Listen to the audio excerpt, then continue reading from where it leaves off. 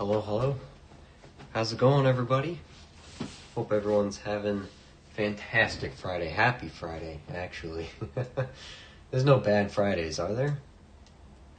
I'm not super stingy, so Friday the 13th's good enough Friday for me. I mean, it's 14 today, so dodged a bullet, but we're doing 2 boxes of nickels tonight.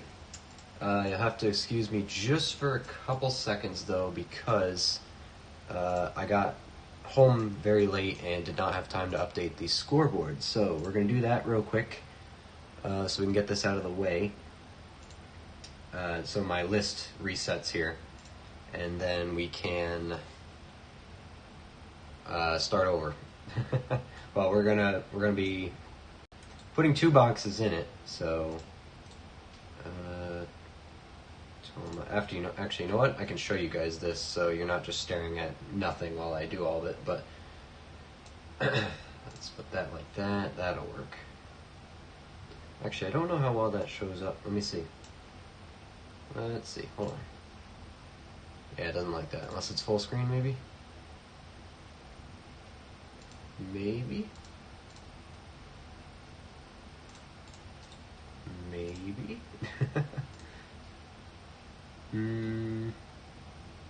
There, that one. There we go. Now it likes it. Will it like it when I do this? Oh, it does the half page. Okay. Well, that's what I'm going to be working with here anyway. So I'm sorry, right off the bat here, if you expected us to jump straight into the hunt, I apologize, but we're going to have to do this now so we can keep it organized if we're going to be keeping track of our hunt. So, oops. So we got to put box 4 in, and once we have those numbers in, we'll get started on the box here. I have 2 of them, both Loomis. We've been doing pretty good with Loomis, honestly, and we haven't been getting a lot of those Harrisburg ones regardless, so we kind of have to be okay with it. But hope everyone's doing okay. Raider says, it's cold in Oklahoma. Oh, I believe it. We're about to get some snow here tomorrow up in Connecticut. But Midwest, I heard, has been going through it. They've been getting some interesting weather, huh? Today we're doing 2 boxes of nickels. We're looking for silver, some buffaloes. Based on our averages, we should get a couple out of here. And, we'll take another V nickel if we can pick one out. Jersey Silver Stacker, how you doing? Hootie hoot. I like that. I'm going to steal that, NC. Did you guys do anything interesting this weekend? Or this week, I should say. I'm going to start plugging these numbers in here. I'm just copying it over from my list that we had from last hunt. No buffaloes, unfortunately. But we can remedy that today. We pulled a couple out this year. Something you'll notice on the side here is this will be our scoreboard throughout the stream, and the numbers in parentheses are our yearly total, and numbers straight after that will be excuse me. Numbers straight after that will be from these boxes. So we're going to keep them separate. And for those of you new here, what we do is we are completely over complicating the process of documenting our coin roll hunting for this year. I decided, you know what, why not? Let's just go above and beyond, right? So I might be a bit slow here because I'm not used to talking. Excuse me. I'm on the tail end of being sick too, by the way, so my lungs are irritated. So I have these dry coughs probably for the rest of the night. I'm going to do my best to point them away from the microphone and all that as we go, but 49 Denver, picked one of those out. Oh, that's right, 49 Denver, we only have 2 this year already, so that's a third. That one's been tough on us.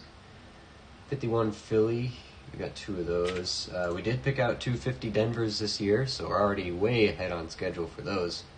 We got 2 collections worth already. 52 Philly is 1, yep, 54 Denver. Kind of a light hunt, honestly, last time. Nothing too crazy. Doing good. How you doing? Gotta leave work early?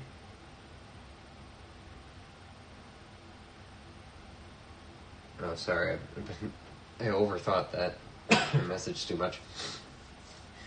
I hope if you got to leave work early, that's awesome.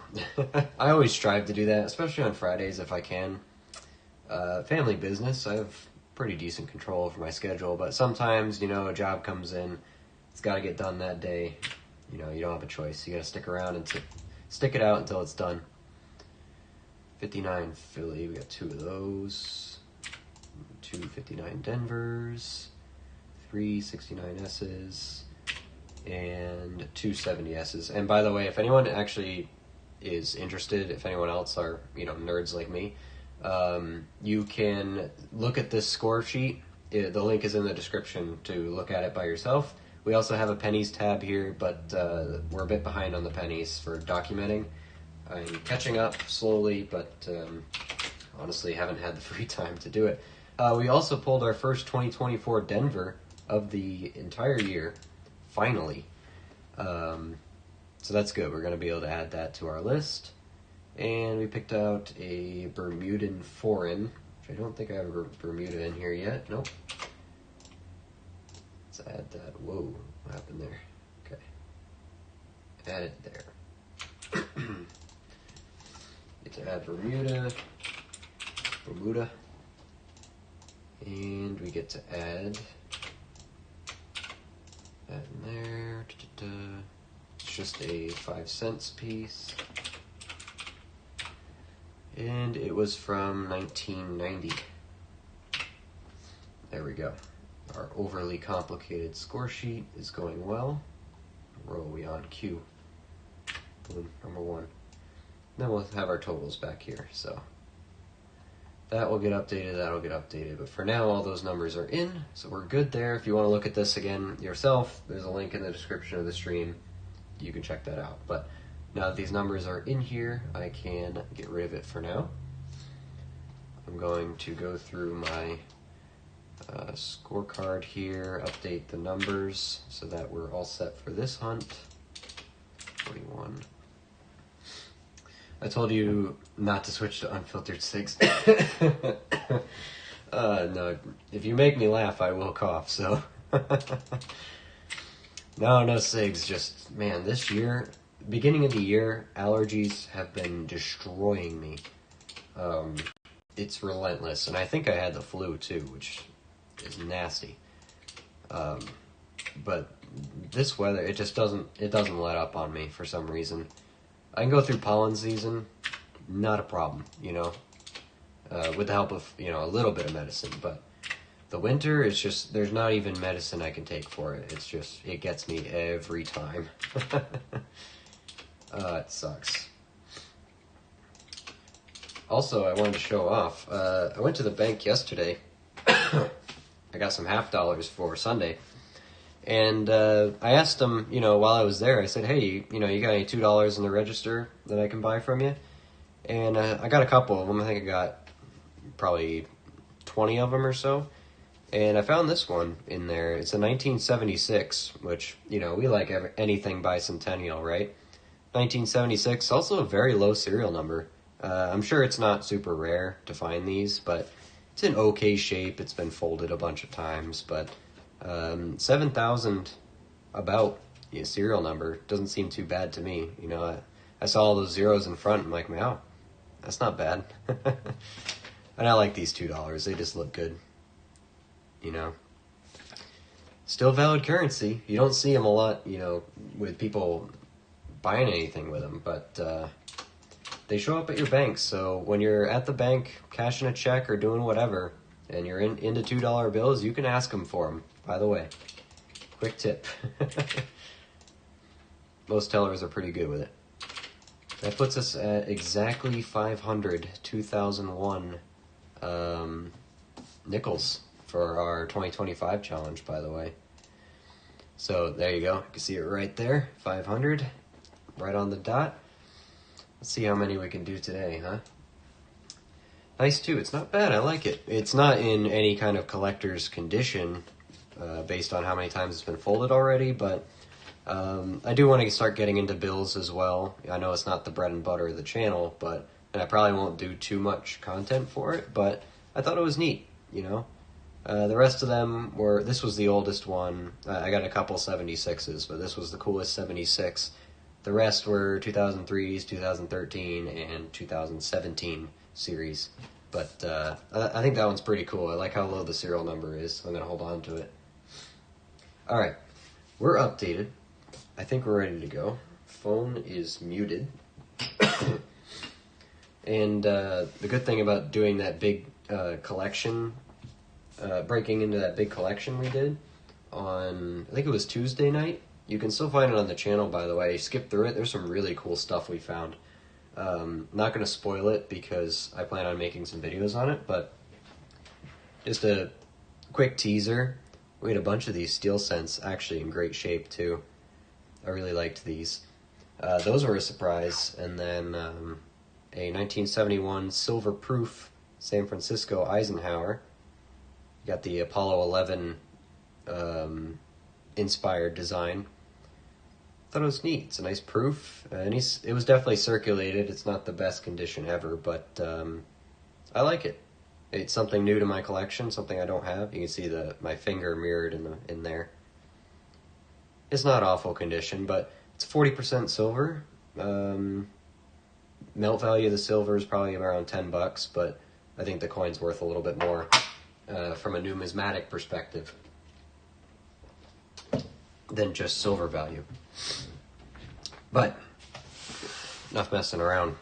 We got a nickel box to open up. These boxes, by the way, I got them from a completely different bank than I usually do. So I have no benchmark to go off of. I don't know what to expect. Hopefully it doesn't look too bad. And then we have another box right after this. Excuse me. See a couple older designs, good wear patterns on some of them, but a lot of modern nickels, but hey, it happens. Hopefully that means we can get another 2024 Denver. You know, that's always on the table. So really, new nickels is not really a bad thing to see on the end of your rolls. Those 2024 Denvers, they're worth like $5 a piece right now, something like that. You can get them for. Not a bad deal at all. Excuse me for a second, I'm gonna blow my nose.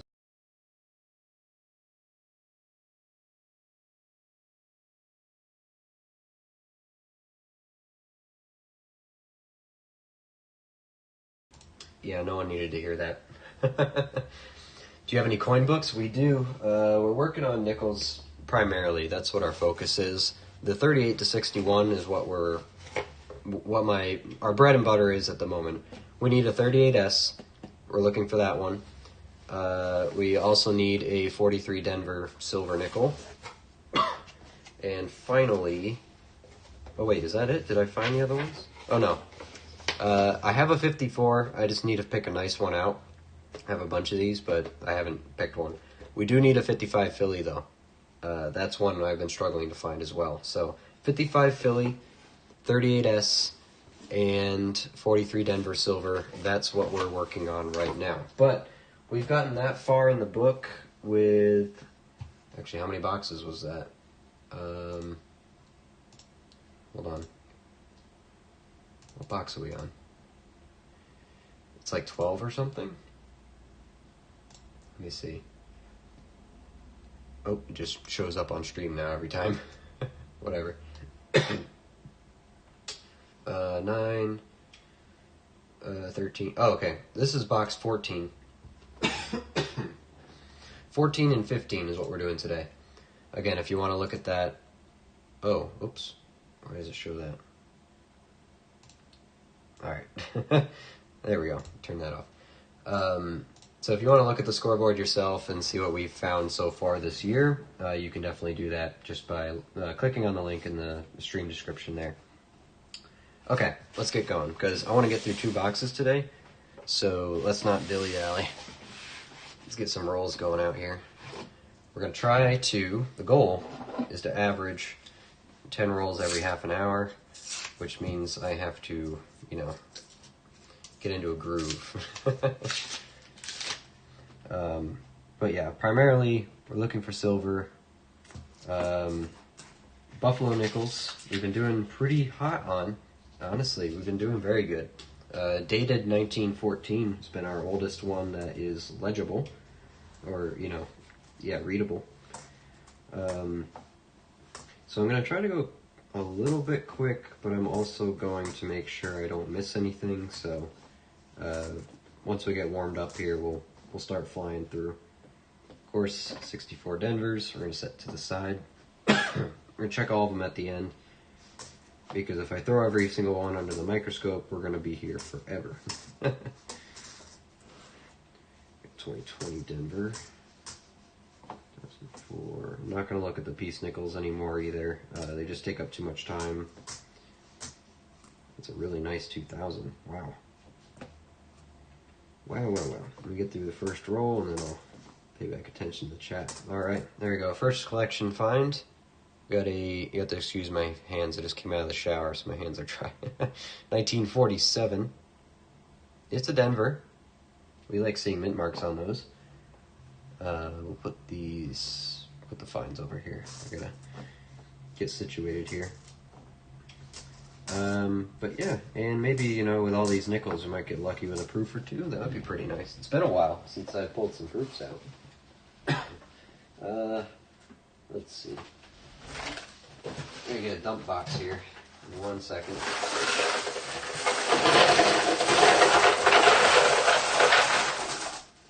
Empty my box into another box. But I'm going to the bank tomorrow morning to turn some change in, so for now, I just have to dump it into another box. So 47 Denver, first find of the hunt. I'll take it. Absolutely. Let's get into the groove here. 47 Denver. We only found 2 this year. That's number 3. Nice. Raider said, I have that one too. I finished mine. Yeah. I'm hoping that we'll finish it pretty soon because, honestly, we finished it fairly quick for finding all of them. Like, we didn't buy any of them. They were all found in circulation, just like what we're doing now, going through rolls and picking them out by hand. So just finding 250 Denvers right off the bat really set us forward. So once we finish this book, we'll be able to just start upgrading. Excuse me. Man, I apologize in advance for my coughing, but what was I saying? We'll be able to start upgrading that book, and then I'm not sure when I'm gonna actually start pulling out another book to do, like starting over.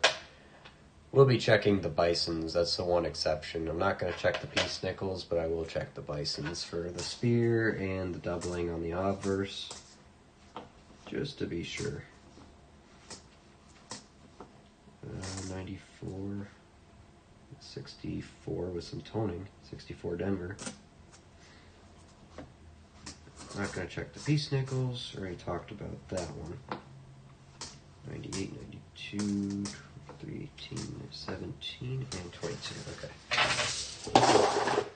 Okay. 76. So for those of you who are new here, you'll notice when the scroll comes around here at the very top, you'll see a small section labeled 2025 Challenge. That's just something we're doing here. We're seeing how many 2001s and 1976s that we come across in circulation as we do these hunts. So it's just for fun.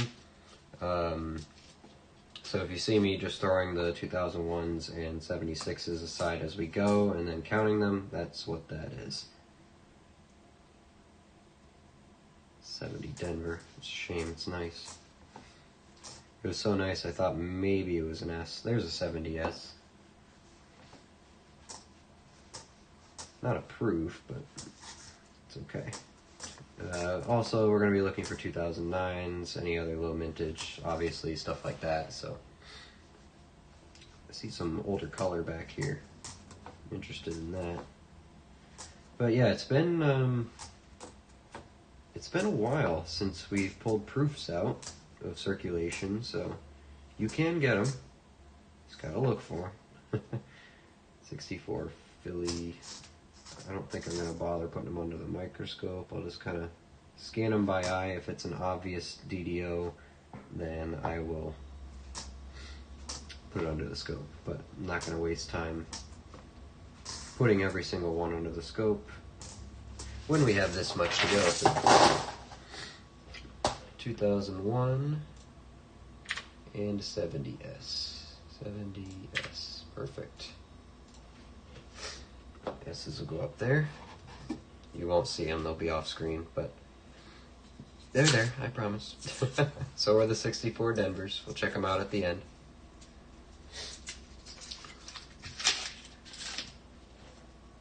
Silver color there. Maple, how you doing? Having a good week? Good end of the week. For anyone interested, by the way, for those of you who don't know Maple, he's doing a giveaway on his channel, so go over there and check that out because he's got some nice coins that are coming out. Nice coins he's just giving away. Excuse me. Good quality. I appreciate you, Maple, for putting me on the VIP list or whatever. I appreciate that. I'll send you some stuff back when it gets here to me. So, but we're going through. We're gonna go a little faster tonight because I want to get through 2 boxes. That's the plan. 90, 2002. And hopefully, get lucky. I haven't seen any 24s yet, so I doubt there's any in these boxes circulated, but hey, you never know, right? Hey, Steven, how you doing? Everyone have a good Friday? Is there such thing as a bad Friday?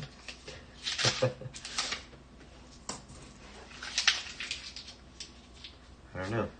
Hopefully we have some use for the buffalo emojis tonight. Let's see. I would like that. But these 2 boxes I picked up back to back from the same bank, same day. It's a new bank though, so I don't really know what to expect. What kind of quality we're going to be looking at here. That's 7, not a 9. Gotta pick those 09s out. It's been a little bit since we've seen an 09. A couple weeks. But we got that 24 Denver last week, so I guess that makes up for it, right? 22, 74, 1786. See there?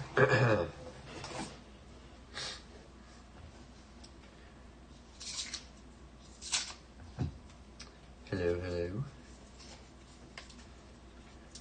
I got a buffalo in the mail from a YouTube channel today. No date. You need some Nicodate. Got some dark color there. It looks damaged though, so I'm skeptical, but maybe. It might be something good. Oh, it's old, but I think we missed a silver year by like 1 year though. I think it's a 46. That's a shame. Take a look at it though, we'll get down to it. 2303. 2018. 99, so 70. Yep. It is a 1946. Looks like another dryer coin. That sucks. Oh, 46 Philly. Still a collection pull. 302, 94. 70 Denver is a Denver. 64. I'm going to guess our 64 Denver pile is going to be pretty large by the end of this. 23 Denver, yep. 94.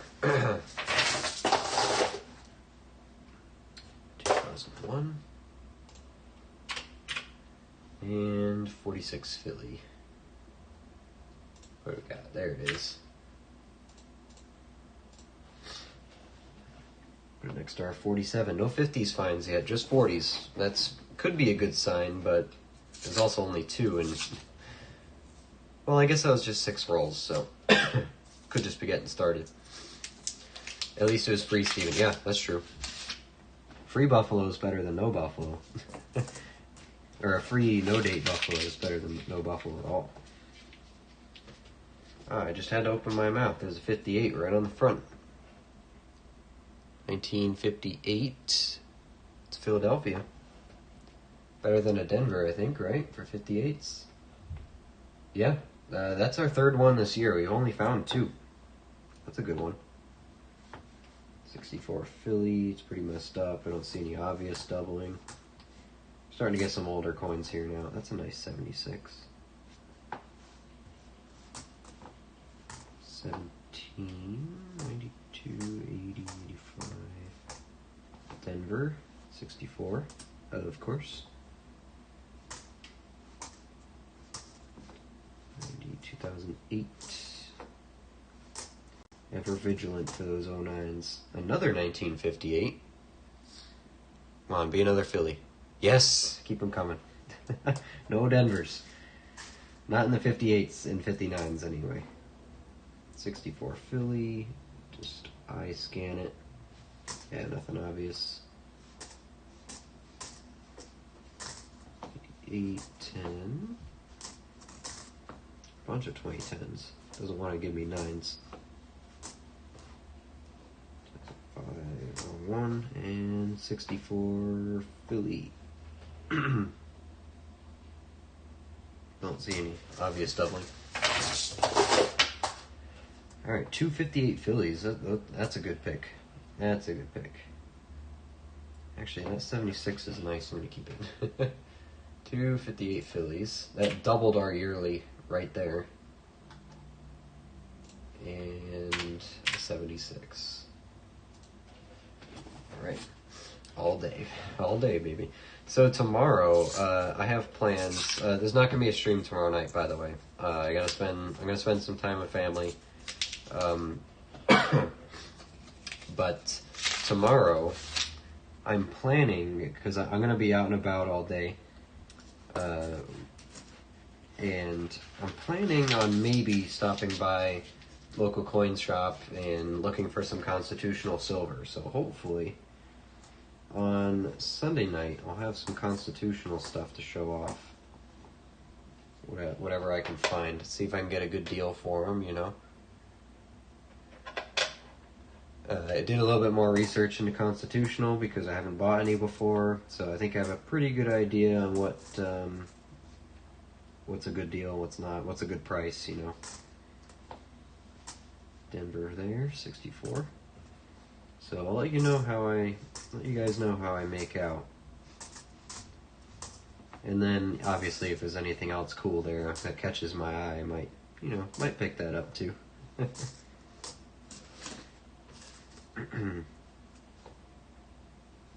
66. That's seen some dirt. Pretty cool looking though. I'll make a decision on that. Honestly, it looks pretty neat. I like the coloring. It feels clean, but obviously it's been stained and probably buried. And it's a 66, not like it's a brand new one, so. 69 Denver. 83 with a really wide rim. And a 96.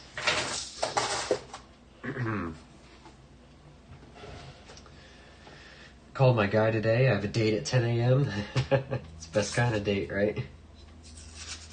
I get a great deal, 20 times face. Yeah, that's pretty good. That's pretty good. I gotta start building a good relationship with my my coin dealer. I gotta start going there a bit more. I do have great relations with my bank tellers. I went in there and asked them the other day. I was picking up some half dollars for Sunday night. I asked them if they had any $2 bills in the registers, and 2 of the tellers there were like, "Yeah, you want something? You want to buy them?" I'm like, "Sure." found, I got maybe 20 of them, and one of them was this 1976, nice low serial number, around 7,000. Saw all those zeros in the front, I'm like, ooh, that's a pretty nice bill.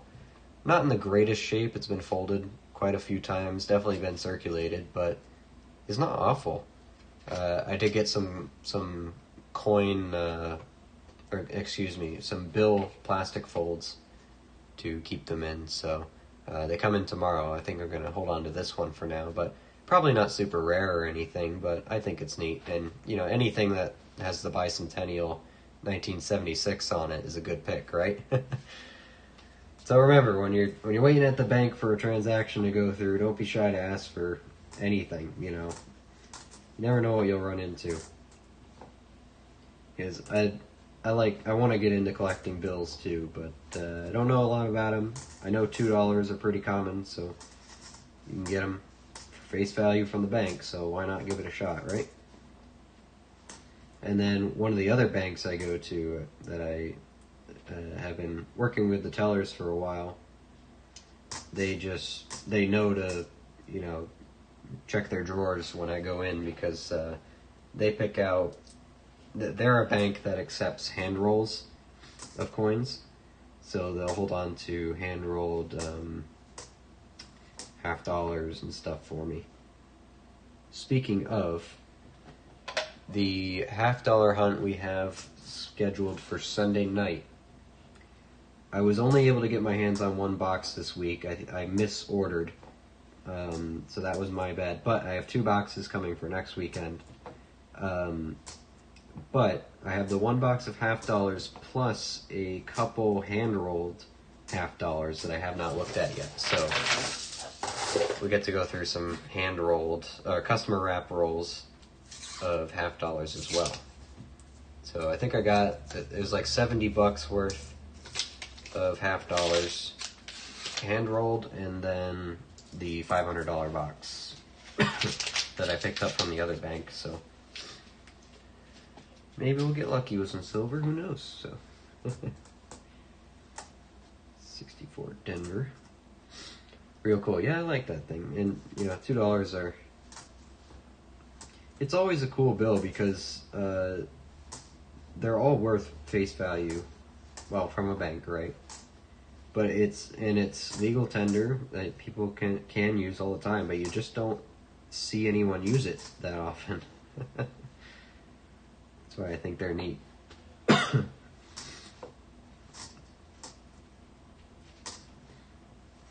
think I'd like to carry a couple around in my wallet just to be that guy that has the $2 bills,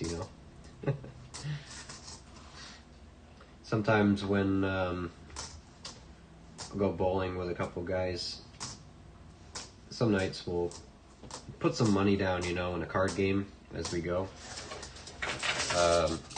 Every strike you get, you're allowed to pick a card, right? And then whoever has the best poker hand at the end of the game wins the pot, right? It's usually a $2 buy-in, and you get, about 8 people playing or so. So it's a little pot, but just extra fun on the side. See, good color there. That looks like 50s color. A yellowy green. I think it'd be funny to be the guy who actually throws a $2 bill in there.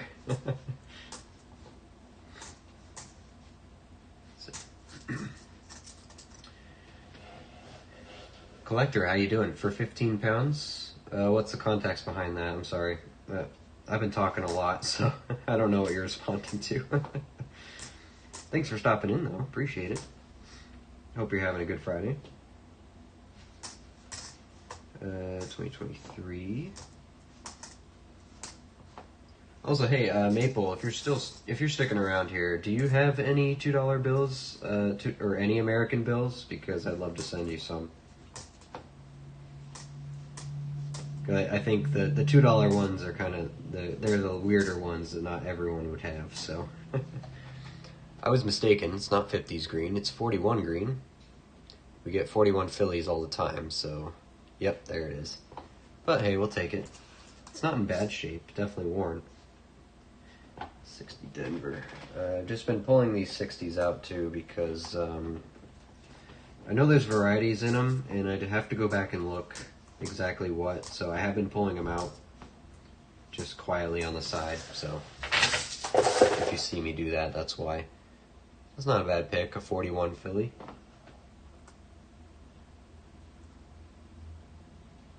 I also reorganized my desk here, so I have a lot more room to move things. I feel like I'm not climbing over myself just to just a coin roll hunt, you know. Ooh, I see a foreign. That jumped out at me. It looks like the Bermuda fish. We might have another one. We just added that to our scoreboard. By the way, for anyone joining in more recently, the scoreboard for this year is in the linked in the stream description. If you want to see what we found so far. Ooh, look at that! I wasn't expecting that. 2024 Denver, baby. It's $5 right there. It's worth more than the silver coins. Nice. Well, we're on a bit of a dry streak, but there we go. Just picked up again. I'm not going to say no to that. Was not expecting 2024s in here because I hadn't seen a single Philly. We do have a Bermuda coin. Queen Elizabeth II. 5 cents, 2000. I think that's the newest Bermuda date we have. Take that. It's definitely in circulated worn condition, but hey, what are you going to do? What are you going to do? 1886. What else we got? 82. Excuse me. 80. 05. 20. 3. I hate when they're all backwards. I feel like I'm going so slow. 23s and 92. Okay. Should keep all nickels because the mint will stop minting them next. USA Mint stop minting pennies. Yeah. There are billions, billions of these coins in circulation. So just because the mint stops making them doesn't mean they're going away anytime soon. I'm not worried about it, really, because these nickels will stay worth 5 cents for decades, right? You can hold on to them, but by the time I'm dead and gone, these nickels, like the common nickels, will still be worth 5 cents, right? That's why I just pick out key dates and that's it.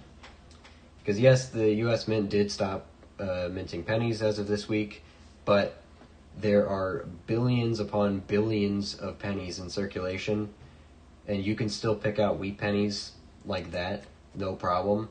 They're not. It's not like they're disappearing. They're all going to be around. So I'm not worried about it. I'm not going to hold on to hundreds of dollars in nickels. I'd rather keep recycling my money back into the bank so I can get more for better chances of cooler stuff.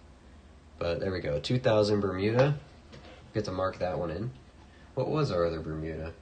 It was a 1990. Copy that one over. Put that one in there. Nice, clean, even 2000. Mark it in. Cool.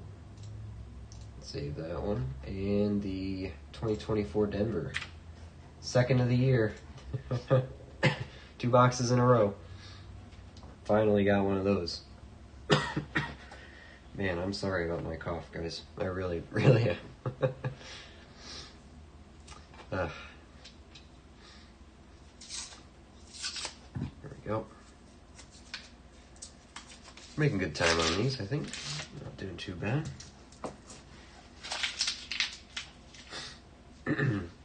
Next, the USA will have an ally recovery program where they take all the copper coins. Yeah, I'm sure. Again, not really the end of the world to me. And also, if you think about it, they haven't done that. I mean, they kind of do it for the silver, but kind of not officially. If there's still silver out there, then the government is horribly inefficient at anything it does. So I'm not worried about them actually being good at recovering coinage, you know. I saw this. There's a San Francisco mint mark back here. We do need the 38S. We do need that one. Or was it 39? One of those. So hopefully it's old. 49. I think we have a couple of these, unfortunately. Well, not unfortunately, but hoping it was a little bit older. 49S. We have 2 of them already. Where's the date? There it is. It is a 49, but hey. 49S. I hoard the copper pennies because other coin roll hunters will melt down pennies. Yeah, no, I do separate the copper pennies, but I don't bother with nickels. There's just, I mean, there is decent copper weight in these, but I think the nickels are going to be around for a lot longer than the pennies will. And they're not getting rid of pennies. It's just they're not making new ones. Right? We're probably still going to use pennies for decades to come. Like, it's not going to be, I don't know. We won't really know until we see. And even if it does, if you prep for everything, then, I don't know. It just takes the fun out of coin roll hunting. So, I don't want to hold on to everything. I want to hold on to the stuff I like. So, I'm not really here to do like a get rich quick thing. I'm just doing this because I like looking through coins and I like collecting ones like key dates and older dates, stuff like that. So I'm not too concerned about it. 3. But I will collect the copper, so. I read that the first year the Canada Mint did that, they made $8 million profit. Yeah, but if you think about it in the grand scheme of things, $8 million is a very small number for government, government stuff. And you think of how much money they probably spent, like introducing that program and setting up the infrastructure. I mean, I get it. Yeah, that's profit, but still, that's a very small number for government profit margins. 8 million is nothing, right? Nothing. So, if it happens, it happens. Oh well, move on, right? It's not the end of the world. 47 Philly, 49S, 47 Philly, 49S, cool. Think of all the old coins they took out of circulation to do that. Yeah, I think that's the real tragedy, is that you're destroying American history, or like, the history of whatever country's doing it, right? Like, something some people might not know, but is actually pretty common here in the U.S. There was, at one point, it was very common, actually not too long ago, really, like in the last couple decades, $500 and $1,000 bills were pretty common for people to have in their wallets, right? Especially people, on Wall Street, people who had a lot of money, but still, anyone could get them. Legal tender, $500 and $1,000 bills. But now, they're being weeded out of circulation. When a bank gets one, they have to destroy it, which is a shame, because they're cool bills, they're non-traditional, they're weird denominations, right? And that history is just destroyed because the government says, oh, we don't want to use them anymore, It's just sucks, right? So my philosophy is, go ahead and stop making them whenever you want, but don't go out of your way to destroy. There's no benefit to destroying the $500 and $1,000 bills, hunting them down, right? I don't see a benefit in that for anybody, the government or collectors. So now, if you do have a $500 bill, it's $500 of legal tender until it gets to the bank. And the bank has to give you $500 for it if you exchange it. But now to actually buy one online, I mean, you can look it up. They sell for hundreds over $500 because they're so hard to get now, because the government has a bounty out on them, pretty much, or they want them all destroyed. So it would suck to have that applied to coins, right?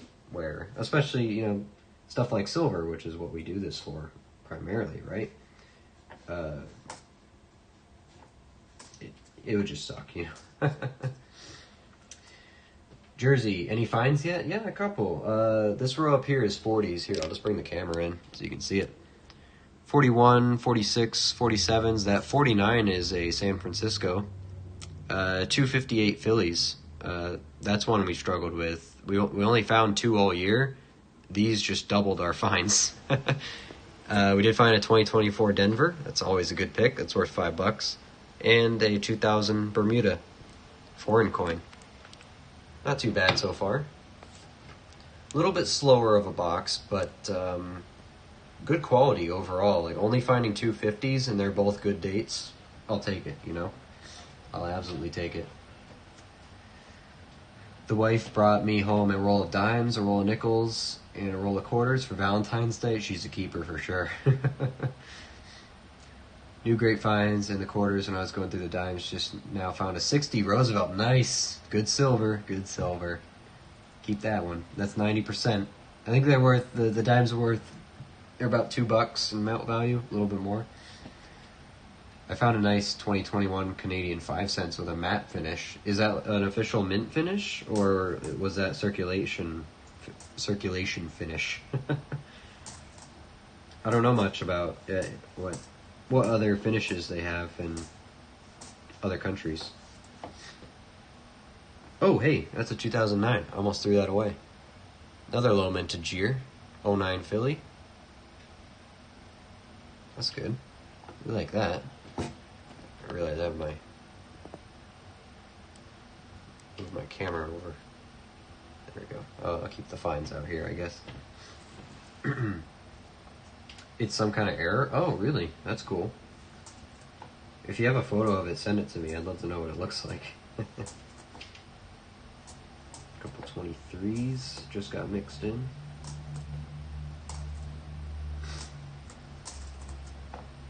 Good toning on this brand new one. Got a little bit of a gold tone. 93. It's not a bad looking one. 64 Denver.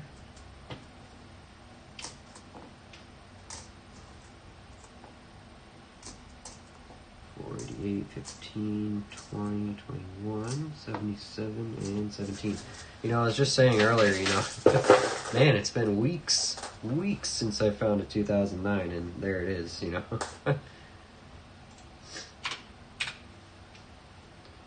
I mean, someone can go back in the scoreboard. When was the last time I saw one of those? 2009 Philadelphia. I'll take it. Put it right next to the 24. Modern low mintage, baby. Finally had one. We had 6. 3 Phillies and 3 Denvers. Now we have 4 4 Phillies. And, jeez.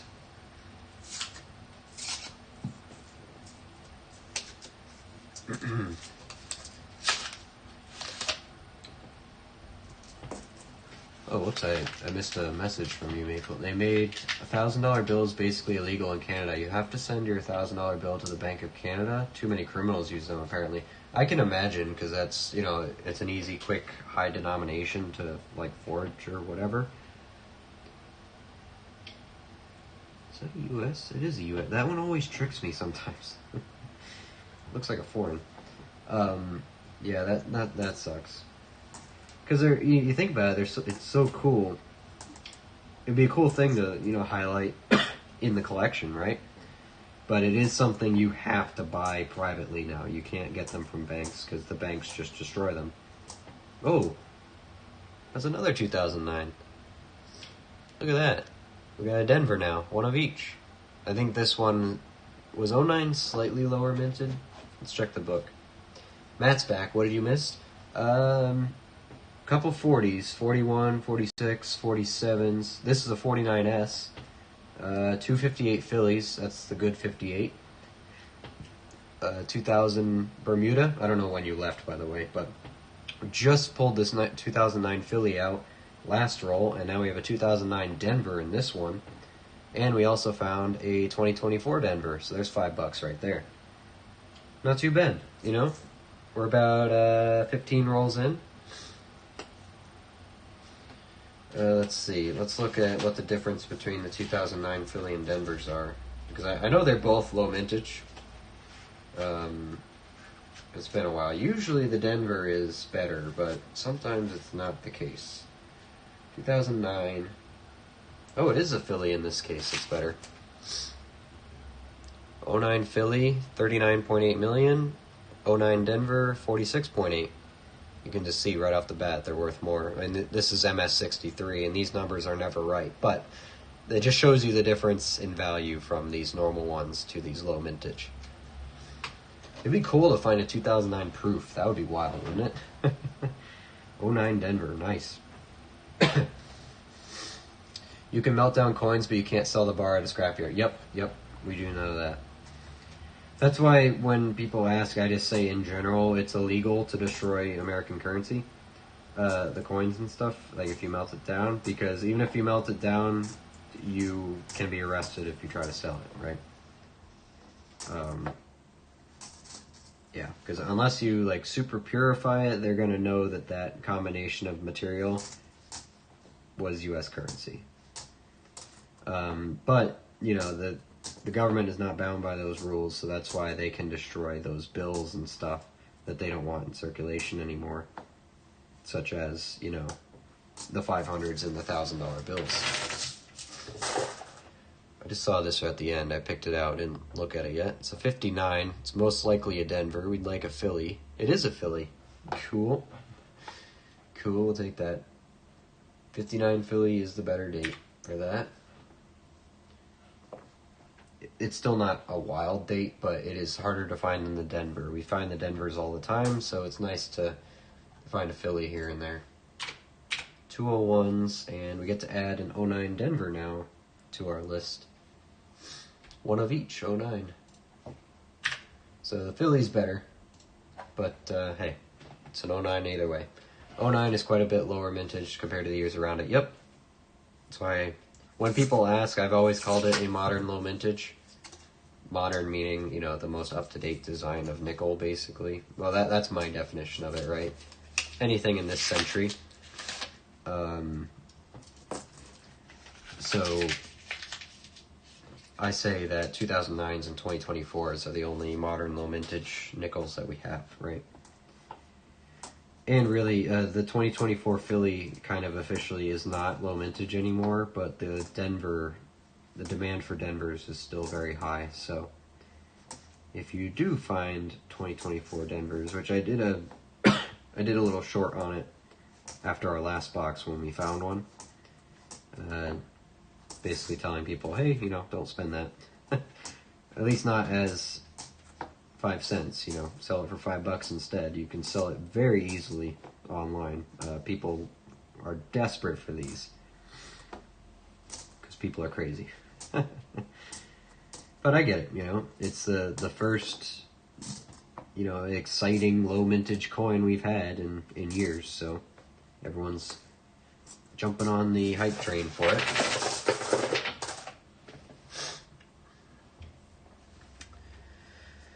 This link is from a forum where I was able to identify my 2021 nickel. The pics are better than mine. Okay, if the chat doesn't let you put it in there, just email it to me and I'll take a look at it.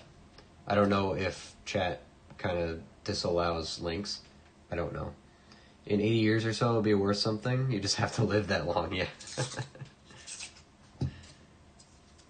Yeah. We'll see. I think I'd like to pass along most of my collection before I die. That way, you know, because if you leave it up to chance in everyone splitting your belongings after death, there's a pretty solid chance that your whole collection just gets destroyed and, you know, sold for face value, which would be heartbreaking, right? So maybe one of my, you know, kids or grandkids would be interested, you know, enough to be trusted with it, right? Passing the torch to them. Maybe not the whole collection. You give a little bit here, a little bit there. Make sure they are inspired to do their own collecting still. I can't see these. 63. Those are 62s. That's 60. Okay. 75. I mean, both my great-grandparents lived a very long time, like on both sides of my family, so I might have the good genes to last another 80 years, but I doubt it. I doubt it. I'd be happy with 80 total. So, I think that's plenty of time. Put an 8 there.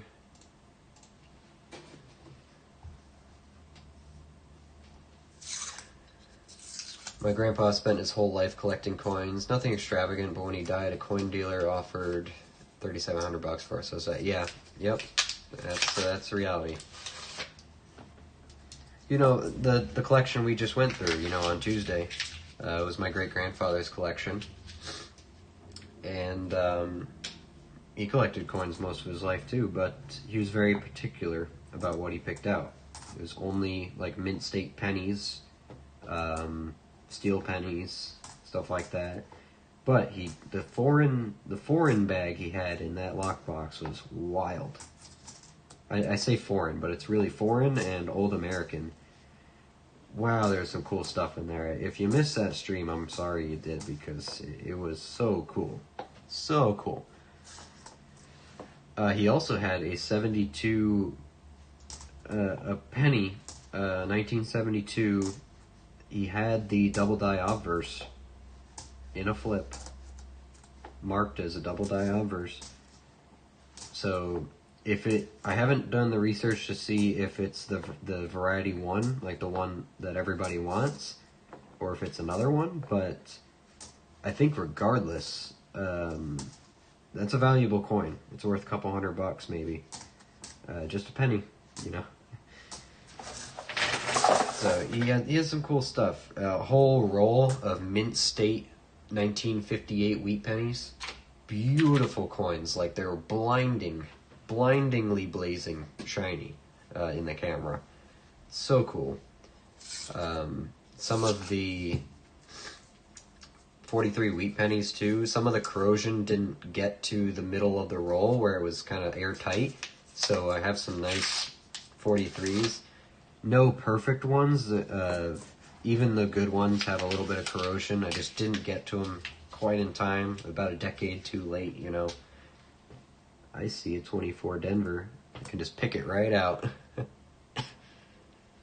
On camera. Another 2024 Denver. 10 cents turned into $10 right there. We got 2 of them.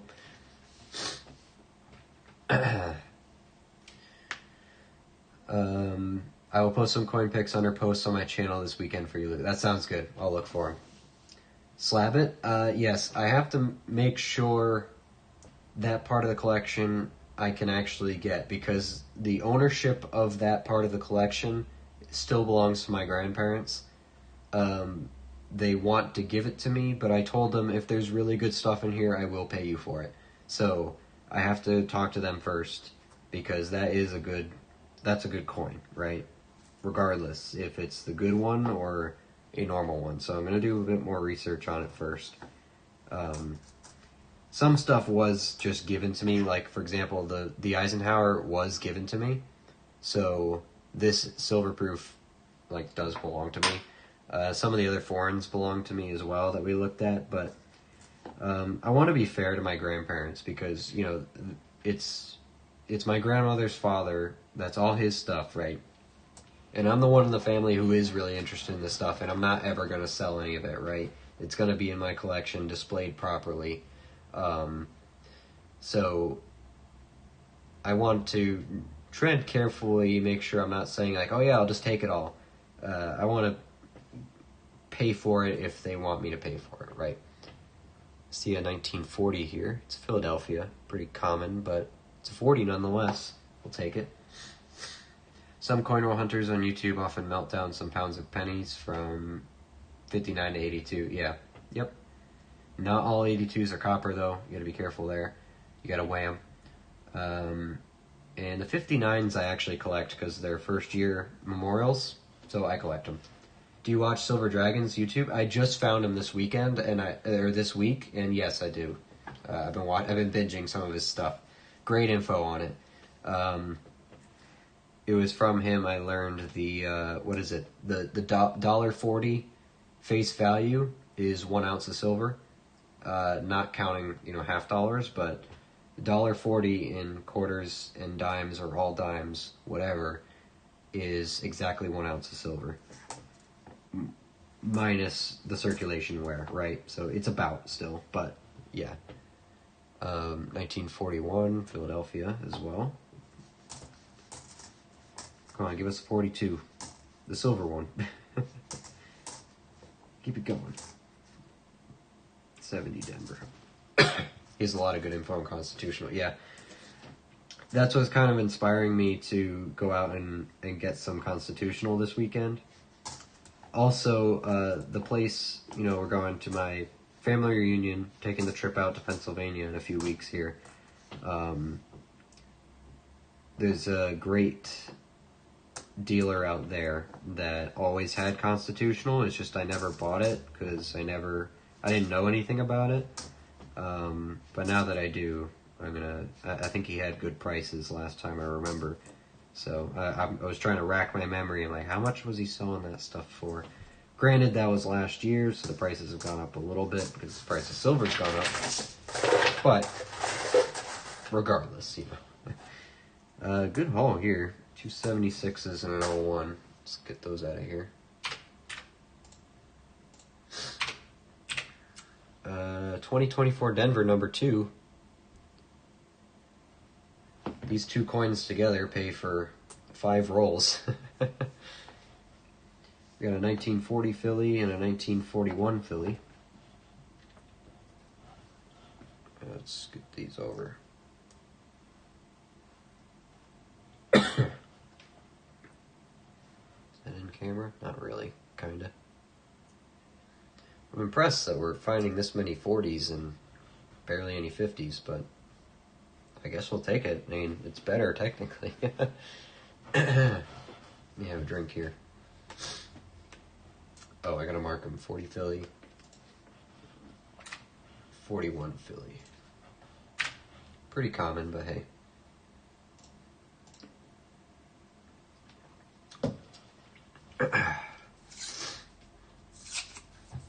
$1987, 2002, 2022 half dollars. You should hoard in uncirculated condition. Yep, we do. Well, not quite uncirculated, but I hoard them anyway because they're NIFC, so I get mine roll hunting. This was our pile from the last one. I got this is just a nice 73, but got a 2019 Denver here, almost uncirculated, but it's been circulated. 2005 Philly, Ring of Death. We found an 87 Denver. It's got a scratch on it, but hey, it was circulated. 2013 Denver, NAFC. And a first year NAFC 2002. And we also found this plated one. 99, not an NAFC, but plated nonetheless. It is so incredibly light. Like, the plating is so light that even if it is gold, it adds nothing to the value. It's barely a breath on it. Man, I'm sorry about the coughing, guys. I really am. 64, don't see any doubling. Just using my naked eye on those, because if I put every 64 under the scope, we'll be here for hours. Well, we're going to be here for hours anyway, because I got a whole nother box to do after this, but the bisons I will look, because a good speared bison is pretty good payday. Definitely be on the lookout for those. 06, 98. But yeah, this year the goal is to get more into silver stacking, because I've owned silver for years, but I haven't really had consistent goals to stack them, right? So, see a 39 here. Anything but a Philly is good, really. Ah, it's a Philly. Oh well, still a 39, nice and old. Second year Jefferson. 13, 19, Oh, that's a 58. I didn't look at the other side. Is it another Philly? That's a Denver. That's a normal one. Not the best, but yeah, it's 58 regardless. It's pre-60, so. We got a 76. We got a 39 Philadelphia. 39 Philly. And a 58 Denver. It's definitely Denver, right? Yes. 58 Denver. Where you at? There you are. That one makes 30 for the year. 58 pile. 39. Just plot it right up there. Why not? Keep it separated. For junk constitutional silver, the max I pay is face value plus 0.715, or excuse me, times. Face value times 0.715 times spot plus 10%. Wow, you got it down to a science, huh?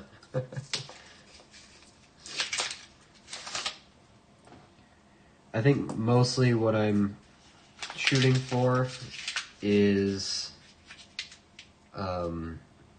22 times face value for quarters and dimes together, like mixed together. 22 times, I think, is kind of my cutoff. But I don't know. I gotta see what's out there. I might change my mind if some of it's in better condition or whatever, you know. 1939, another Philadelphia. It's got a ring of death on it too, but what are you gonna do? Still a 39. It's good to see 30s here. 11, 8, 22.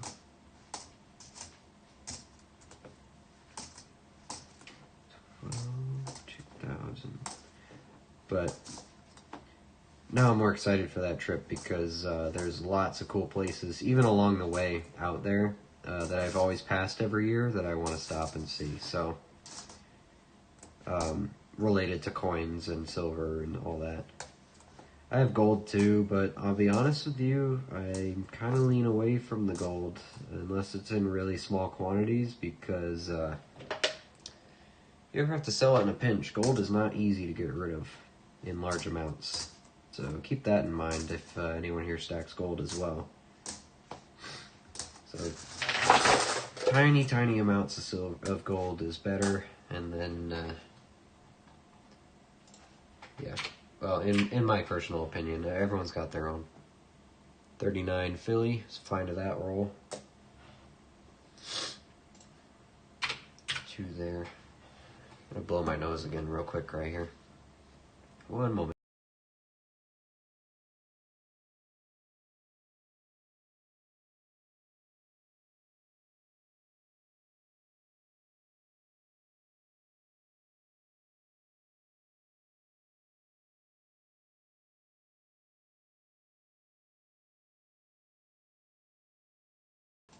That's barely better. Barely. Coinflation will tell you, look for the turkey. Oh, alright. I'm going to stop forgetting. I'm going to put it in my phone right now because I've kept forgetting to add this to my phone, and then when I do remember, I forget what it's called. So, let me just add it now. Coinflation. Oh, it's by PCGS? I didn't know that. Alright. It's installed. It's installed. I'm not going to forget now. Not going to forget. Look for the 32 quarter. Is that a lower mintage? Honestly, I don't know a lot about lower mintages and silver stuff because I just know if it's silver, I'm going to keep it, you know? 21,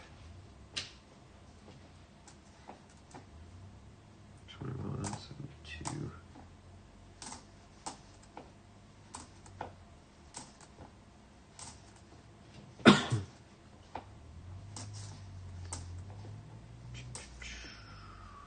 Through these real quick. 79.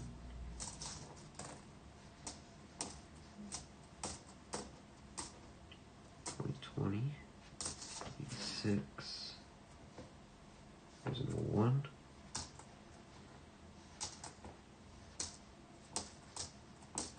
14, 02, 83,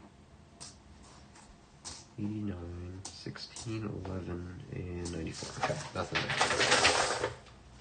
there. 01, 14. Save that. 22.97 is the current spot multiplier. I thought spot was over $30 now. Or did it come back down? 25.27 if you consider a 10% markup for the dealer. That's true. Okay. Oh, shouldn't have dollar sign. Okay, I gotcha. So 22.97% or times spot value. I gotcha. So yeah, if I find anything for 22 times spot, that means I'm getting a great deal. But yeah, I hear you. Okay, I'll take that into account. I'm able to do decent math in my head, like on the spot, so I'm not too worried about getting scammed or anything like that. So I'll know a good deal when I see it, really. I'm not super worried about it. That's also why I'm going out tomorrow to get some, call it a practice run, you know.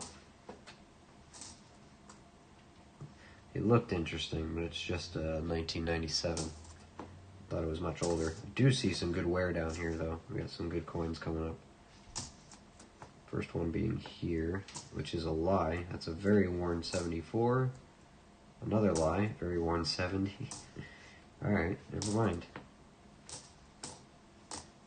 08, 02, flip it over, 23.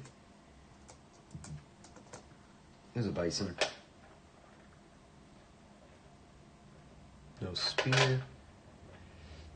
No doubling. 89, there's a 53. Look at that in a second, since we're at the end here. 97 and 18. 1953, it's pretty beat up. It's Philadelphia, very beat up. Put it over here. 53 Philly, how are we doing on those? We got 10, that makes 11. See if I can get under my desk a bit more. I've been leaning over this whole time.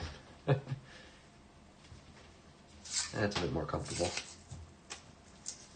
Can't get worn out after this box, so we got a whole nother box to go after it.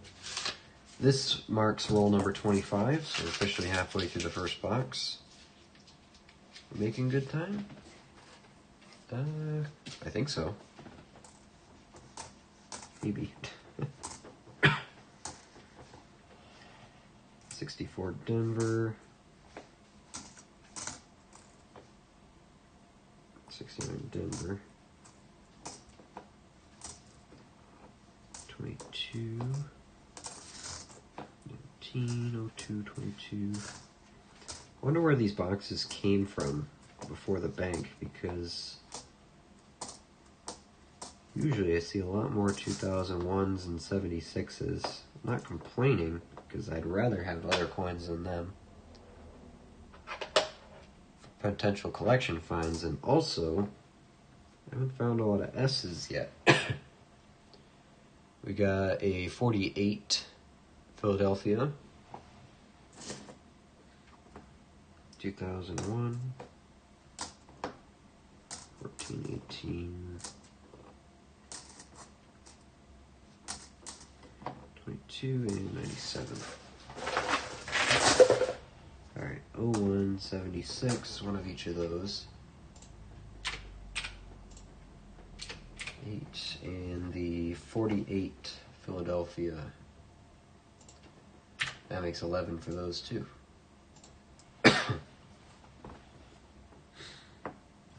First 48 goes right there. That was roll 25. So I think it's fair to pay anywhere between 22 to 26 times face value. If we get into those 1 ounce rounds, I pay up to 10% over spots on those as well. Yeah, that's. I have experience buying silver rounds, like 1 ounce at a time. I have experience buying silver. That's generally my roll too, 10% over. The guy I get it from in Pennsylvania is very fair, where he's about 5% over spot. He just does it for fun. Well, because I'm sure he buys it like 5% under spot and then sells it for 10% or 5% over, so makes his money. And it's legit stuff, so I'm happy with it. 83.95. Nickels, 11 cents for 2 nickels, like scrap. Minting nickels cost about 7.5 cents per, yeah. 5.5 for metal, 2 cents for employee and shipping costs, yeah. In my opinion, though, and this is just me, I think even if they stop making nickels, they're not going to stop being used in circulation for decades. That's just me, though, because like Canada stopped making nickels. Oh wait, no, excuse me. Canada stopped making pennies, and now everything's just rounded to the fifth, right? They still use nickels and all that, but I don't know. Maybe there's no merit in that argument, but 1953 Denver. Let's see some more other good dates here. 1948 Philadelphia. So I don't know. Even if they stop making nickels, I'm not worried about stacking them. So I think pennies are on the hot seat, if anything, to be completely eliminated. Like, you know, completely to stop, excuse me, to stop making them and potentially just eliminating the 1 penny decimal, you know, that we use. I think there's a better chance we just round to the 5 cent and keep using nickels. Even if they stop making them, you know, I think we'll still use it. Because rounding to 5 is very easy, right? So we had 3 2001s. This one's got a nice gold tone to it, though. So I'm going to hold on to that one. 3 of those. We got some good collections, too. So 1947 Philadelphia. 47 Philly. Second one today. A 48 Philadelphia.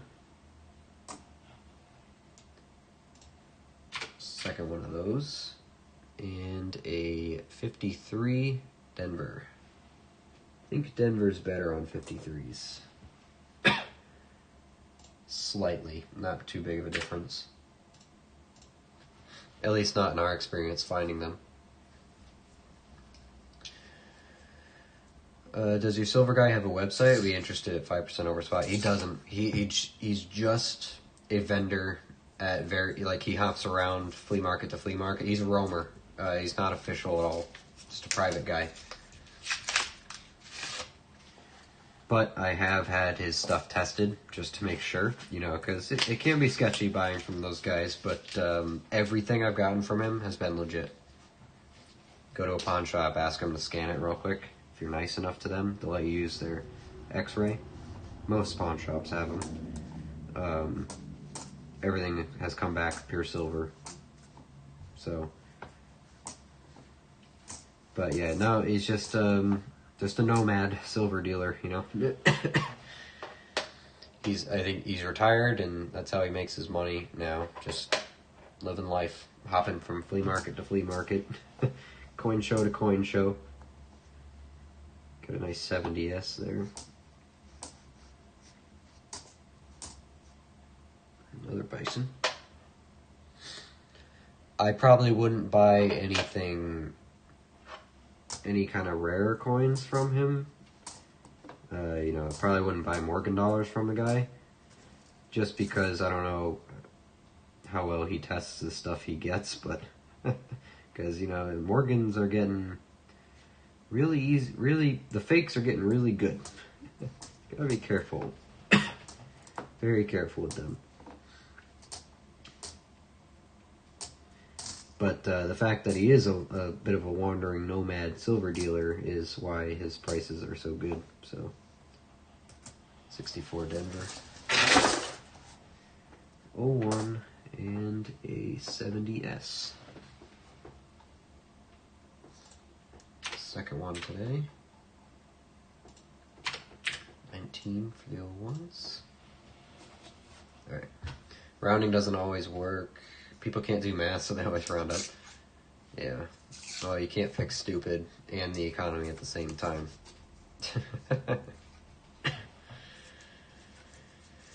It's basic stuff, but it's mind-boggling how many people can't do basic things nowadays, so whatever. That's an argument not worth bringing up. But yeah, I agree with you.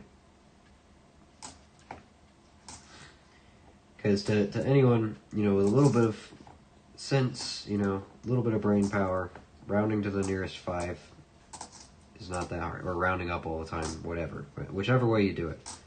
Rounding up, rounding down, whatever the rule is. It's really not that hard, but... oh well.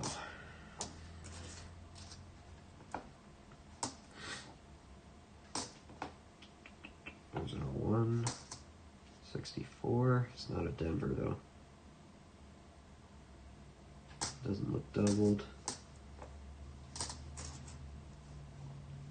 16, 20, 14, and 14. Just an 01 out of that one.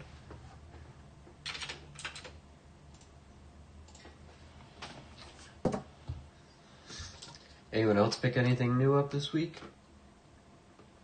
Coins, bills, anything like that? Oh, Steven, do you plan on liquidating that buffalo that you got? Or are you just going to leave it? Is it in good shape, or is it just kind of, circulation wear? I imagine because there's no date, it's pretty worn, but... I just say if I'm going to keep it anyway, I'm going to liquidate it. We got our first Canadian. It's at least some kind of English foreign. It's got the beads around it. I'm not going to peek at it yet, though. We got something to look forward to here. 64 Denver. We're going to have a lot of 64 Denvers to look at the end. If we're going through 2 boxes first.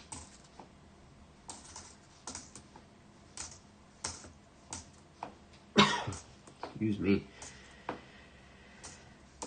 It's my least favorite part of the sickness. When you're already healthy, it's just your lungs are so worn out from coughing so much that they're just irritated. Now I just cough for no reason.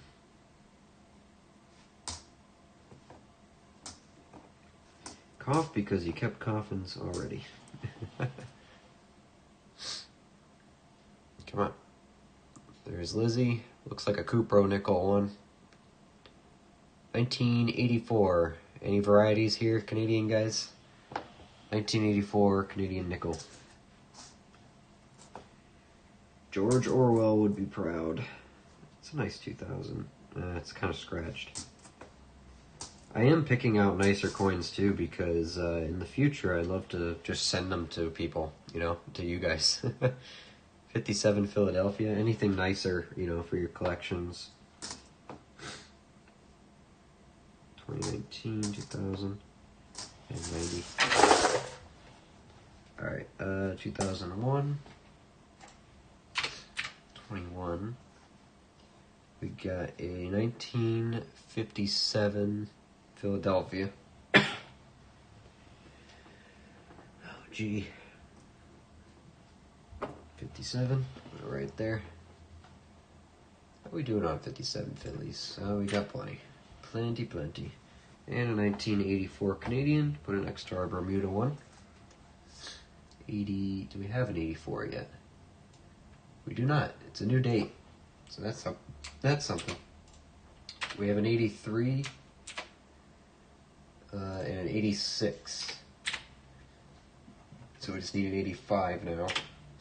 We'll have a good straight going.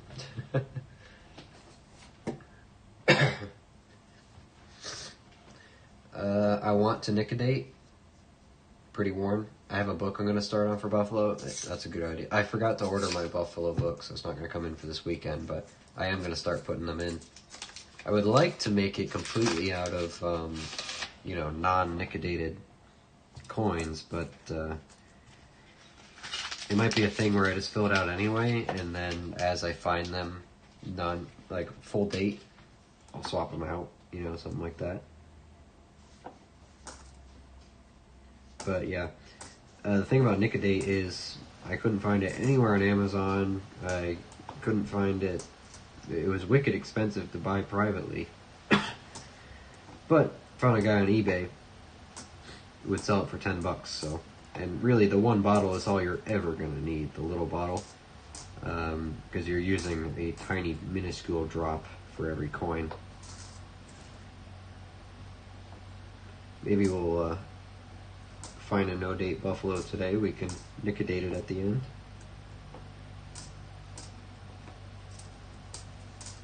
$1,007.85. 63. Those I will check real quick. I do have 63, so there. 92, 74, 99, and 96 is nothing special about the 84. Okay. 01, 76. 22 and 9. Maybe not to you, but it's my only one, so goes in the collection. I might have to, start a Canadian book. All ones pulled out of American circulation.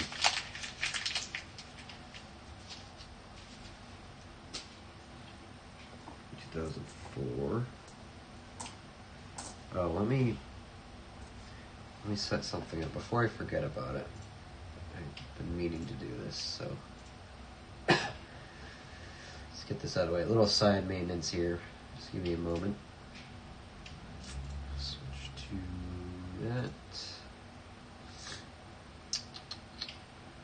Click on that. Keep it like there. There we go. That over here. This over here. Perfect. That over there. Perfect. Alright, that's better. That's better. We're good. Okay, back to business. Another bison.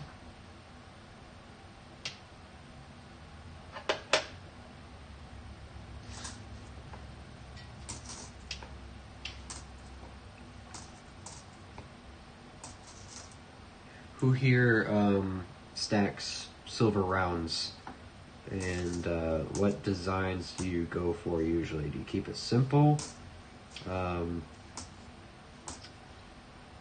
You go for like designs that just make you happy, or you try to get like officially marked ones, stuff like that? I'm curious what people do, because I buy usually just some generic ones, but I don't know. I guess it depends what their options are really on the table. What speaks to me. I don't like anything too over the top. Like I don't want to pay a 30% premium for a special design. Because you're buying it for the silver, right? But maybe some other people have other opinions on that matter. But that's my 5 cents. I have a couple bars too, but and I think when I started out, bars were my thing, but I've developed a liking to the rounds. Got another Canadian here. Got Lizzie the Second on it. 91. Right up front. It's like a newer one. Cooper nickel. 2,000 on the dot. Let me know, Maple. You know what to do. 2,000 Canadian.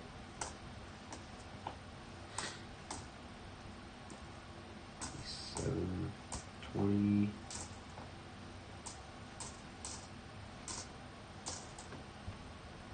06. Thought it was a 9. It's upside down. 19. Denver. 64. 62. Got these backwards. Let me fix that. 60. 263. There we go.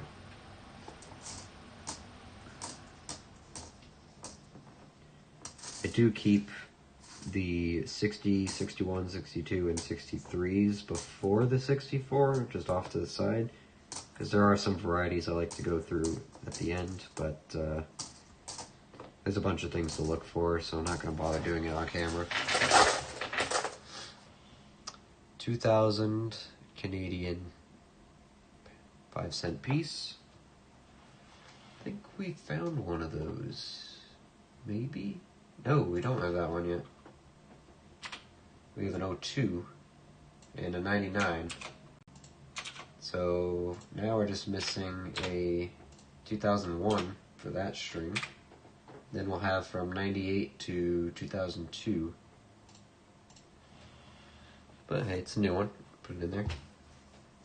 Silver rounds I buy just the lowest cost for the most weight. Yeah, that's my general philosophy too. But if there's something really cool that I want for my collection, then I'll get it. But most of the time they're just boring, normal, privately made. No government silver. At least not for me. I don't think I have any, actually. Besides, constitutional silver, but that doesn't count. I mean, no government rounds. That one looks decent. Or is it a dryer coin? Dryer coin. Dang it. At least I call them dryer coins. I don't know what they are and how they end up looking like that. That's a nice bison. But I've been meaning to set these nice ones aside. I'm going to do that. I got some plans coming up here, so. Got some things I want to do. Preparing for that. I do have full tubes of very nice bisons and, all the 2004, 2005 designs. Picked out really, really nice ones to put in the tubes, but those are for my personal collection. Let's get one tube of pretty much mint state of each one. I'm happy with that. 2010 was dryer coin. 15, 6, 19, 13, 91, and 21. So that one.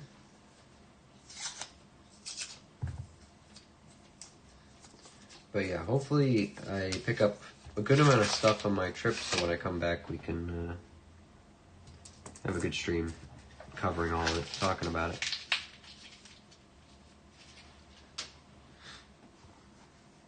That's the plan anyway. Plans rarely go the way I want them to, but hey. Can't win them all. Never know. We'll see. 6.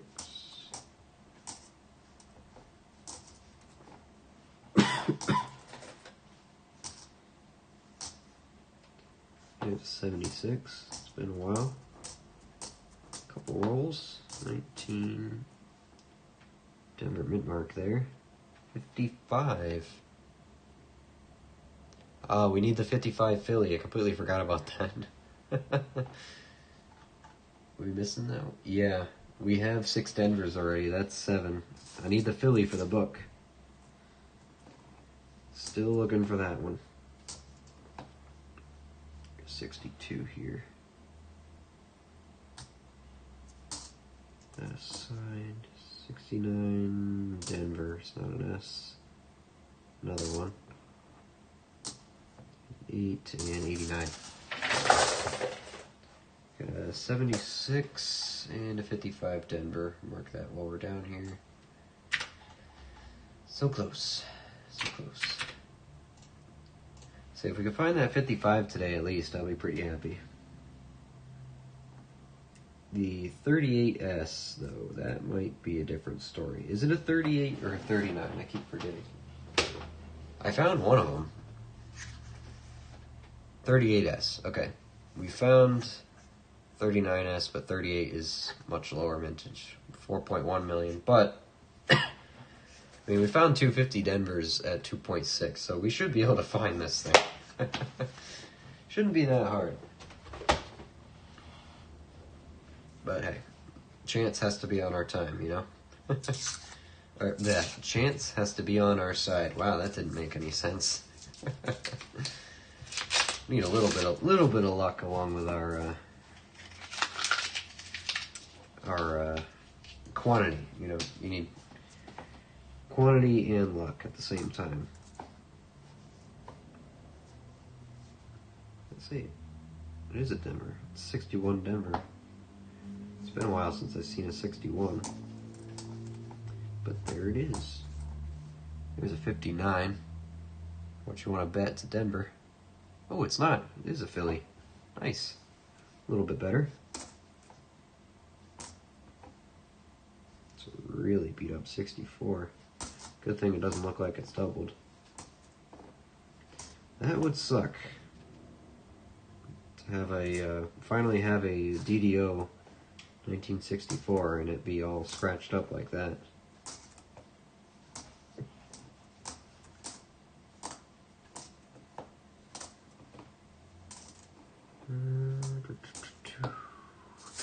$23.77. So it looks good. Oh, it's a nice 39.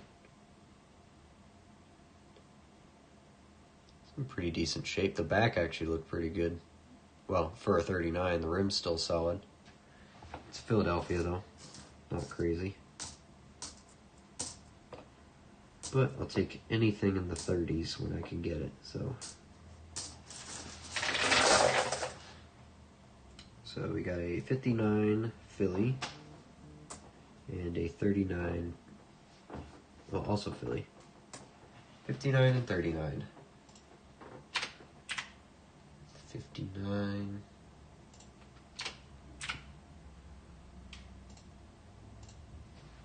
Wait, was that definitely a Philly? It was, okay. So both our 59s are Phillies today. That's not bad.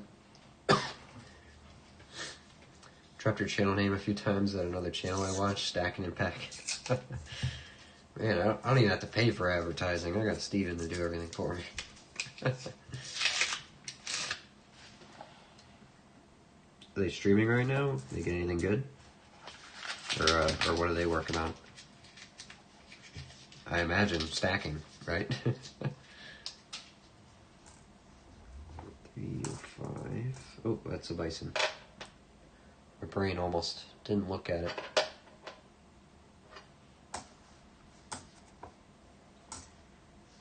It's a pretty beat up coin. See a date on it just for shiggles. 2002 maybe? It's got a Monticello on the back, so it's not 1802 or anything like that.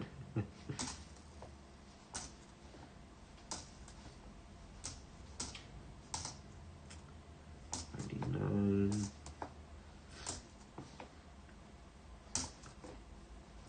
Are they all backwards? That one I made backwards. 23. 6.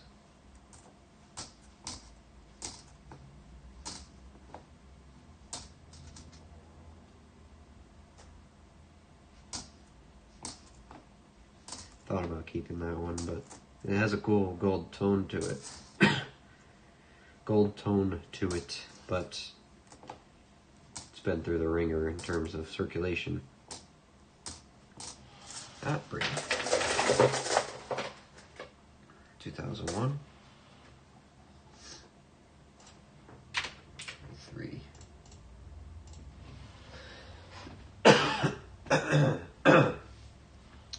Wow. Yesterday Maple came by. They do silver halves. Yep. Okay.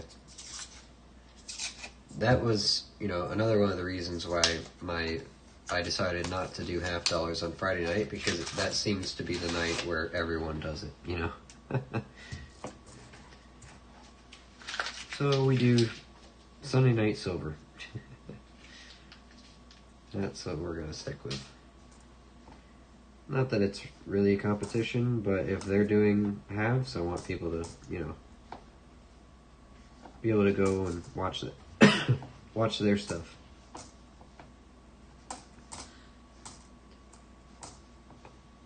Especially since, you know, I'm a half noob, so they can provide a much better viewing experience for halves than I can as we learn.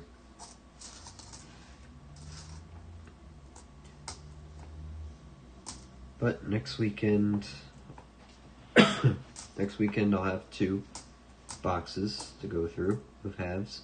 Denver, 64. Another Denver, 64 again. Is a 70S. So hopefully we'll get into a good groove with it. And 76 and 01. Be able to do it relatively fast. Another 70S. So only S's we've found. Well, except for that 49S. They do it randomly every week. It was Thursday this week. Oh, okay, I got you. But I know a couple other channels that do it on Friday night, so.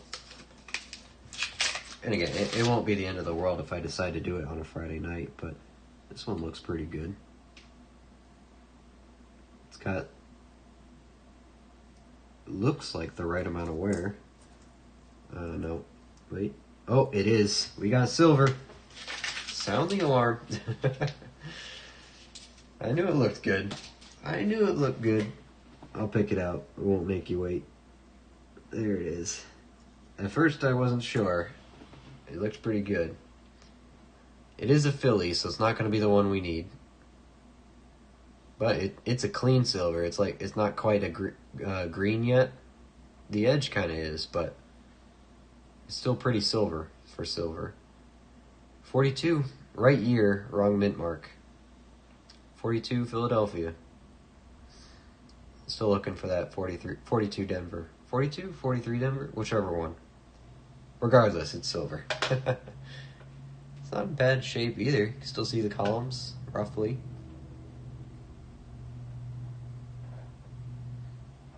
It's not fake, is it? No, there's no heading notch. Don't think it's fake. I mean, I could weigh it to make sure, but 42/3, is this the one of 2/3? Or is that 3/2 for 43s? I don't remember that. There's no variety there anyway, but squished a little bit. But that's not a bad looking one, honestly. For a silver coin, he's got good detail on his face still.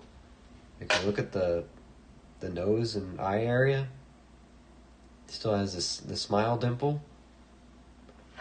Very little wear, actually. It's not a bad looking coin. It's a shame the date got squished.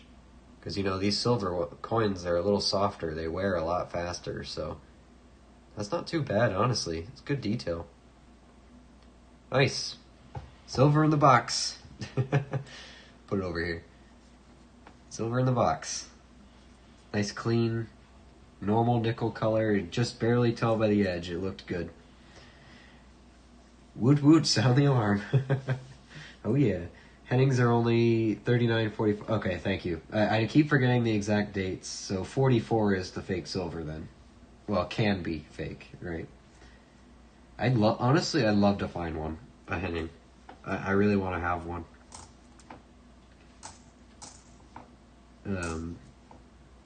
I don't know if the coin sorting machines are smart enough to pick them out, because the only reason I don't think they are, and I'll be honest with you, wait, 05. Oh, I was supposed to check Liberty, not the date. I'm stupid.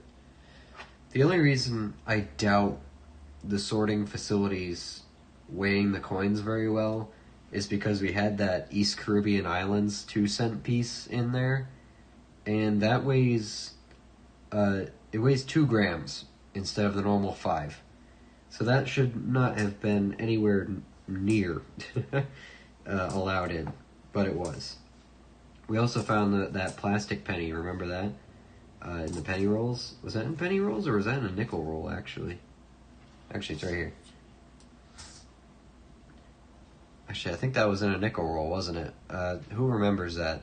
I think that was nickels because it was very shallow. So I don't have much faith in the sorting facilities' sorting capabilities I don't think they're sensitive enough to pick out penny nickels. That's what I mean. I'm sure they're going to be very, very hard to find in circulation because vintage numbers on those are very low.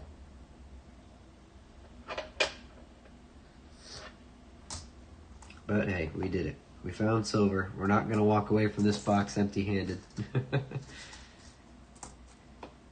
Would be nice to pick a buffalo out of here too, but we're not going to get too greedy. We're going to be happy with what we get. So we can call this box a success. We still have 12 rolls to go. So early success. Let's see. You never know. Might give us something else. Pick the 76 out. And first silver of the night. Nice and shiny. Actually silver colored. Or nickel colored. 1942 Philadelphia. Put that right there. 42 Philly silver. It's our third 42 Philly of the year. We had 2 before this. All right. 2 in a row. That'd be nice.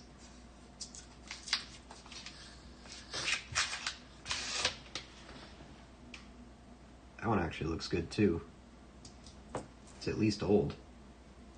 Oh wait, 2 in a row maybe? We did it. 2 in a row, baby. Keep them coming. Keep the alarms coming. I saw that edge. I'm like, well, you know what? That looks good too. We got a San Francisco here. Come on, camera. Figure it out. This one's much more worn. It's seen some action. San Francisco mint mark there up top. Let's see what we got for a year. 43. Again, right year for the collection. Wrong mint mark. I think it's a 43 Denver we're looking for. I'll have to double check the book. Got a 3/2. I think the 3/2 is only in Philadelphia. Or that error was only in the Philadelphia mint. Yeah, it's a 43 Denver we need. So right year, wrong mint. And this one has seen the battlefield and very worn down. But hey, you could see the S. Actually, everything is legible, so it's not bad really. For silver, these are very soft coins, so it's probably worn a little bit of silver off of it, but hey. 2 in a row. Isn't it nice to pick them out by the edge? What a beautiful coin. It's always a good sight. A little bit of a cold start on the box. You know what? Actually, I can't say that because the 24 Denvers are both worth more than these, so... So I can't say that. Great box overall. We'll just say that. Good box. Can't complain about it at all. Buffalo on top would be cool, but 2 silver. I mean, come on. Got a Denver mint mark here, 64. 2001. 64, really beat up. I think it's a Philly. It's not really worth looking at. I shouldn't have even put it under there, but it's bad. It's bad. 2, 17, 04, 5, and 15. All right.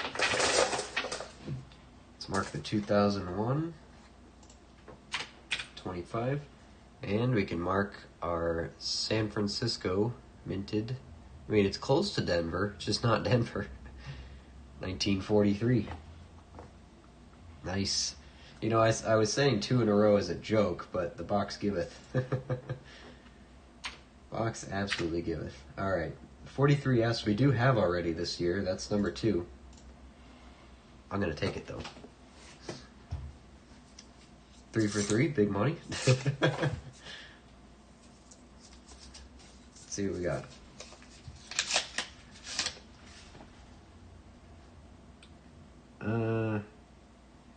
I see older worn edges, but none of the color's not right. Yeah, it's a 41. That was the edge I saw. You do this enough, eventually you can just tell what kind of dates you're looking at. Just based on the edges. 1. So no 3 for 3 unless we have a really nice one. Which, you know, we did find that, what was that? Was that a 40, that was a 42 Philly? Or a 42 Denver? That was like perfect. Like mint state condition, still had the luster on it. That one snuck up on us because you couldn't tell from the edge. It looked like a brand new nickel. That was a good find. That was a little while ago. Well, not too long ago, actually, because we only just started finding silver in the last few weeks. The beginning of the year was tough to us. Here's the 41. Good shape. Philadelphia, as expected. 81. What is that? It's dirty. Yeah. Not worth the hassle. 85, 99, 88, 95. Okay. 2001, 26, and 1941, Philadelphia. Pretty common. Pretty common. But it's going to be cool to have nice full rolls of these older dates. Alright, we're on the final 10 of the box. Then we're going to take a quick bathroom break and then crack into box 2. See if we can carry on the success here. That one looks old. What is that? That looks silvery. It's a 43. Pick that out. I didn't see it by the edge. More silver. Hit the honey pot now. The edge looked good, actually. I mean, it was a little bit rounded, but then I saw the wear around the edge, and like, that looks like a soft coin. There it is, 43. We need the Denver. Yeah, it's a Philly. That's all right. Still silver. Another 43 Philly for the book, or for the collection. That's pretty good. More. They just keep coming. I guess we just needed a 1 roll break, right? 64. I'm gonna check because the backgrounds are cool on these. No doubling.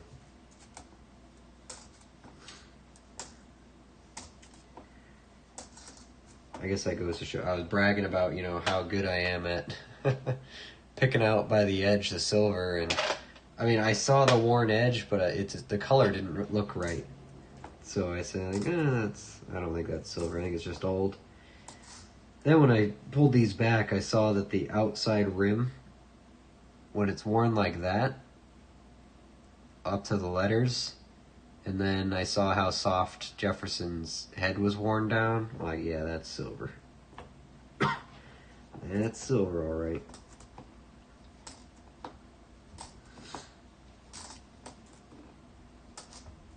If it's gonna keep coming, I'll keep taking it. 64 Philly. Naked eye check that. Just to be safe. Another 01. 2002, 85, 86, 23, 2000, 2020, 98, and 18. There we go. 201s and a silver. Just one more time. Camera. It's a Philadelphia. 43 Philly. Check for the 3/2. Actually, let me check the book, see if I'm looking at the right thing. 40. Yeah, 43 Philly. It is 43 Philly. 3/2. They stamped a 2 on them by accident, or they just repunched the 3 over them next year, so you can kind of see the bottom of the 2. That's what I'm looking for on these. You just check the 3, see if you get anything good. But there we go. Silver number 3 of the box. 43 Philly. They just suddenly started showing up. Oh wait, the other one was a 42 Philly, so actually that's a new one. Maybe we have 3 already this year, but that's number 4. $6 deep, yep, just about. TPS, how you doing? Good evening indeed. We are in the last 10 rolls of box number 1, and then we're going to do a second box, so don't worry, it's not over yet. We've just hit a little bit of a silver honey hole, pulled 3 silvers out of 4 in the last 4 rolls. Not too bad at all. We pulled 2 24 Denvers out today, so that's a quick $10 right there, and 2 2009s. I don't know what the going rate for 2009s is right now. We got a Philly and a Denver. I haven't checked in a while. I don't know what people are paying for those on eBay. They're not in great shape. The 2024s are way nicer, but I know the 24s are going for about $5 a piece, give or take a couple cents here and there, But it's turning into a good night. Absolutely. A little bit slow start. No new collection fill-ins. We're still looking for that 55 Philly. Here's a 53. 53 Philly. Still need the 55 Philly for the collection and the 38S. That's our main focus. And then if we happen to come across a 43 Denver, that'll be the last silver we need. But we pulled the 43 Philly out. Or no, 43 San Francisco and a Philly. But we have not found the Denver. So we got 2 out of 3. Maybe it'll give us the other 43 if we ask nicely enough. 68S. But yeah, so after I got about 8 rolls left in this box, I'm going to take a quick 5-minute break or so. Go to the bathroom, drink some water and all that. Answer my phone. It's been blowing up, so I should answer it. Then we'll crack into box 2 for the rest of the night. Excellent. Be here the rest of the evening. Well, you're locked in. Get a good drink going, some snacks, Or if you got some rolls of yourself, sit down, crack them open with us. Steven just found a silver dime earlier in one of his dime rolls, so 53 Philly. Yep, we got 53s. Actually, I think Steven's probably sharing some of his silver luck with me. What did you say that was? A 1960 Roosevelt, Steven?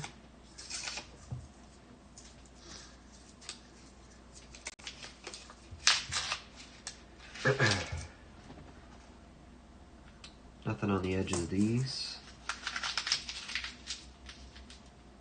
Alright. It's a nice looking coin. It's a nice 69 Denver. Set it aside.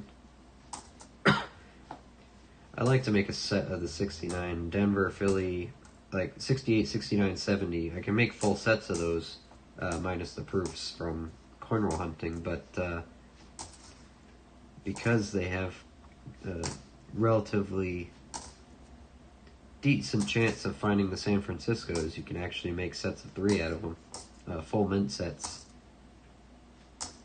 So I'm going to try to start doing that. I wanted to make a couple sets. Maybe give them out, I don't know. Just for fun. 1689. 76. 21. 87. 89. Okay. 01, 76. 13. Save those.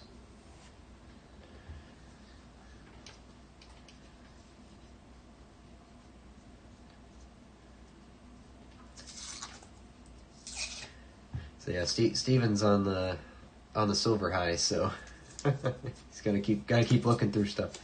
They crack open a few penny rolls. Nice. Get those Wheaties. Let us know if you find an Indian. I will be jealous forever. So a little story time. I'll tell this. Some of you might have been here when we went through my great-grandfather's collection and some of my grandparents' stuff. But my grandmother told me, about my great-grandfather's collection, asked if I wanted to look through it, and then said, if you really want some of the stuff, maybe we'll give you some of it, and then we'll, if there's anything valuable, we'll sell it to you for a good price. Because, I'll actually display it and keep it in a collection. I went over there Tuesday to go pick it up, to go look at it. And while I was there, my grandmother said, hey, we go to the bank twice a year to turn their pocket change in. She goes, hey, you want to look through our pocket change? We don't know what to look for. And I said, yeah, I'll pick that up too. So I took I didn't take any of the pennies because they know to pick out wheat pennies, so they do that already. I did look through their wheat pennies to see if they had any good dates or anything, but, speaking of good date, another 24 Denver. Look at that. It's another quick $5. I went there to pick it up anyway, and I was getting ready to take the collection. She gave me all their pocket change minus the pennies, and then said, oh, by the way, I meant to show you. Look what we found in our pocket change, literally that morning, before they were going to give this all to me. Literally that morning, my grandfather came home from the store early morning, they're early risers, dumped his pocket change out on the dresser, and then took another look at it. He goes, hold on a second, that looks different. Pulls out this beautiful Indian head penny. It was a 1902, I think, 1903. It was one of those two. I have a picture of it. Actually, you know what? I'll just put my phone up to the camera. Beautiful Indian penny. I missed it by hours. They were going to just throw it in their pocket change. And I'm like, you know what? I'm actually glad they picked it out because it's a really cool coin. They had never found one in pocket change, so it's good that they found it and they're going to keep it. So I got close, almost. Yeah, it's a 1902. I took a photo of it. Look at that. It has beautiful detail left on it. It was in the palm of my hand there. I have a photo of the back too, but look at that. You barely tell it's been in circulation. That's how good it is, right? There's the back of it. What a beautiful coin. The shield has all its detail. That's just amazing. The picture's a little blurry from when I took it, but what an awesome coin. I can't wait to find one. We're going to find one someday, don't worry. It's not an 1800s one, but it is a 1902. With beautiful detail like that, I wouldn't be upset. They also had, I might as well show this off while we're here. They had this silver certificate dollar. My grandmother got this from a neighbor, actually. They paid her for groceries, because they can't leave the house. So my grandmother went out and got her groceries and stuff. And she paid her with this. And my grandmother actually didn't notice until she went to another store herself and then paid for something with this. The cashier actually handed it back to her and said, hey, you might want to hold on to this. And then she noticed, like, oh wow, yeah, that's cool. So these are really cool. Nice silver dollars, silver certificates. This one I might buy from her because it's really nice. I think she did toy with the idea of selling it. And the back looks pretty cool on these too. It's a neat design. Sorry, we're doing a bit of a show and tell right now. So she had some other stuff. She had 2 Mercury dimes. It's a 42 and a 41. The 41 is beautiful. Look at that. I think the 42 is a little bit, or 41 is a bit more detail than the 42. Numbers look a bit sharp on that. I don't know. Might be close. The back, the glare from the flash kind of gets rid of some of the detail, but they looked good. This one especially. This is the 41. That one looks great. I mean, for a 41, I mean, come on. It's not going to look like that if we find it in a roll, right? They have another... Oh, and then they had some peace dollars. I didn't get great photos of these, unfortunately, but Morgan 1921 silver dollar, good detail on the Liberty there. There we go. And then there's a 1922. I love this design, the 22. I don't know if I have a better picture. The flash kind of, there we go. Yeah, the flash kind of got in the way of that one. Not in the greatest shape, but that's a cool design. It's iconic, right? And, you know, these are 90% or 100% silver, whatever they are now. And then that's the back of that one. And then the back of the Morgan. Is it a Morgan? I might be mixing the terminology up there, but this design's so cool. Like, what a beautiful design. And these are all real silver. They're you know, we tested them.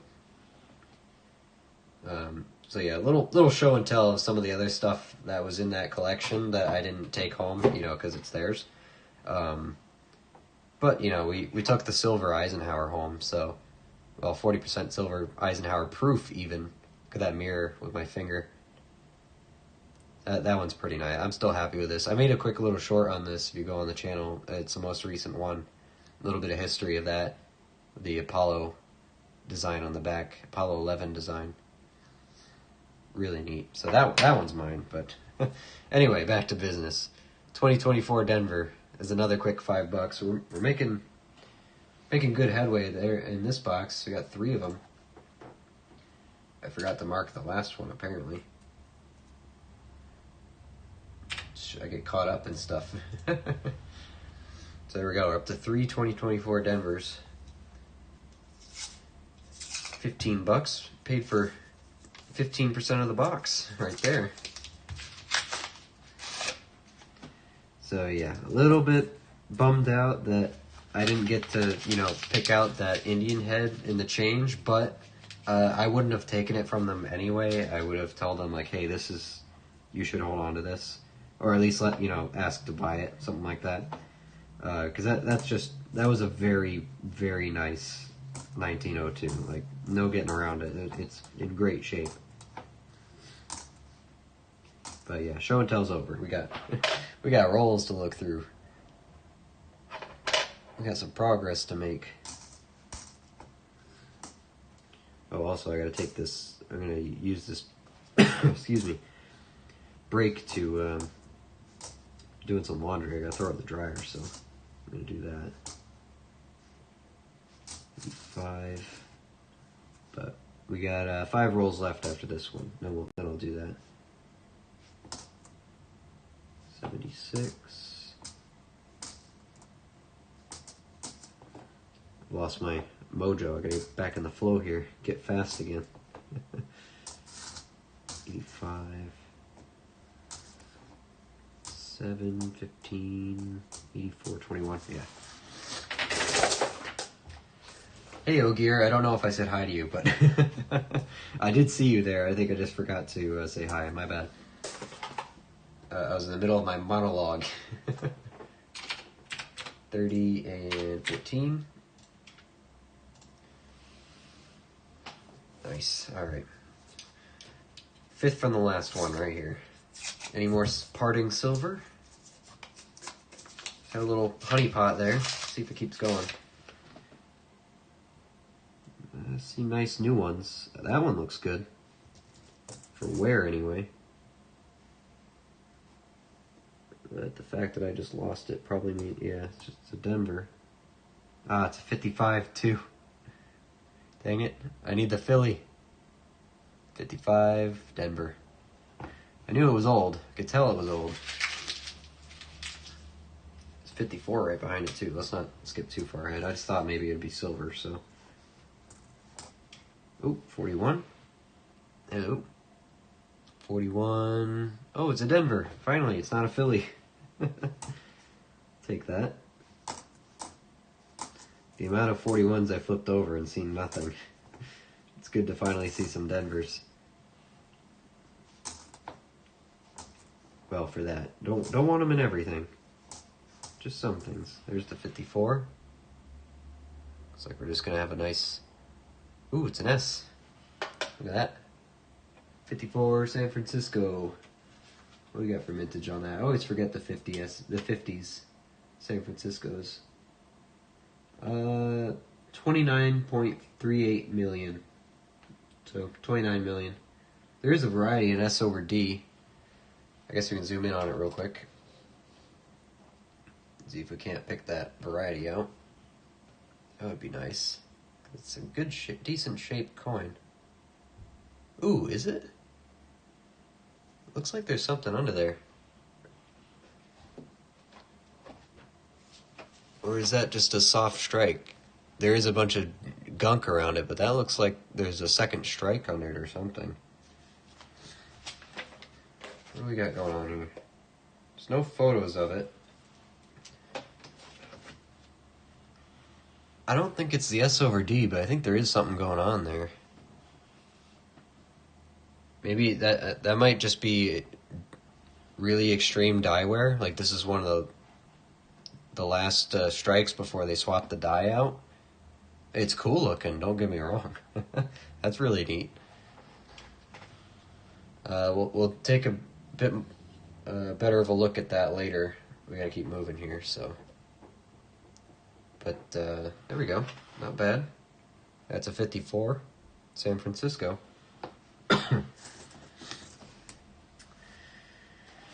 Raider, welcome back. How you doing? You missed a little bit of the excitement, I won't lie to you. We pulled 3 silvers out. I don't remember when you left, but we pulled 3 silvers out. And it happened pretty quick, so you might have been gone for it. 64 Denver. 3 silvers and 3 2024 Denvers. We're in the money tonight. Actually, you know, it seriously actually pays for a decent chunk of the box right there. I say decent, I mean like 15% of the box, but hey. Actually, you know, if I add the silvers, it pays for about 20% of the box. So 20% of it was free. And I can send all these back to the bank. I'm going early to the bank tomorrow morning. Before I have to run the rest of my errands for the day, because the banks are only open for a couple hours Saturday morning around me. So I wanted to turn in some of my coins, because I do have a little bit of a backlog around here laying around that I have to exchange. That week I was sick really set me back. My trips to the bank were lower. 41 Denver. It's not a bad pick. I do have to look the 41 Denver. We only have 3. That's 4. What's the mintage on 41 Denver? 53 million. It's not difficult to find, but I've been struggling. The 54S is cool. I like that. I'm gonna keep that one separate, I think. Just because we gotta look at that later. 54S and a 55 Denver. Still not the 55 we need, but 54S, that's our 5th one, and 55 Denver. 8th of the year, second of the box. 3 silvers is nice indeed. Alright, let's see. Any more? It's just a dirty newer one, I think. Yep. See a couple Denver mint marks on the back, though. Let's see. Let's get down to those. 66. 64 Philly. It's not doubled. If it's not enough to see with the naked eye real quick, it's not going to be a valuable double die anyway. So that is the reason I just do it quick. Because if I check every single one under the microscope, I'm going to be here a while. Not a bad looking 2000, but I want it to be better. Excited for whatever this Denver is down here. It looks older. 64 Denver. We got our second San Francisco. Or another San Francisco, I should say. It's in the good spot. I think the small ones, the small S's, could be a 39 or 38, so 41S. Alright, we'll take it. At least it's not a 50s S. 41S. 43 million, they're pretty commonly made. Large and small mint mark varieties. So this is the small mint mark variety. I don't really know the difference in value between, or like how many they made of each, small S to large S. I think this was the year they switched, they transitioned into the large S's, but so that might be a more original 41 San Francisco. I have to check. They do a little bit more research on that. This is the one I saw that looked good. It's a Denver. No, it is just a 64. Not good enough. 85.90. 70 Denver. 1988. 15. 22. All right. 2001 and a 41S. 41 San Francisco. That's number 4 for the year. I wonder what my other ones are. I wonder if I have large and small varieties.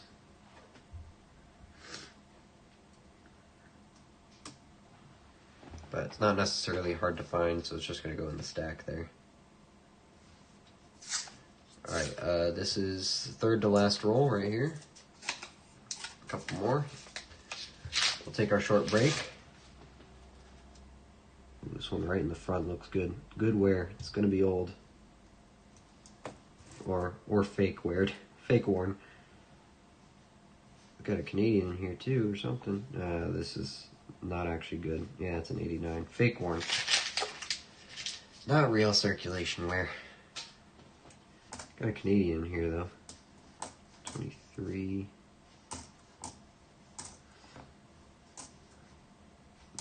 99. 92. 99. There's Lizzie. It's kind of the intermediate design. It is Cupro nickel, so 1987. Do I need to look for anything there, Canadians? I gotta like write it down which ones I'm supposed to look at closer, you know. I don't know all the varieties very well for Canadians, so 87 is what we're looking at.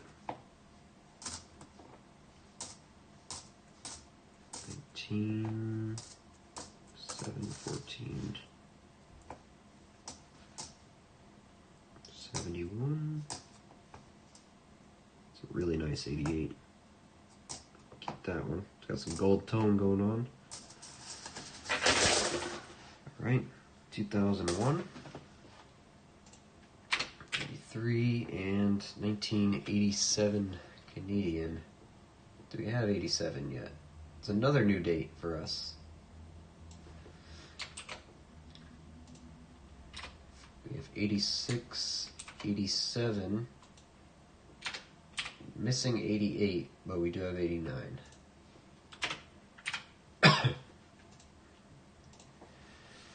It's a day of firsts here, that's for sure.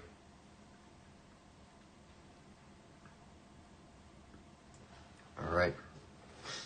Second to last one. Bison on one end, modern on the other.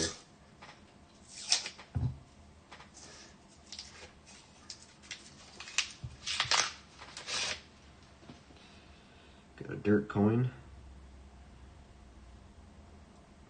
Another pretty dirty one up front here.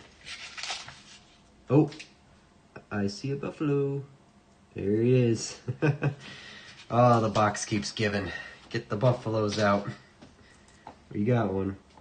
It looks pretty worn from the little peek I took, so I don't know if we're gonna date off of it.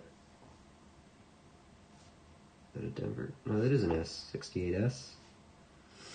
62.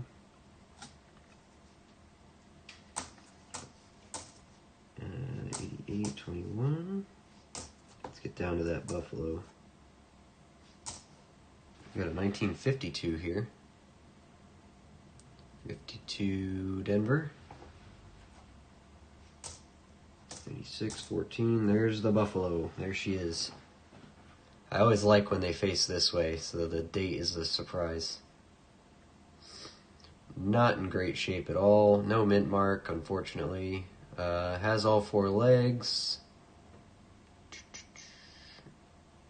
Yeah, not much of a horn left. Yeah, no mint marks. It's another filly. Still have not found a buffalo with a mint mark. Alright, let's see if we have a date. We do. It's a 36.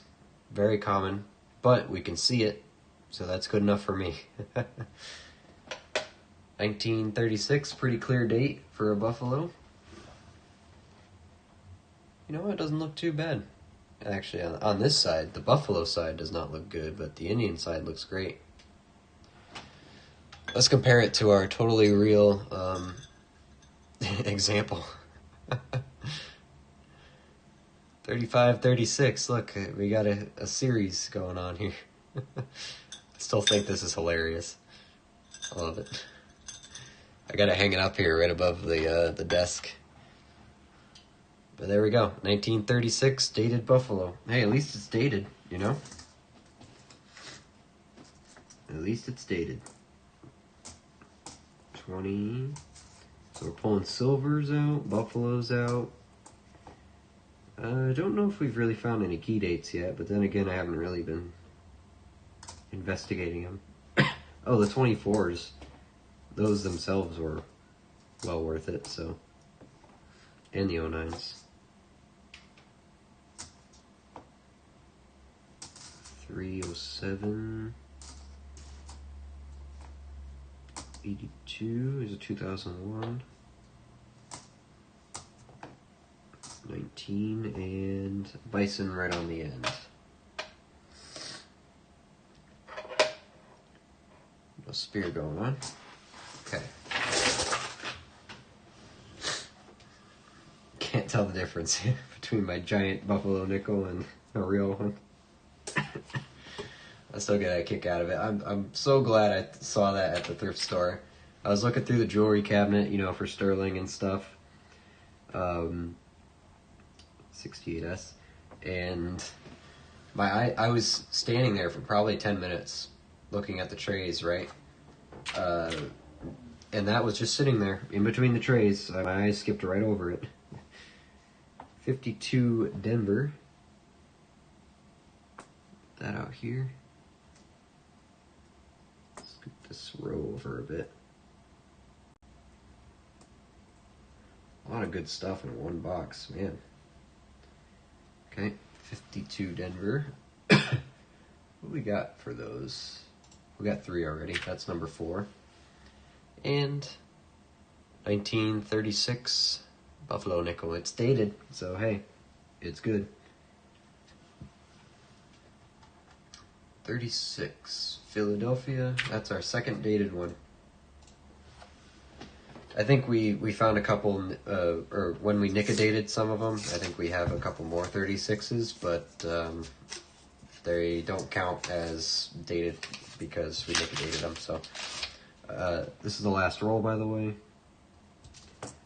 So if anyone's wondering how that works for the scoreboard and all that, if there was no date from the beginning and we had to nickel-date it, and it turns into a good date, I can't put that date in the scoreboard. It doesn't count. It counts as a no date. Only if we can see the date without the use of chemicals does it count. It will be counted as a no date, so it will still count as a buffalo, but not as, that specific date. So we can nickel-date it after, but it doesn't change the scoreboard. That's just the rules I'm giving myself, so I don't cheat and, I gotta find a nice one that actually is dated in circulation if I want it to count. The last roll doesn't look too interesting. I got one good looking one right here. It's got a Denver on the back too.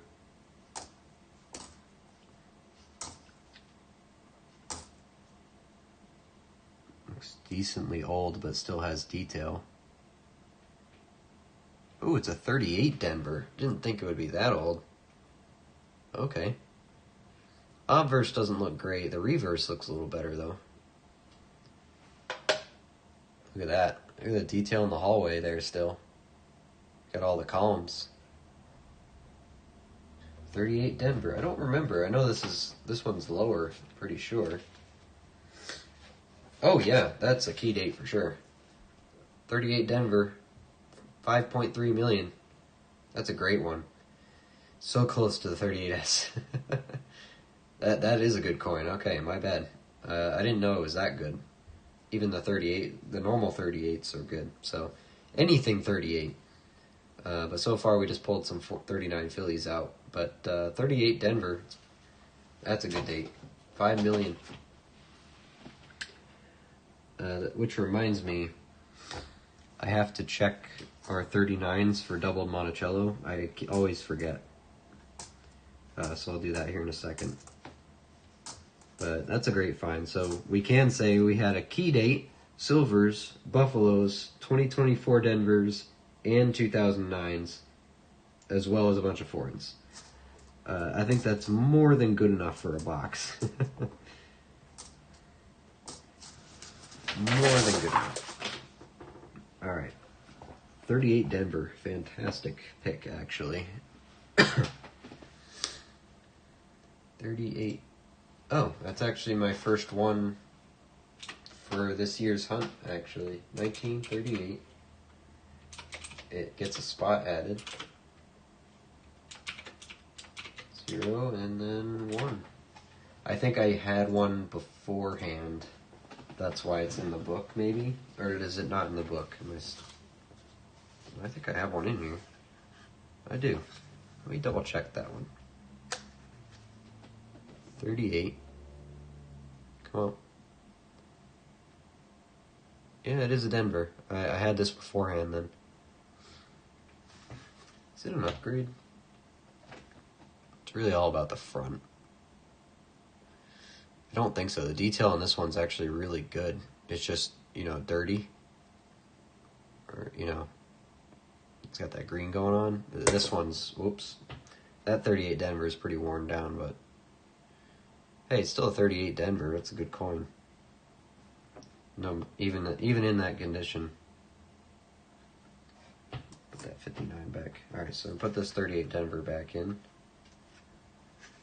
That's a little bit too crooked for my taste. I have an okay tolerance for putting them in a little bit crooked, but that was way too crooked. This was that silver I was talking about earlier, by the way. This 43 Philly. Mint state. Beautiful. Beautiful, beautiful. So it's not the 38S we wanted, but it's within a million, pretty much. 38 Denver. And that was in the last roll. That's going to do it for the box. We have another box to go, though. Don't you worry. We're not done yet. Here's the box, empty. The good news is that I got both of these boxes together. They were right next to each other from the sorting facility, so hopefully some of this luck carries over. If this box was good, the next one should be equally, if not better. Okay, here's what we're going to do, though. Since we're going to take a short little break, I'm going to write it on this card. Let's see how well my handwriting is, right? I'm just going to mute this page and leave it like this. I don't want to put my be right back screen on.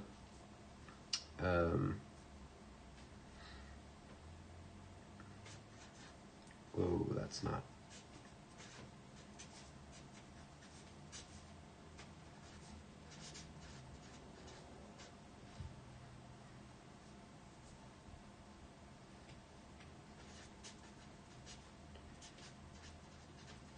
And my capitalization's all over the place. Well,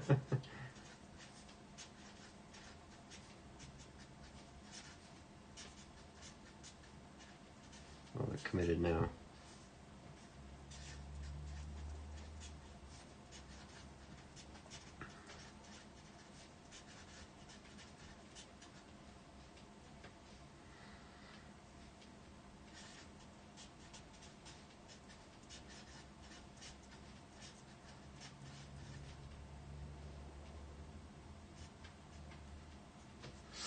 There we go. So let's do this. Let's do... Woo. Come on, camera. Camera. Cooperate. There we go. Let's put the silvers around the dog, huh? And the buffalo, not to mention. Good picks. All right. Quick, like 5 minutes or so. I just gotta go to the bathroom. I gotta throw some laundry in the dryer, and I'm gonna get a drink, stuff like that. So my voice is dying, but I need it for the next box. So we got another box to go. So I'm gonna keep that there. It's fun. For those of you who haven't seen this $2 bill yet, for those of you who missed the beginning of the stream, I'll show you this one again when I come back, and I'll explain why I've set it aside. You might be able to see kind of through the score sheet why I have it, but all right. Quick break. We'll be right back, okay? And we'll crack into box 2. So everyone, refill your drinks, grab some more snacks, take your bathroom breaks, and this is the intermission, right? Intermission in the movie. All right, we'll be right back here.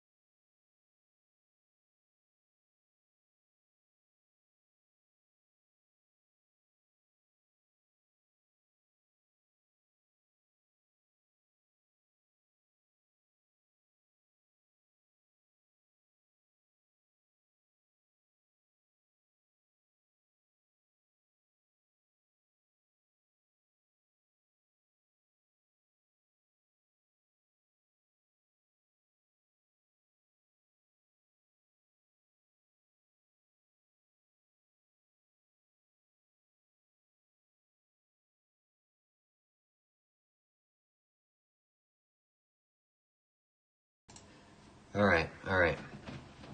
Got some stuff done here. Okay, so I think what I'm gonna do, we're gonna get box 2 out. But also, I'm gonna make a quick little short advertise the next box. I'll grab it right here. Okay. Excuse me. Nickel box number 2 right there. Shaking the whole desk as usual. Set our camera back out here.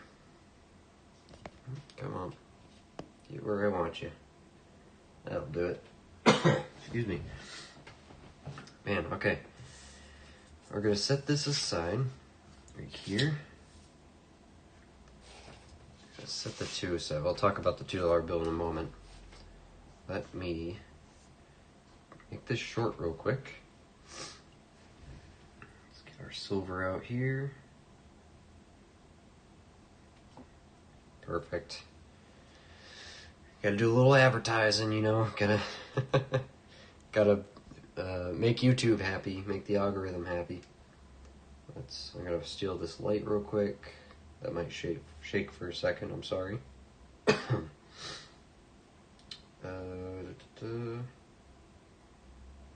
sure I'm on the right account here. Don't make the short for the wrong thing. There we go. Make a short, perfect. Okay. There we go. Alright, give me 1 second. Let me record this and then crack this next box open.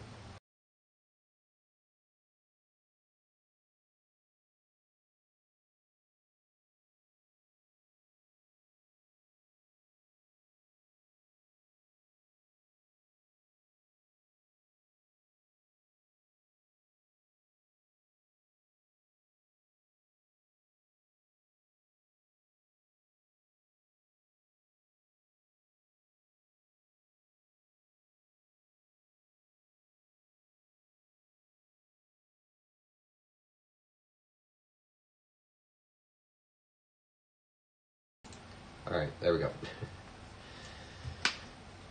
Advertising campaign over. Put my light back on. There it is. Alright. Check mark that. Whoa, don't need to hear it. Don't need to hear it. I'm good.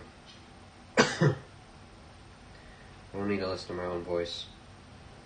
Honestly, not a fan of doing that. I'm not narcissistic enough to like that.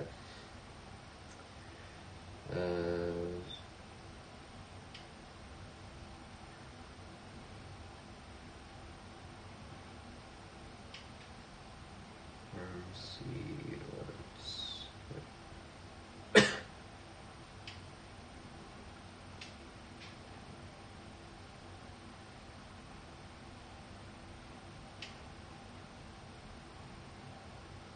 There we go, that'll do it. Perfect, nice. Excuse me for just a second here.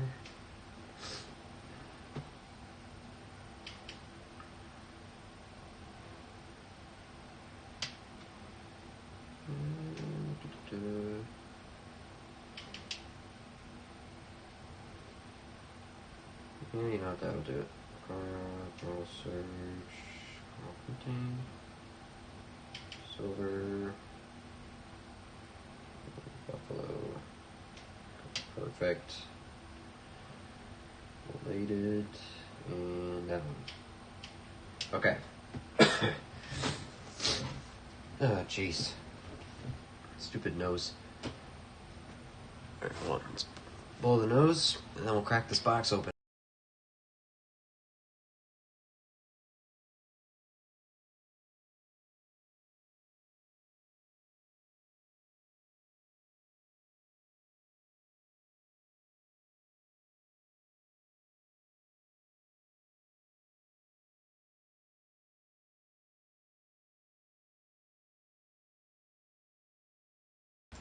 Alright.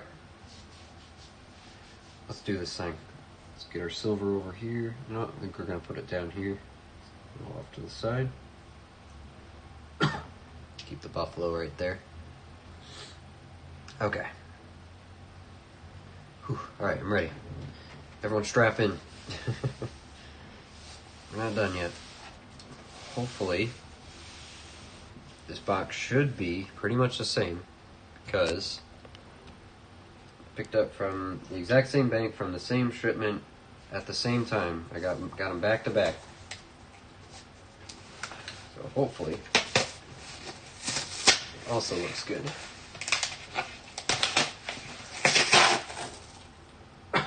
But even if this box is a complete bust, I think we've made out goods tonight so far anyway. Alright, what do we got for enders here? That one looks weird. Very dirty. What is that? What does that say?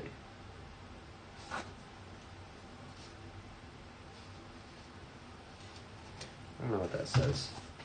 I don't think it's silver though. See some nice older Jefferson designs. Is that a 50 or a 60? That's a 60. Thought we had a 50 right there. Folder design. I don't want to flip these over yet, no surprises. So, looks about the same as the last box as we expected. So, let's just jump into it, I guess. Why not? Let's get it over here. I had the other one. Okay. Perfect. Let's get this camera positioned where it was before. Good. Alright. Video is done. Put the phone away. Mute it. Over here. Okay. So real quick, about the $2, as I promised. Some of you at the beginning heard about this one already, but while I was at the bank picking up $half for Sunday's stream, coming up Sunday, it's already scheduled, stay tuned. While I was waiting for them to run to the vault for me, I asked the two nice tellers in front of me, I said no one else was really in there. I said, hey, you guys got any $2 bills laying around in your registers? And I think combined they had about 20 of them, so I bought them all. And I found this one. They were nothing super special, but I had a couple 76s, and I picked this one out because it's a 1976, and the serial number caught my eye. This is around the 7,000 mark, actually. I saw all those zeros in the front, and I'm like, oh, you know what? I like that one. That's good. So I think I'm going to hold on to this one. It's not in the best shape. It's been folded a lot, but it's still a nice bill. Really nice bill. I like these, so I do want to get into collecting more of them. So it was kind of out on a whim. I said, you know what? You got any twos? Send them my way. I'll buy them. I'm like, yeah, no problem. Here you go. They know what I do by this point, so to worry about it. But here, roll number 1, box number 2. Ooh, I see some oldies already. Good. Good, good. Hopefully it's just a nice, seamless transition into this next box. Good quality finds. That's the plan. Hope everyone enjoyed their short little break here.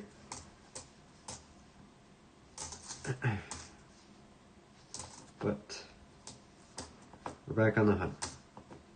It's the first time I've done 2 boxes in a row too, so this will be interesting. Got a Denver here. It's a 61.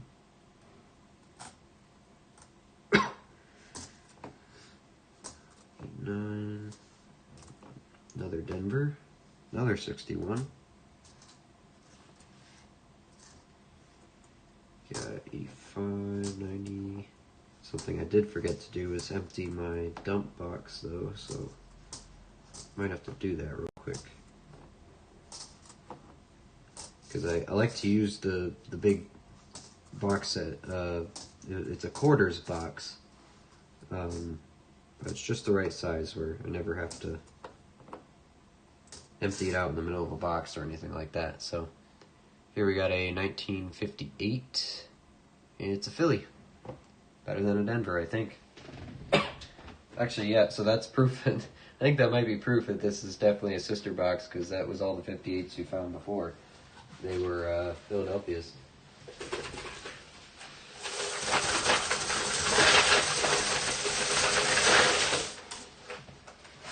Those out, these out.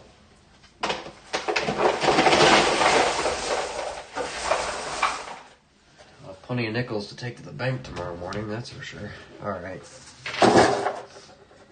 58 Philadelphia, that's the first one.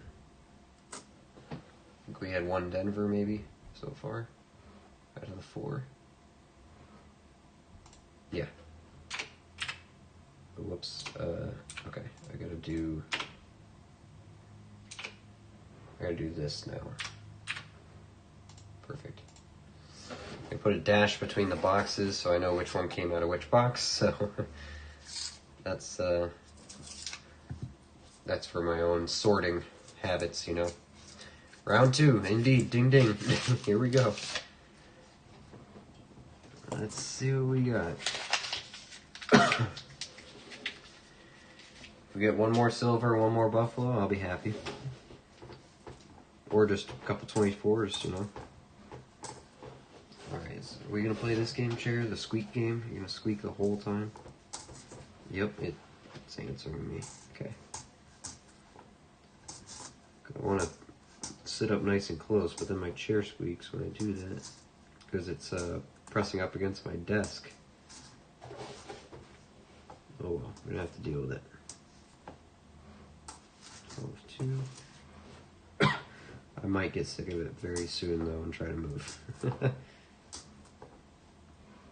70 Denver, 64 Philly. No doubling going on there. 64. Not gonna bother. If it has to be cleaned, it's not gonna be worth anything. 10. 62. Denver. Got another 58. 58. That's a Denver. That's what we expected all those 58s to be. And a 19. 58 Denver. Coming out in force now. Okay. One for this box. I just have to remember that we're not adding to the first box, we're just making a separate one.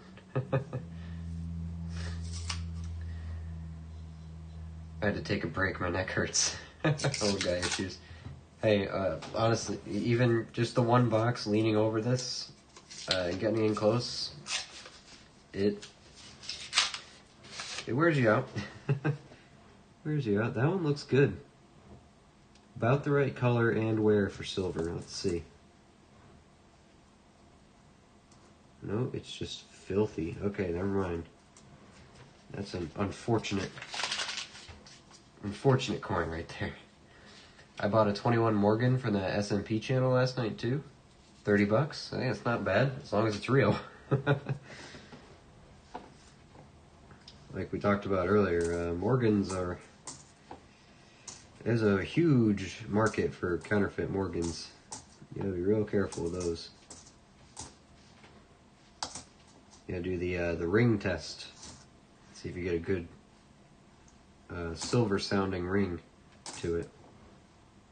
I think there's some apps you can use that will record the noise for you if you don't have a good ear for it. But if you do it enough, eventually you'll get the hang of it. But you'll know what the right pitch is for silver. But a lot of fakes out there. You gotta be careful.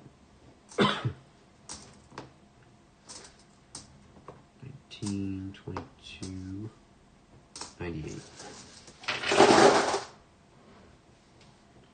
2001.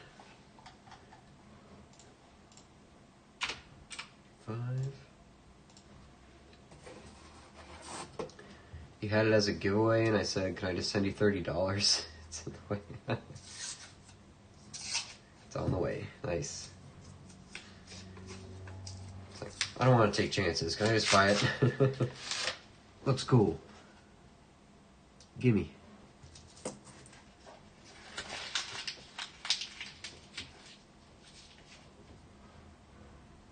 Oh, this looked weird. Alright, try to get this chair to not squeak on me here. Just gotta find the right position for it. Gotta check our license, of course.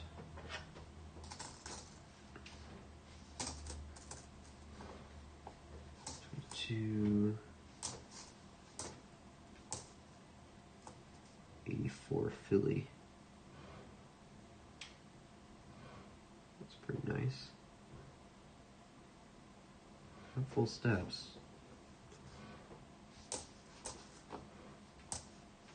If I can see full steps with the naked eye, it's a good one. Just those really nice examples sometimes are worth picking out. Gold tongue with big scratch through it. 14. There's a 70S.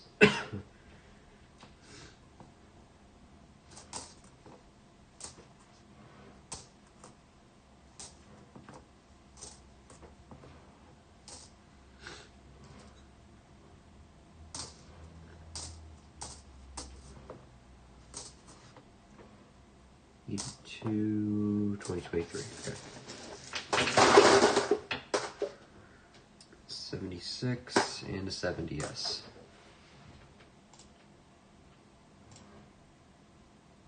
Oh yeah, oops. I was counting the old ones there. Okay.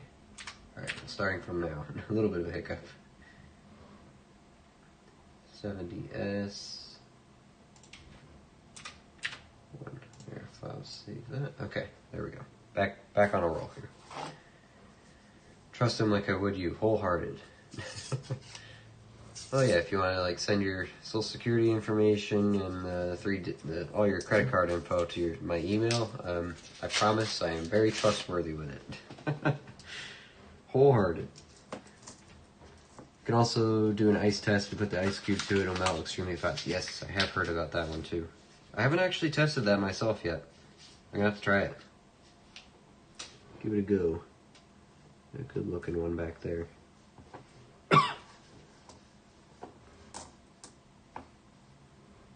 Sheesh.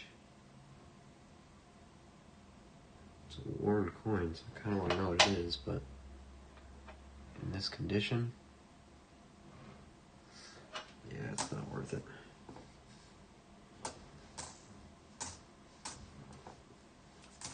Seven. Denver.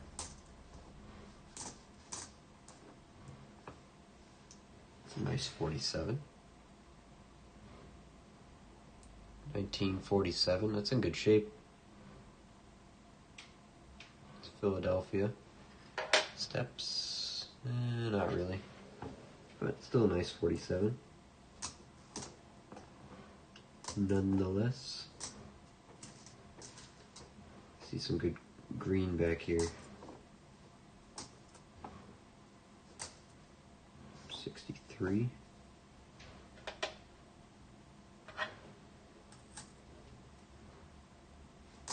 71, 7, 64 Philly. No doubling there. Got a 53 Denver. Denver's good.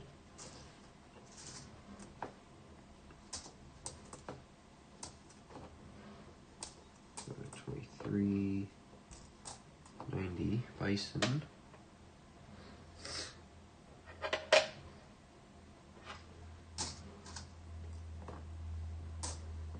1986. Okay. 2001.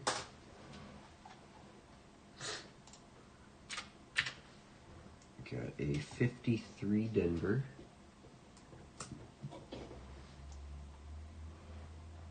53 Denver. A And a 47 Philly, actually a very nice 47 Philly. That might upgrade our book. It's pretty nice. Save that. Okay. Also measure it, also weigh it. Yeah, pretty much just check everything on it. You do the magnet test to get get the ones made of iron out of the way right away. You know.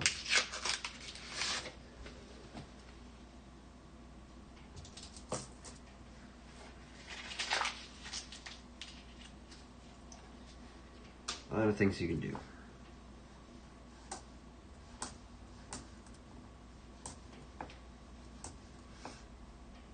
2001.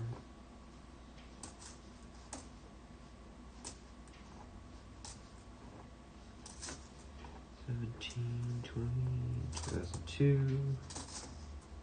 Another one. 65.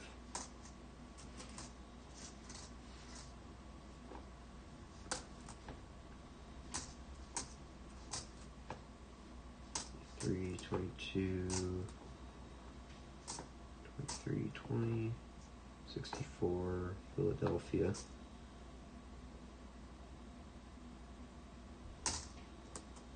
$6, $23, $17, $10.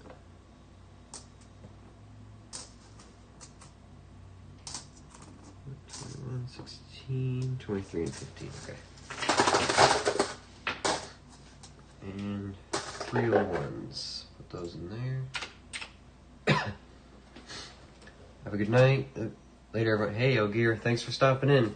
Oh, hey, thanks for the comments earlier too on that short. Appreciate that. I'm gonna try out a microfiber cloth on that.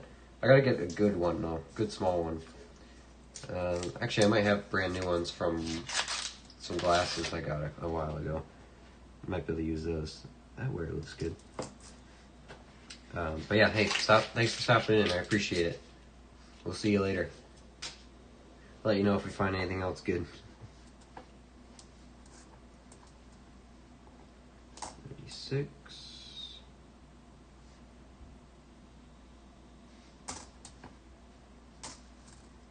There's a 40. Probably a Philly. Yep. 40 Philly.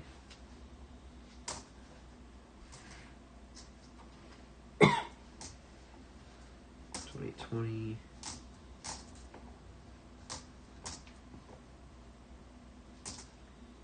69S.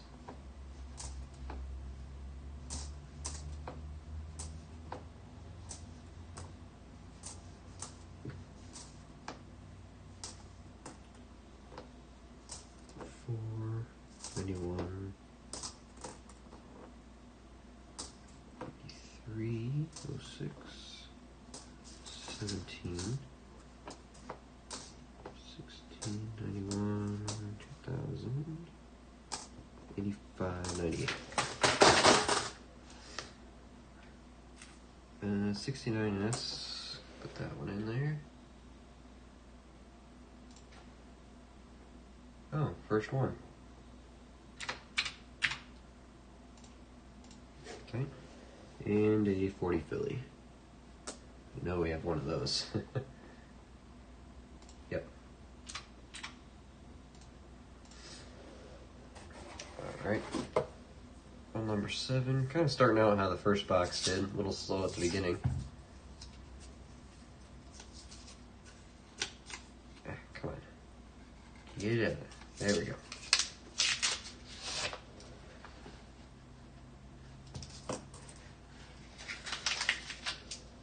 Is that a buffalo? Ooh, we got a buffalo.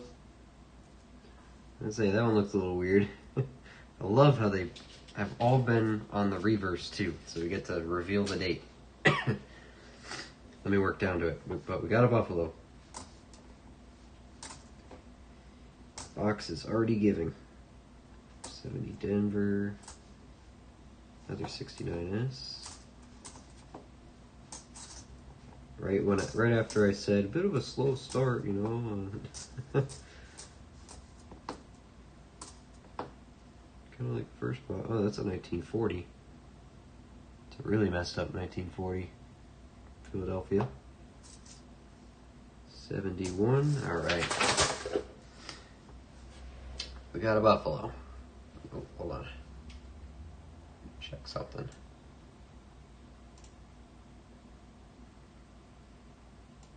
that working? Yeah, it is. Okay, I got you.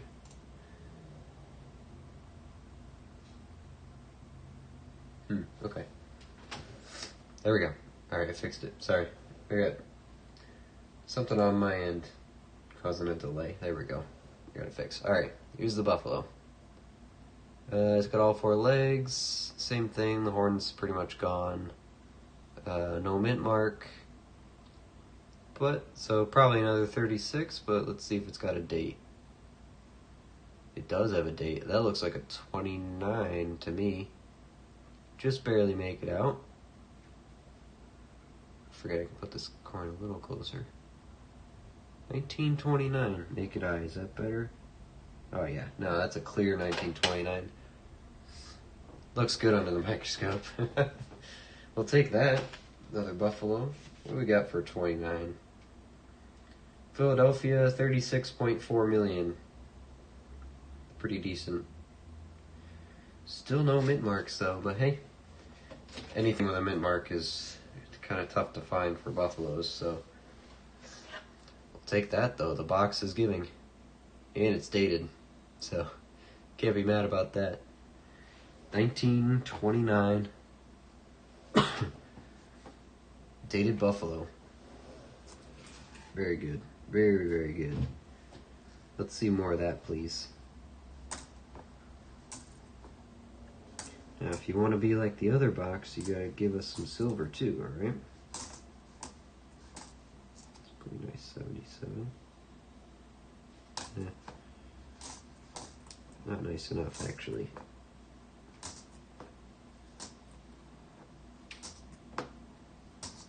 $23, 87, 96. Alright. Great finds. Good finds. Mark that 69S real quick. 2 there. Another 40 Philly, very beat up.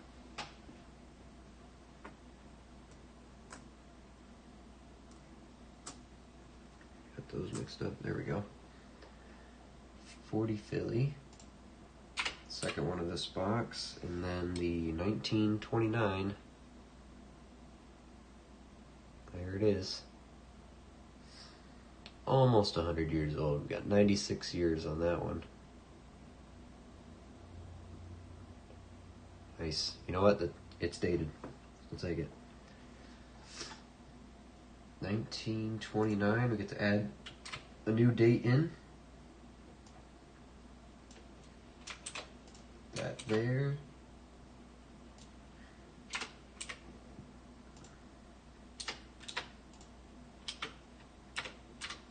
Box 2. Cool.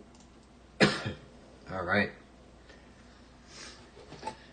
Box is making moves. That was first 8 rolls. Let's see some more. Let's see some more.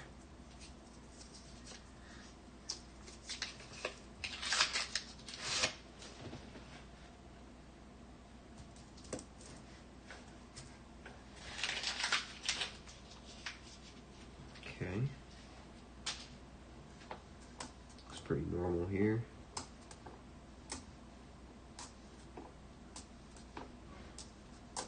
Seven, 2000. That is a 6. Okay.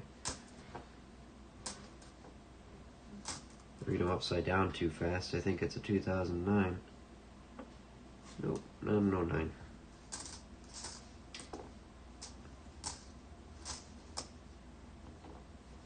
523, 70, Denver. 4, 12, 11.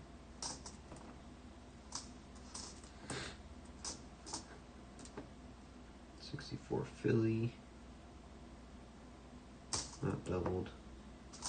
73, 21, 2006, 17. Ooh. It's a pretty nice 63 Denver. It's really nice, actually. That's a keeper. For sure. Nothing else worth keeping in that roll, though. Alright. Roll number 10. Here we go.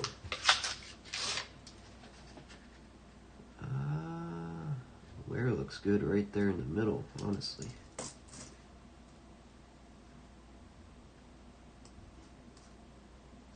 It's not quite silver, but it's old. I didn't see a date yet, but it's definitely old.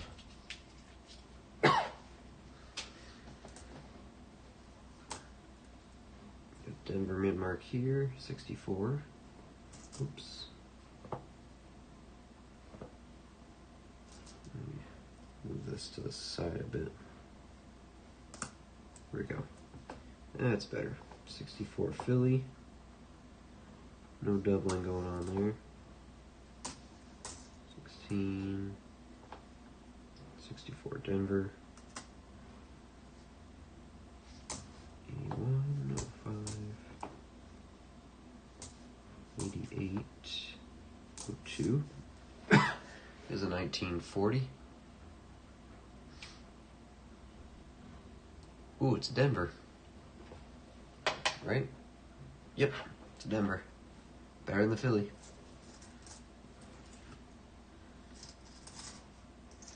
Hey, Steven, I don't know if you stepped away for a few minutes, but another Buffalo.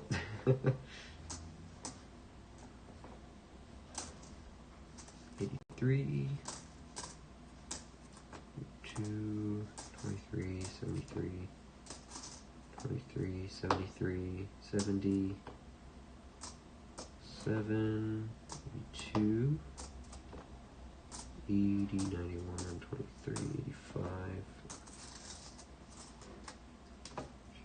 13, 19, another 63, Denver.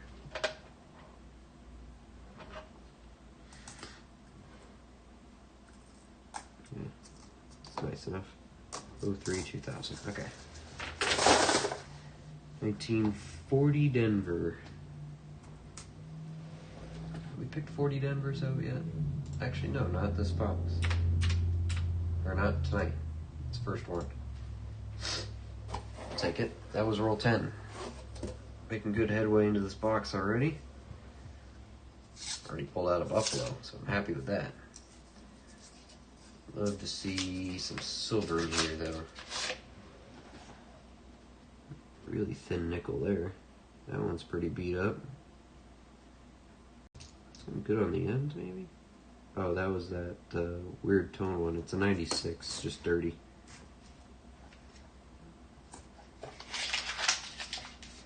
Nothing to really pick from the edge. 12, 19, 21. 78. 81. It's a pretty nice 64 Philly. No doubling. There's a Bison.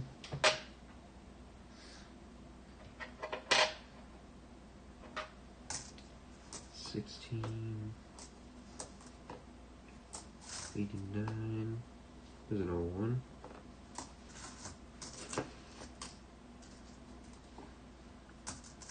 2000, 7703, 1980 Denver,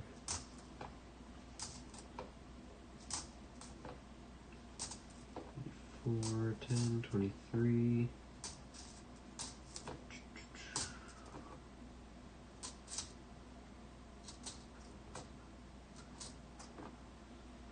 another one. See a very nice 66 there. Actually excited about that. Beautiful 66. That's a keeper, for sure. Don't find them like that a lot. And the weird 96 or something. Just a 1 in that one.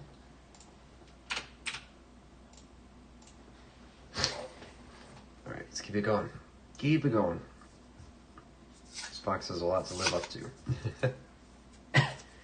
Well, just need 3 silvers to tie it with the first box. We got the buffalo out of the way. Oops, my light died. 1 second. Really. Kind of nice thing about these lights is they don't just slowly dim, they just die. Just die. But that's okay. Let me swap it out. Get it on the charger here. Nice thing is they come back to life right away. Pretty much. Yep, right away. So take the one that's been charging, move it to this spot over here. Now it's nice and bright again. Perfect. Problem solved. Actually, it's a lot brighter. 6, 7, 20, 23, 78,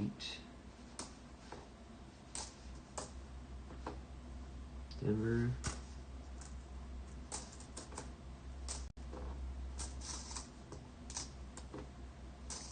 12, 20, 10. I feel like I'm flipping every single one over. That's annoying. Give me a couple faces. There we go. Oh, just one.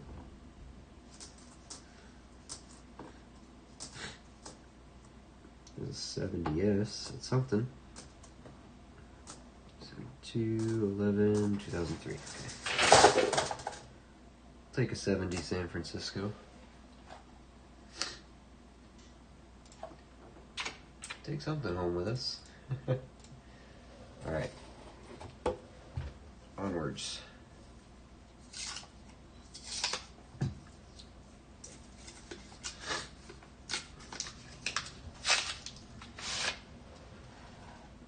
I don't see anything exciting. Oop. Color's more exciting than the edges. 1999.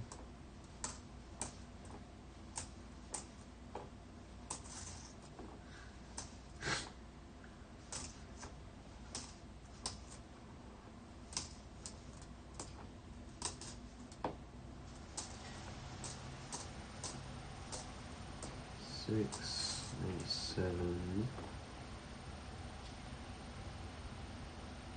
Denver. Don't want that one. Unless it's really nice. 60.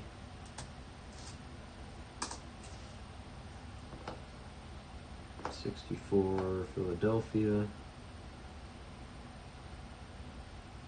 No doubling going on.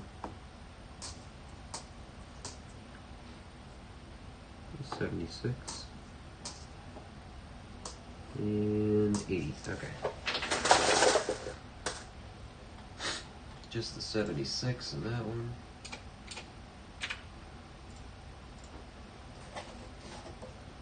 Next. Oh.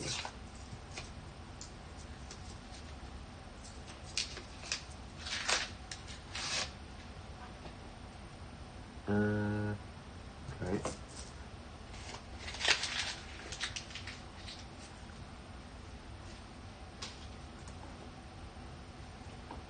420.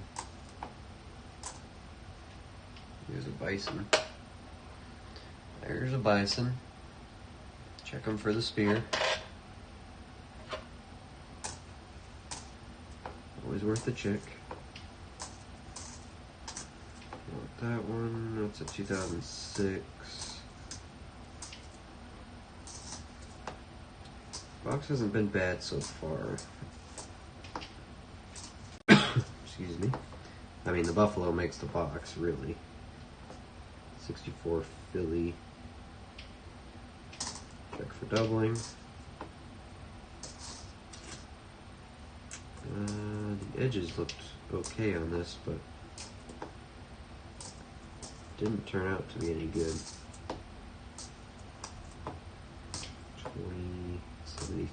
93. And there, 96 and 06. Alright. Nothing that one. Box. Roll 15. Here we go. Hope everyone's having a good Friday night. First time I've done 2 boxes in a row, so this is intriguing. What do you got there? Dirty? Yeah, just dirty. Color didn't quite match for silver. So I figured. But hey, we know they're in here. Just pulled 3 out, so. And we proved that buffaloes do move in herds. Well, separate boxes, but back to back. These boxes are from the same shipment, so they're pretty close to each other. They're within a couple of rolls of each other.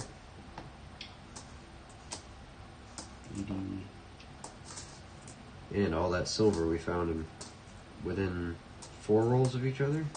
Something like that.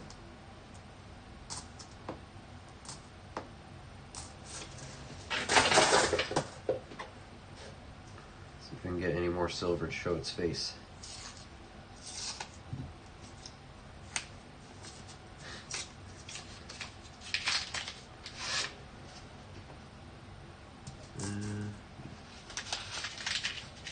Nothing on the edges there.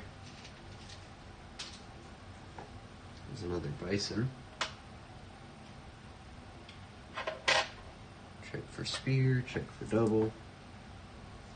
2001. 21, 23, 23. 77. 2008.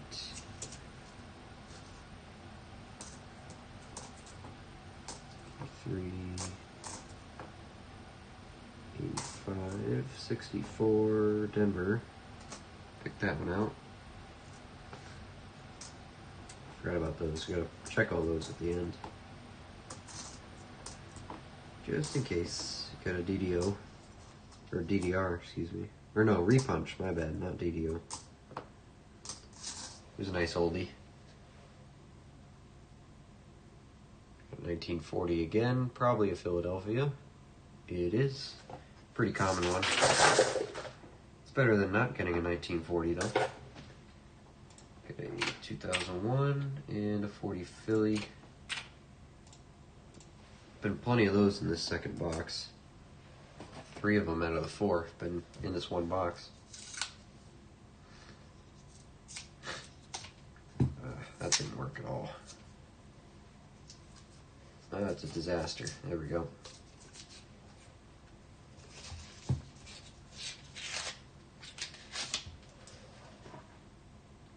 That's just dirty.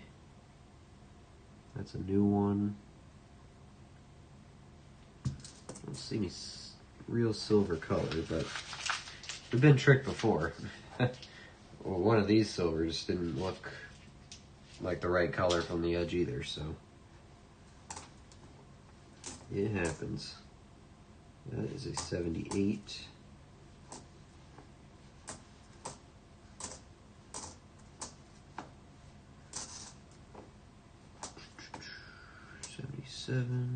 There's a bison again. Always check these.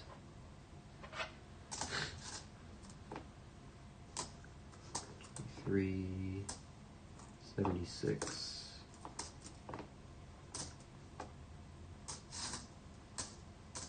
23 is a 1960. Denver, 1960. 84. That's the dirty one, 74.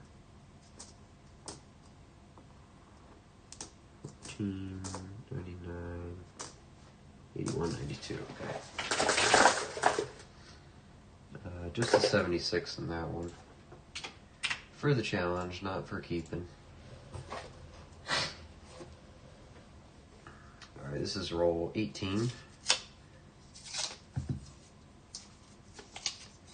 18.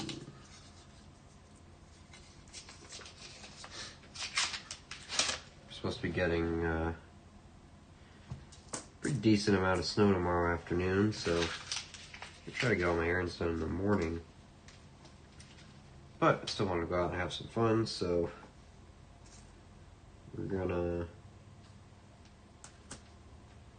go get lunch, and on the way home stop at a couple places, but also at the coin shop, because I'm hoping to get some constitutional silver from that shop tomorrow. And then Sunday night stream, I will show off what I get. See if I get anything good. If it's a good deal. If it's a rip-off, I'm not going to get it, but it's nice to stack silver here and there. I mean, we could pick out our own silver right here, but it's nice to buy the stuff that's a little more pure as well. A little bit more pure. 2008.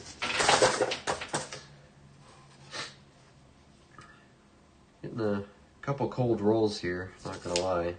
These enders look way better though. Let's see what this roll has.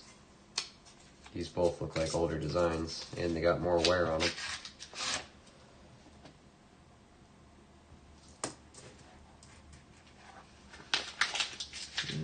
Slightly better color maybe. Just a little bit. 1960. Denver. Getting a little bit more back there. 61. 11, 92, 08. 15. 23. 89, 19.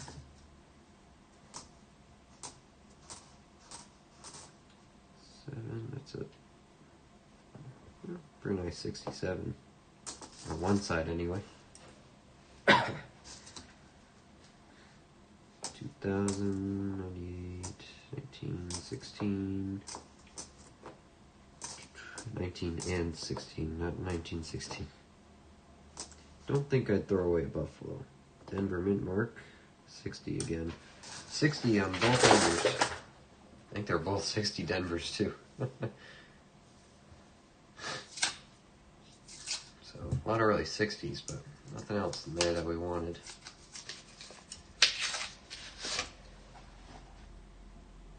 Newer looking one.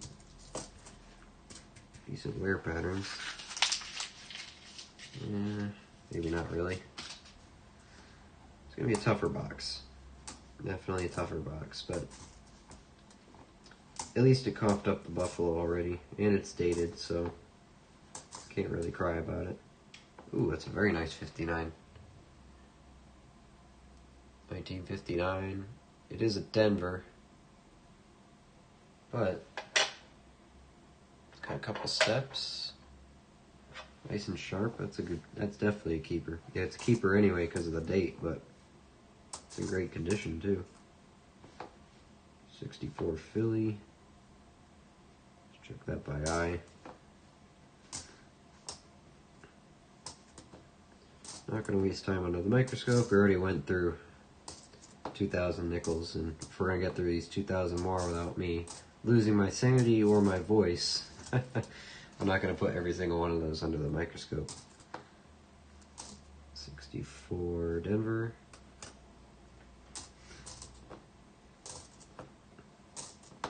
86. 64 Philly. Check it by eye. Looks good. And by good, I mean not good. Good to throw out. And the 59 Denver emerges as the winner from that. It's in okay shape. First Denver of the night, actually. surprisingly. The 259s we did find were fillies, which are harder to find. Right, let me blow my nose real quick here. No one needs to hear that.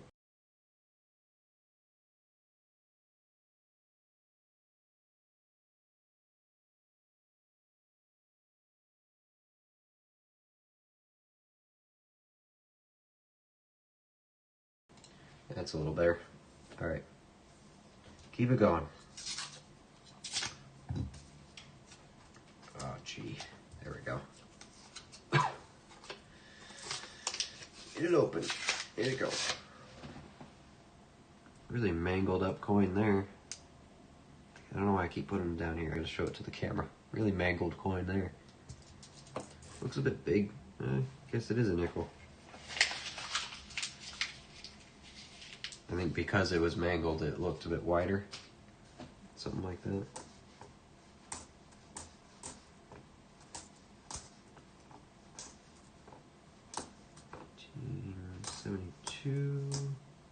There it is. Just an 88. An unfortunate 88. Really wide rim because of that. Nice 62. Denver. Another 62. Denver.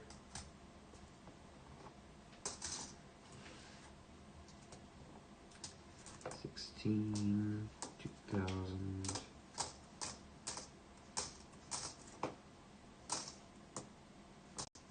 $4, 20 Denver. I just want those 24s. No other 20s will do. 2000. All right. We're on to 21. This one's got a good ender here. Oh, knocked my stack over. Come on, baby. Open up. There we go.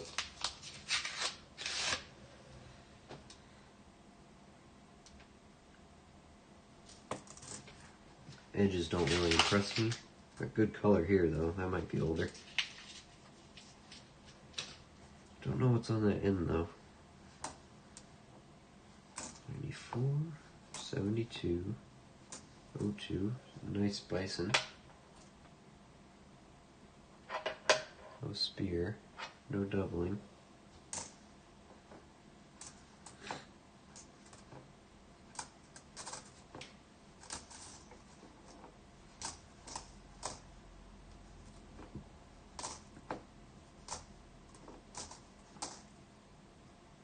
There we go. That's the one I saw the color on.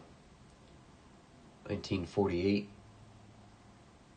Philadelphia. Pretty common. Date that counts, though. 77. That's a 23. Another bison.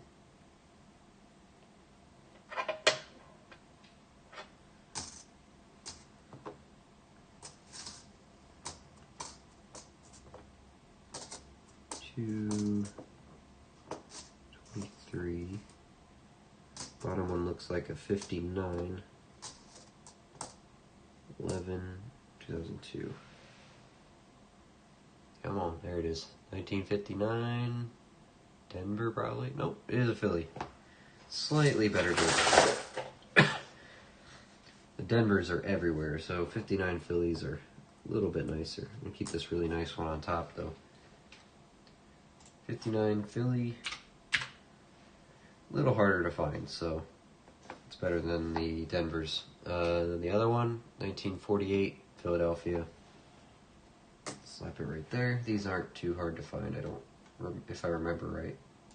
Yeah, not too bad. All right, almost halfway through the box. Roll 23, I think this is. Yeah, roll 23.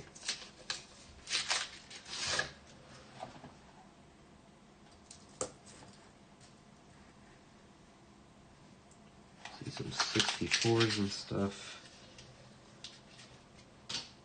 Color's not quite right for older dates, but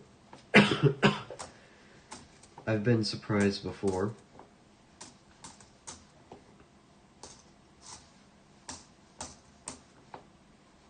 Also doesn't mean we can't find an 09 or a 2024. 6, 23.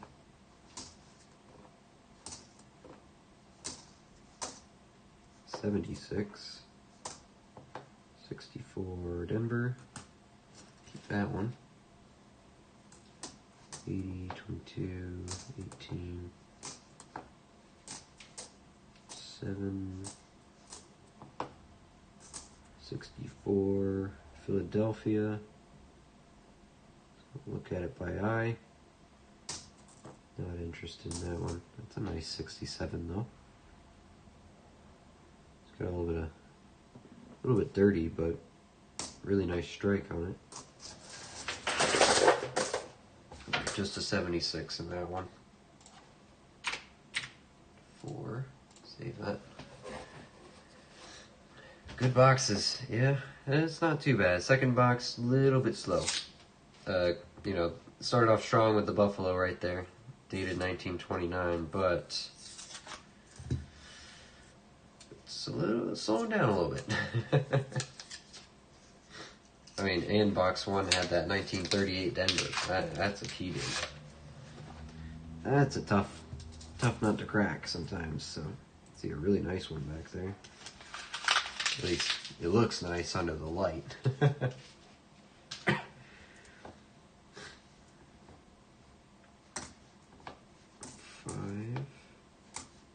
Denver, 64.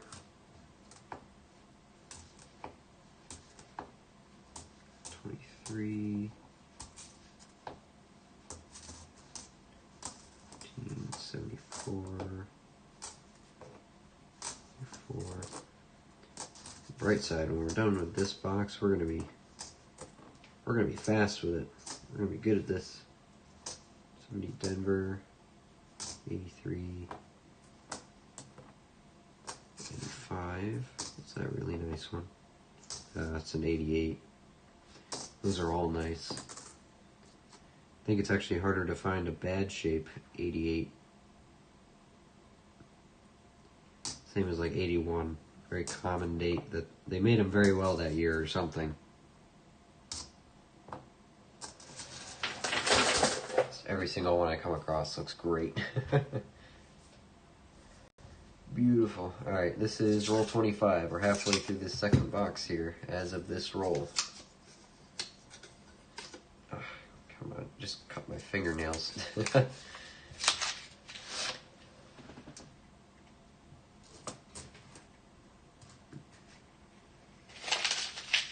Okie dokie.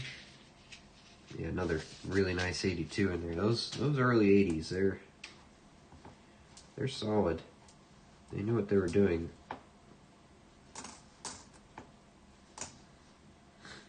Bison.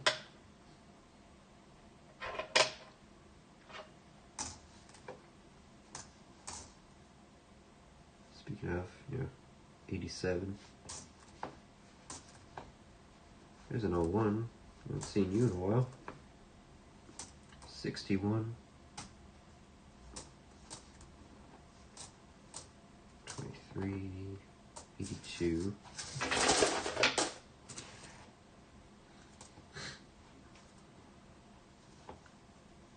Another one.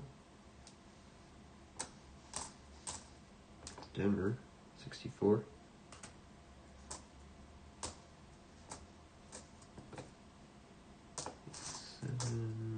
82, 89, 2015.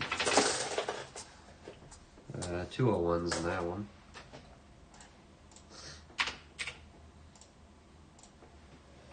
Alright, that was 25. 25 to go.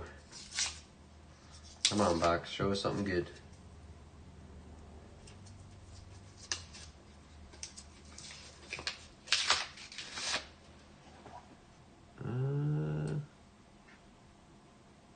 Color doesn't look quite right, but could be wrong.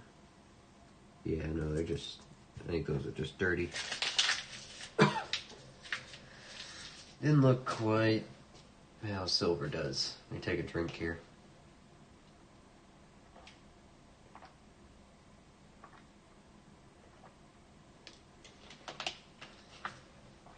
It's a little better.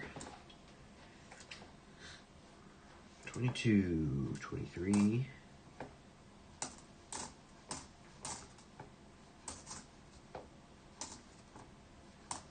15.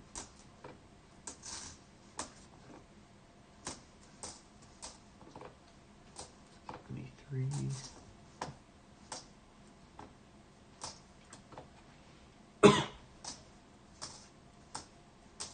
2000, 2010, 2011. 12, 19, 13, 20, 72, 23, and 07. Not a good start to the second half of the box, but plenty of time. Got another 1,000 nickels to look at, so I think we'll do all right. Find something cool. I see a 54 looking at me.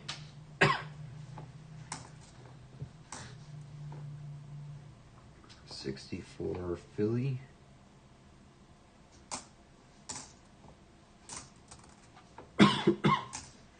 Here's the 54. It's a Philadelphia. It's weird. I think that is actually toning. Maybe. 54 Philly.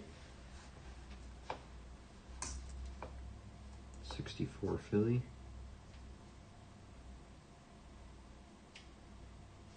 Not doubled.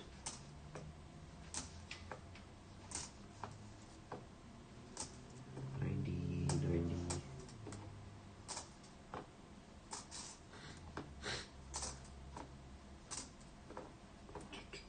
There's an 01, followed by another. 23. You find anything else in your rolls there, Steven? I know you've been checking a couple, or giving your neck a break. I don't know if you got back into them yet. I mean, the dime alone is worth it completely, so.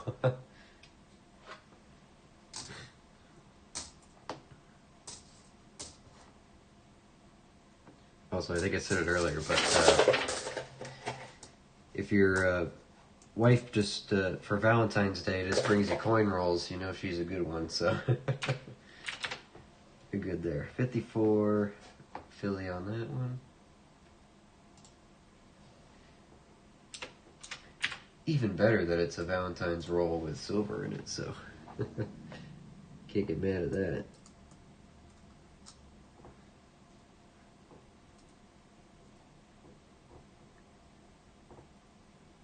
Oh, I have.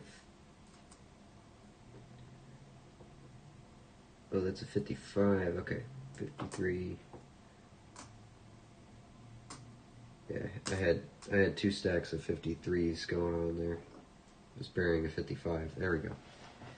54 Philly. First one. Good, good, good. Save that. Perfect. All right.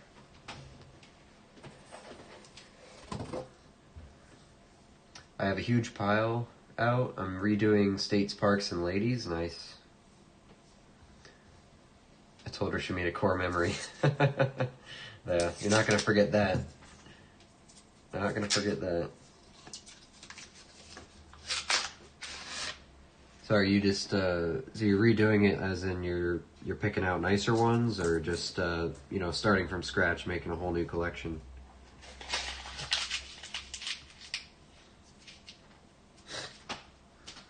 Got a 57 right on top here. 57 Philly. Oh, there's a 2024. It's not a Denver, but it's 24. So we'll take it. Take it anyway. Philadelphia. So So they do exist in this box.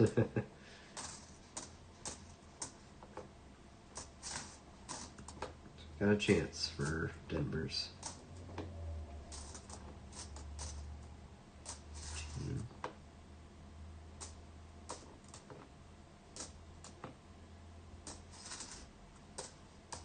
Two, 91.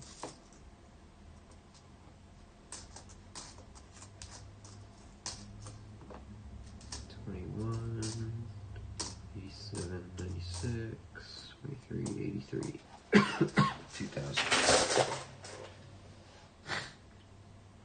Alright, 24 Philly. Let's just throw that off to the side here. 01. And a 57 Philly.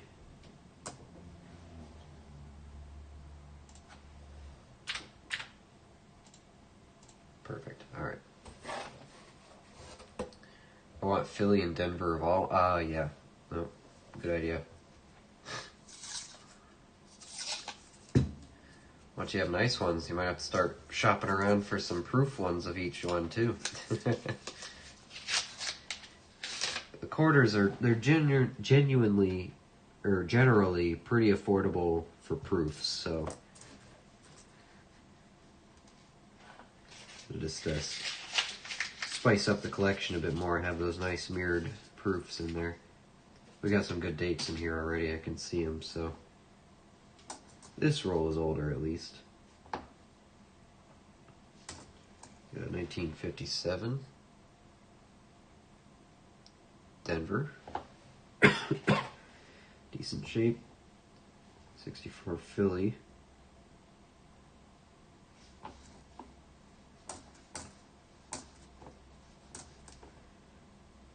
Next up, we got a 48. 48 Denver.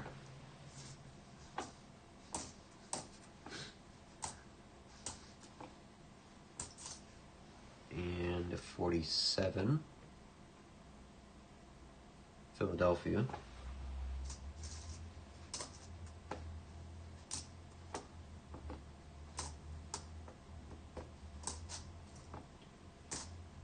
Denver on the back of this one is a 40. 40 Denver, take that. Did we find one already today? We do have one today. Definitely better than the Philly.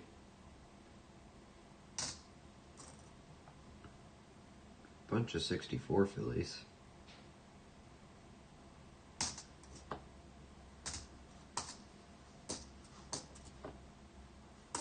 Six.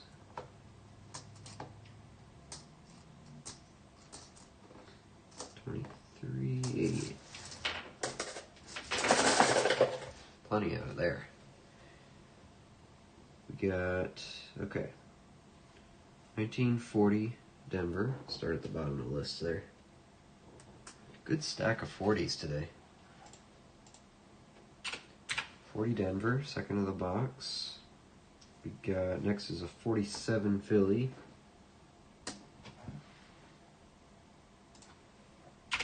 Second of the box. 48 Denver. First of the hunt. And a really nice 57 Denver. Might be a book upgrade actually. First of the hunt as well. Save that. I have a large map of America filled with very nice quarters, but I cannot find it, so I'm just doing it again. That's the spirit. That's what I do. I just give up looking after a while. Haven't done Parks or Ladies yet. I did States as they came out, so I got all new coins, but I looked for an hour today. The quarters map is AWOL, and it sucks. Be back, I hope. If not, have a great night. Hey, you have a great night too, Steven. Thanks for hanging out with me.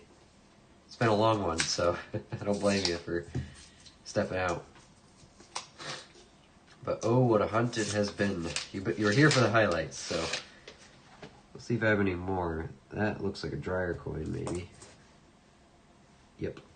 dryer coin. But you're here for the highs. That's what's important. I'll let you know if I find anything else in here. 64 Philly.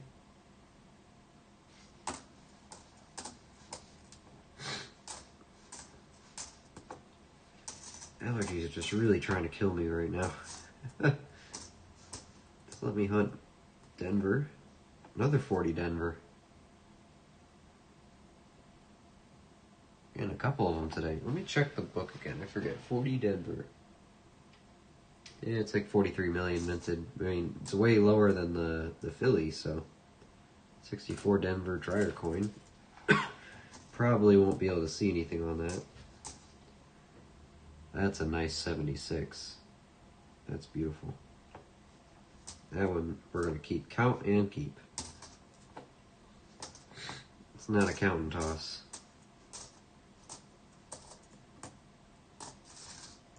Kelly toss. I'll think of a better phrase for that.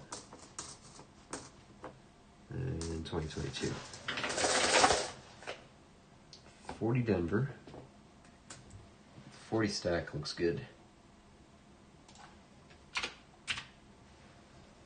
And a very nice 76 that is staying to the side. But we'll still count it in the challenge.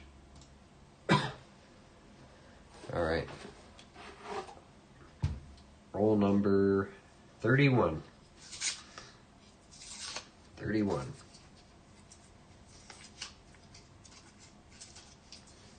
Come on. Get out of there.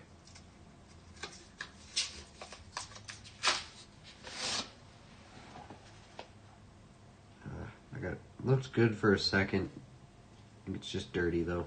You can tell a lot from the edges of coins, but yeah, just dirty.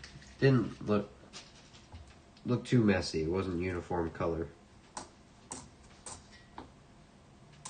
Not like silver usually is.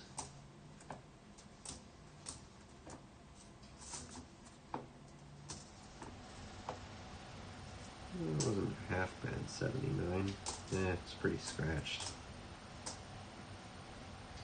Yeah, that's weird. That's actually toned, it's not dirty. Huh. Interesting.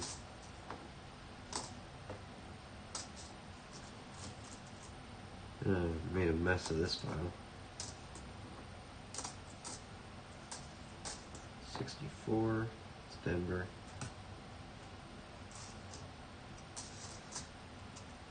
2001.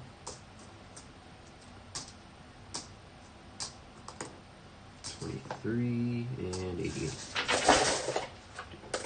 Just an 01 in that one. Okay, roll 32. I guess technically it's roll 82 of the whole hunt. Let's see. Very dark coin there. Usually don't see silver like that though. I think that might be dirty. We got Canadian though, or at least foreign. Yeah, that's just dirty. Do have a foreign coin back there. It looks like one of the more modern Canadians, plated ones. We'll get down there just from the finish on it. 201s. 78, 85. Nice bison. Still have not found the spear, but we keep looking. 64 Philly. 22. Let's get down to this. Pretty sure it's Canadian based on the finish. 64 Denver. 99. Yep, it is Canadian. It is a 1986 Queen Lizzie. I think this is Cupro nickel though. I don't think it's plated. because the other ones we got here, that's an 84, that's an 87. And that's pretty shiny compared to those. Right in the middle. Is it Denver? 64. What that is. Another 64. It's a Philly. No doubling. And 2004. 201s and a Canadian. Let's see. This is an 86 Canadian.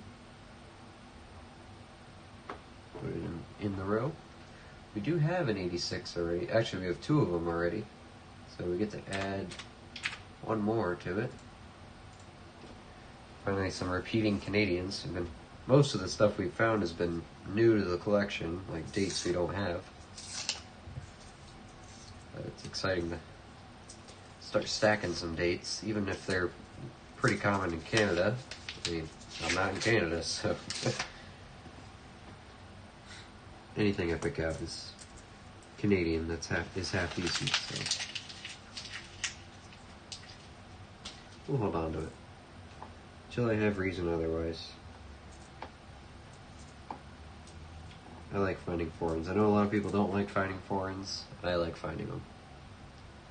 1949, Philadelphia. It's a collection piece.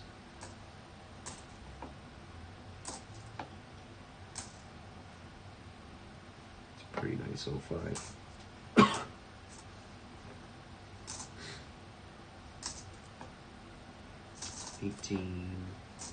to 23. Oh, I didn't even notice that. There's another 4 in there. Another Canadian. Good old design. 1989 this time.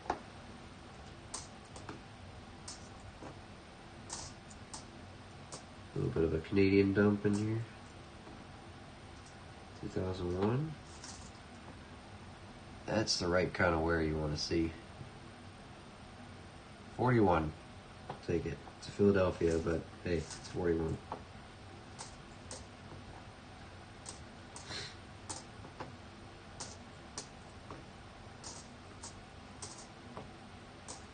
'20 and 2005. 2001. Get rid of that first. 14. We got a 41 Philly.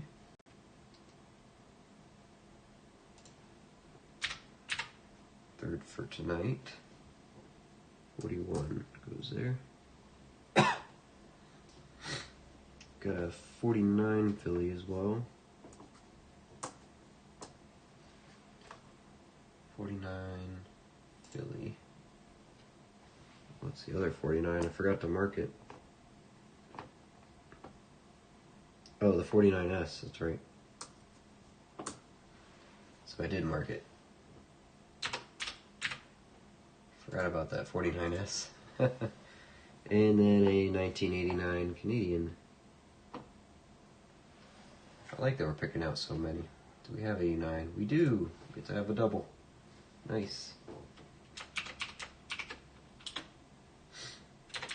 01. Perfect. Save that. Alright, let's keep going. Roll 34. I think 34. Something like that. Matt, welcome back. Back again. Still sitting on 3 silver. Yep, still sitting on 3 silver, but a new buffalo. Actually, you might have been here for that, right? Did find a buffalo in this box.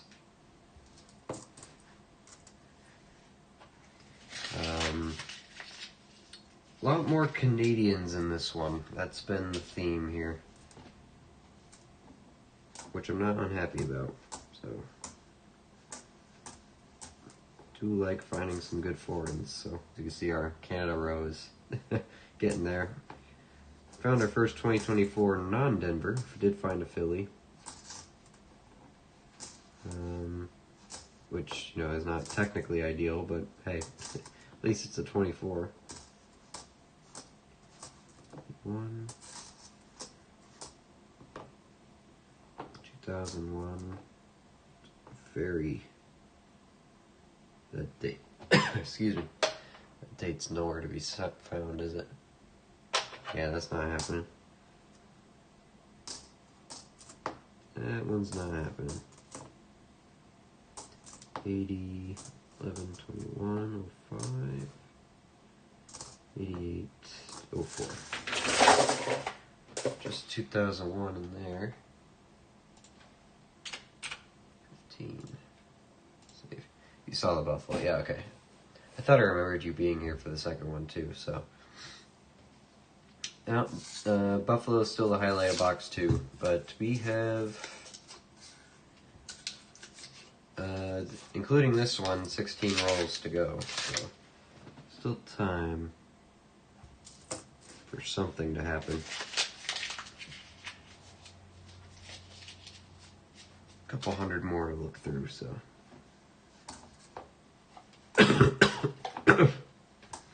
There we go, there's a, excuse me for 1 second, let me cough this out.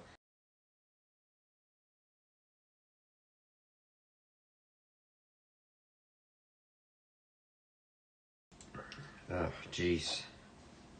Dying. 15,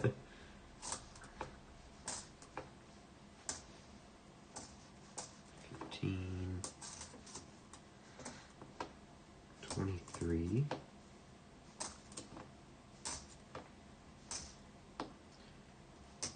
8, 81, 64, Philadelphia. Looks solid. 90.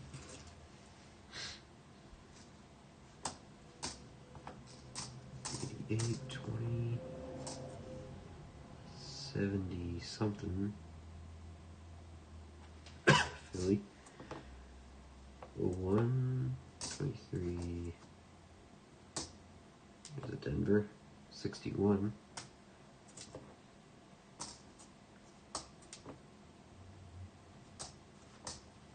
And 88. Okay.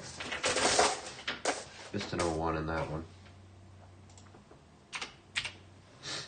I hunted a nickel box last night. No silver, but one 1926 dated buffalo. Hey, that's pretty good. That might be what this box turns into. Just the one 1929 dated buffalo.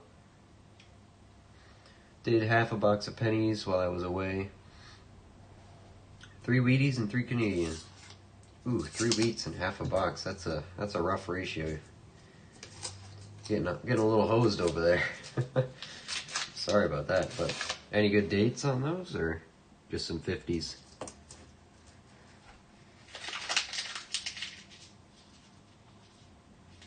I like finding Canadians. Any King Georges, by the way?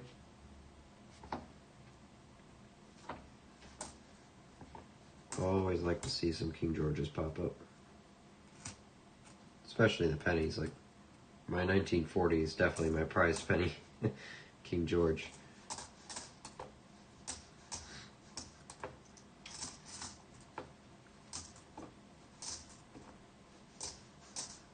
Not because of King George himself necessarily, but it definitely plays a role, but because of how nice condition it is. It is very good. Good for the coins I collect, you know. Good enough for the girls I date.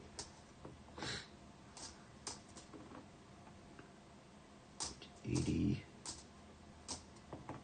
617. There's a bison and a 2001.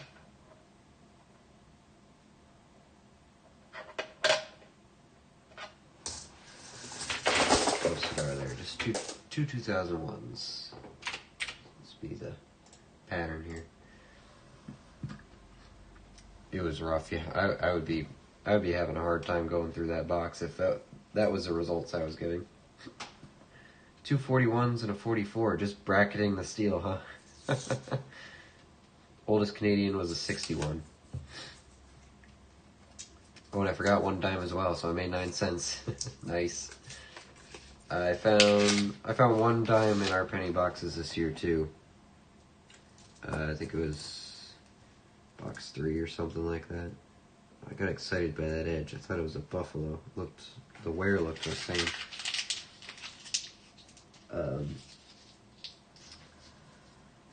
But yeah, no, it's always nice to pull dimes out. That's always fun. Actually, the one I pulled out was really beat up. Actually, I have it here too. I said actually way too much there.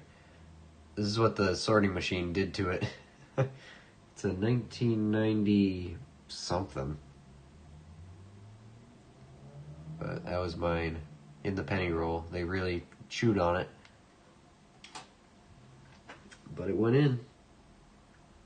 It's a nice 64 Philly. That's worth holding on to. Got a 1948 here.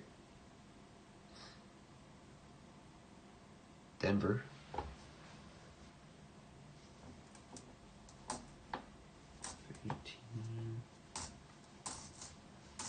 My hopes are still high. I think we're going to get surprised at the end of this box here. I think something...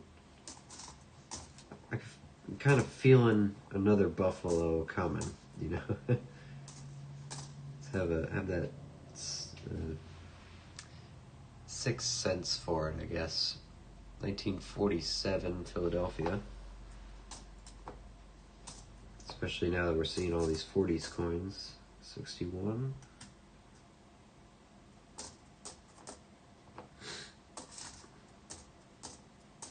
No, I just got a feeling. I don't think we're done yet here.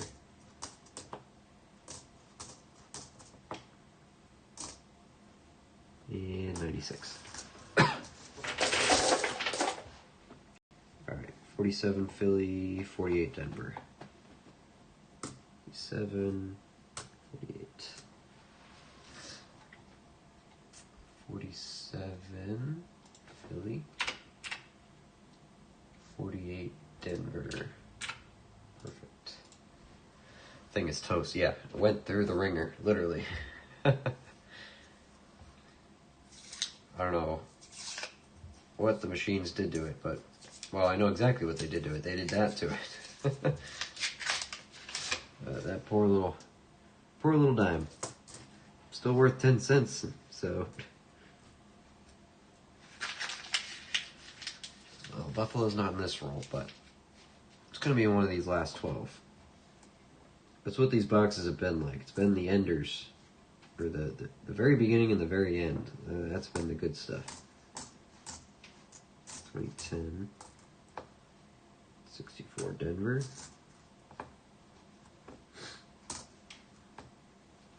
85.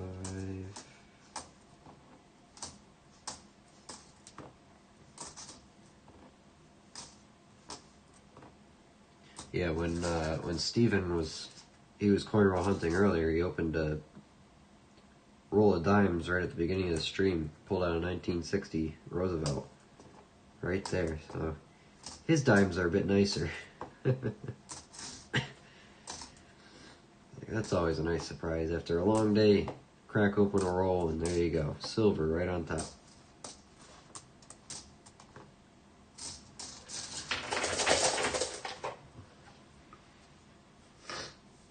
Alright. Ooh, good ender on that end. Haven't seen a silver buffalo ender in a while. I have seen silver enders. I have photos of one of the first boxes I ever did.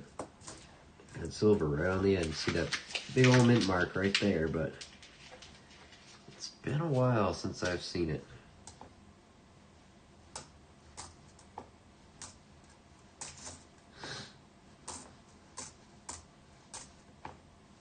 And it was after that box that I pulled 11 silvers out of. I said to myself, I probably should have recorded this or something. This would have make for some good content, but oh well.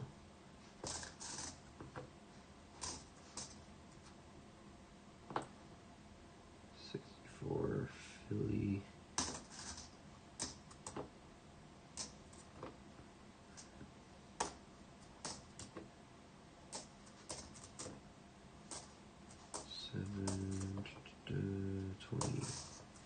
'13, 83, 19, 20, 15, 92, 89. 201s. See that. This is roll 40, and I gotta lay some of these down. There we go. How many spots do you have left to fill the nickel album? 1, 2, 3. Technically 4, but I have the coins for one of the spots. It's just I haven't picked a nice one out yet. So that one's filled. But I need a 55 Philly. That one's been evading me. There's one silver coin we still need. We need a 43 Denver. Silver I'm looking for. And the hardest one is probably going to be the 1938. I need a San Francisco out of those. Found the 39S, thankfully. So that one, got that one out of the way. Got the 50 Denver out of the way. But that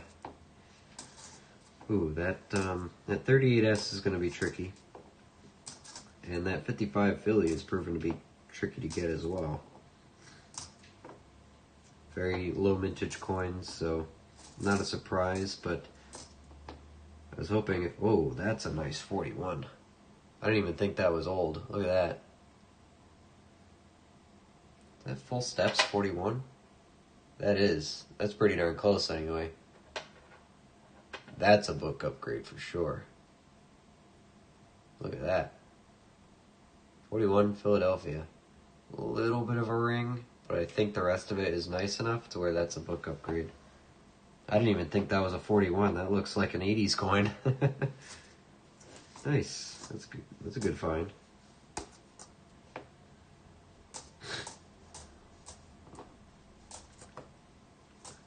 I forgot what I was saying before, so if I cut off mid-thought, my bad, but I don't remember what I was talking about. 63. You gotta check for a triple die on those. 23 and 94. 201s and that really nice 41.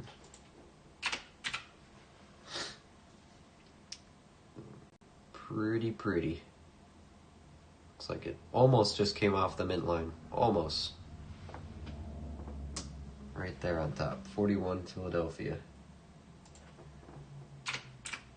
Alright. Ring of Death on the Halves. Yeah, unfortunately. But hey, what are you going to do? Such a shame. For now, it's the best one I got. So the fact that it survived this long in that good of condition, and the only thing that killed it was that Ring of Death, you know, sucks, but hey, it is what it is.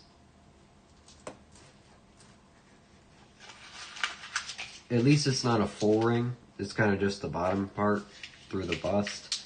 You can see everything else pretty clearly. So for a Ring of Death, it's about as light as we can get off. So I'm happy with that. Got a 1958 here, probably a Denver. Yep. They mostly are. Got lucky with those 58 Phillies in the last box. Actually, pulled one out at the beginning of this box, too. Philadelphia's. Most of the time, though, it's going to be a Denver.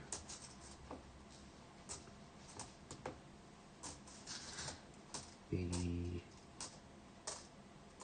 76. 320, 73.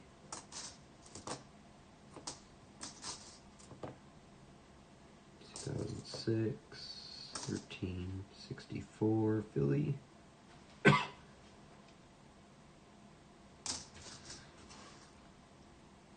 95, 07, 79.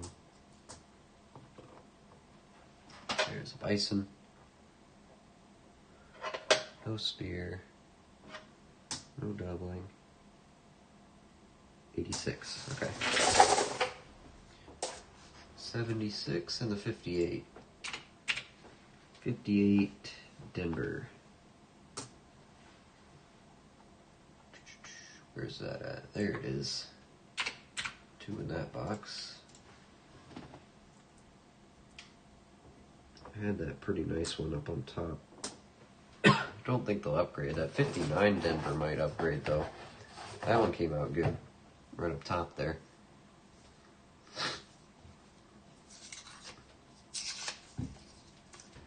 We're on the final stretch here. I believe this is roll 9 in the countdown. Not roll 9, last 10.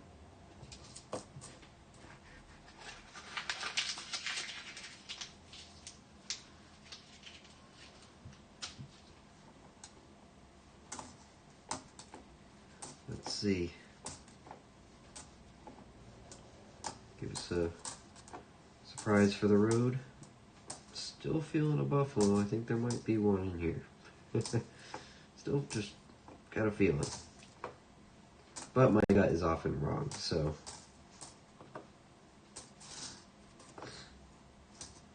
It doesn't hurt to keep some spirits high, though. That's a worn coin. Wow.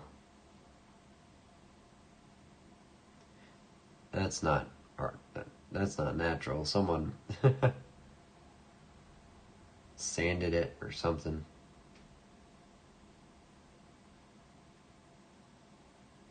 Whoops. But yeah, nope, that's a worn coin. Oh, hey. Oh, those are my 49s. That's why. I thought, oh, a 49. Nope, no, not in this roll.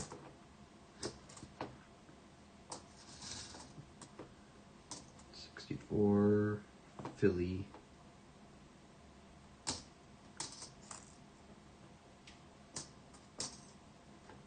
$378. 2001.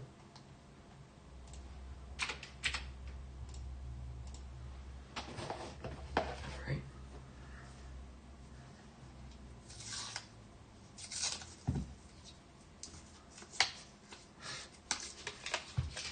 See it.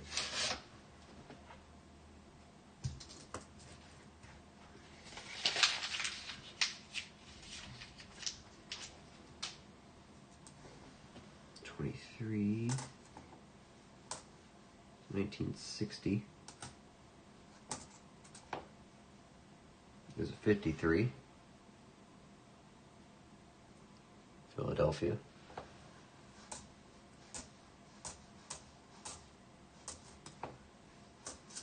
866.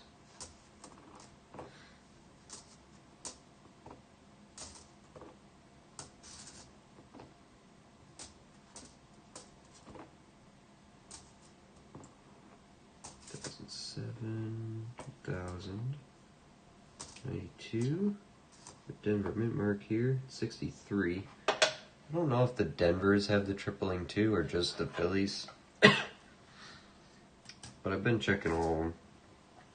If it's a 63, I've been checking it for the triple die.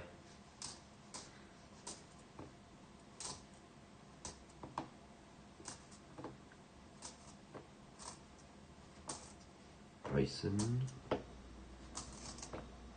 23.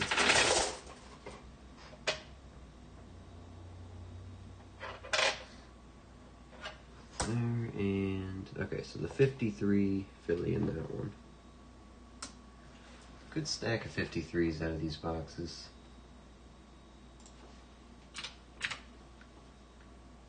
Couple Denvers, couple Phillies, about even. Even spread.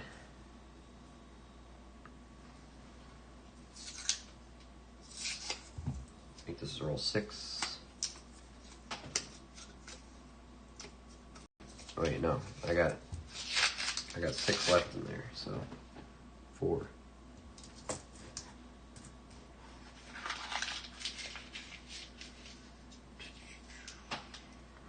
Interesting color back there. It's a bit too bright though.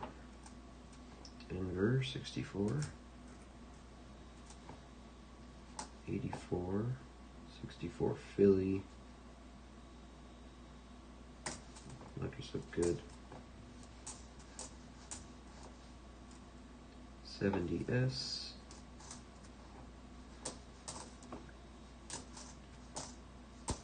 3. 88, 23. 70 Denver. That green is way too green.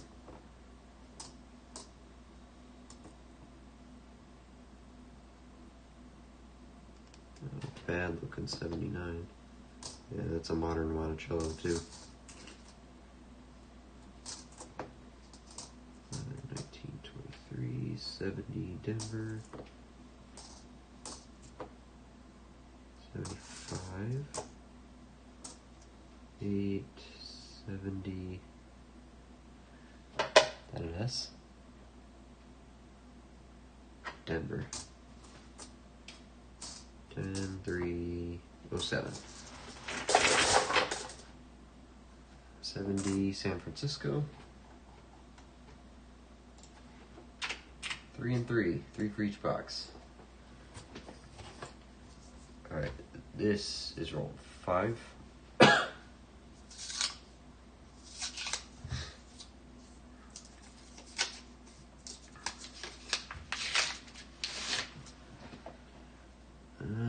Buried coin.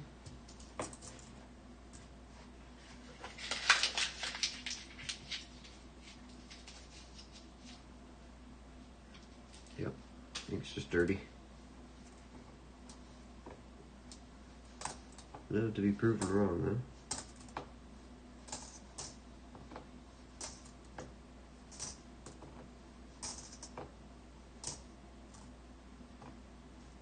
'64 Philly. 65. 16 is a Denver. 61.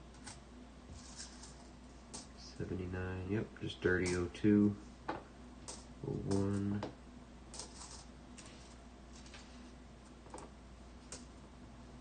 Flip it over. Come on. 94. 2000. 85. It's a nicely toned 99. It probably doesn't show up on camera. That's gold. Gold colored. Gold tone. 64 Denver. Oops, that way. And 81. Okay. Just an 01 in that one. Mark it. Alright. Last 5 rolls right here. Take another drink here.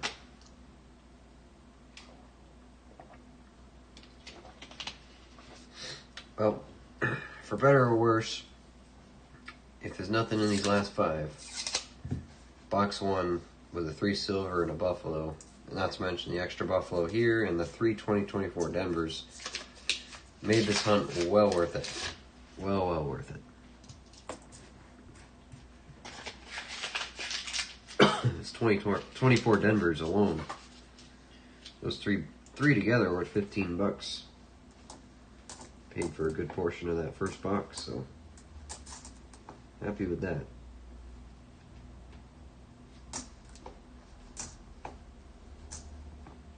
Very happy with that.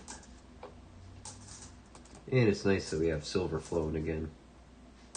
Because, oh boy, January sucked. No silver anywhere to be seen. But, hey. Making up for it now. Getting plenty. Well, no such thing as plenty. Could always use more.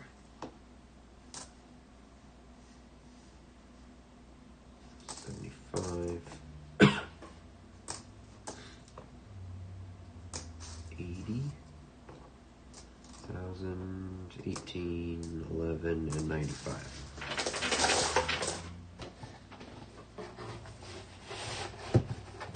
All right, roll 4.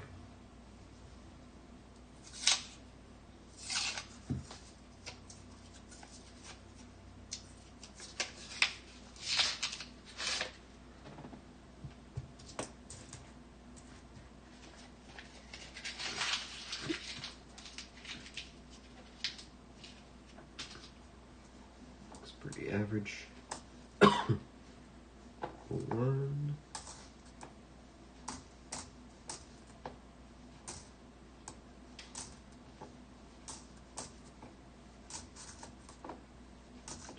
23, another 1. Denver. There's a 59 Denver. Something. It's pretty nice, but we have nicer ones. Not hard to find nice ones of those. Well, not usually. 2.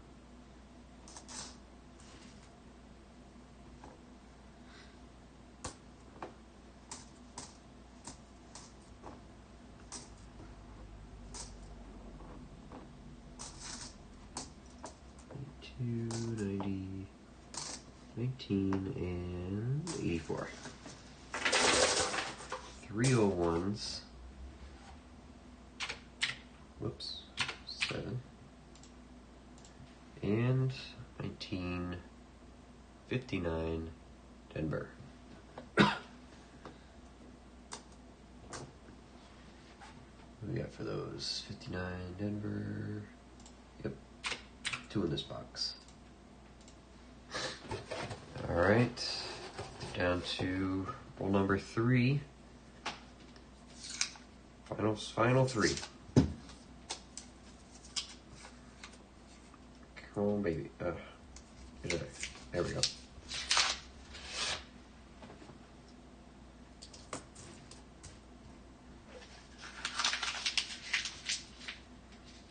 Buffalo's peeking out.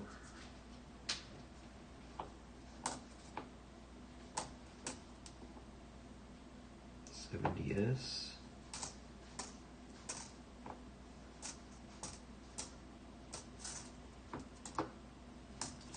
Two. Let's say 70 Denver. I'm holding on to those two if they're nice enough.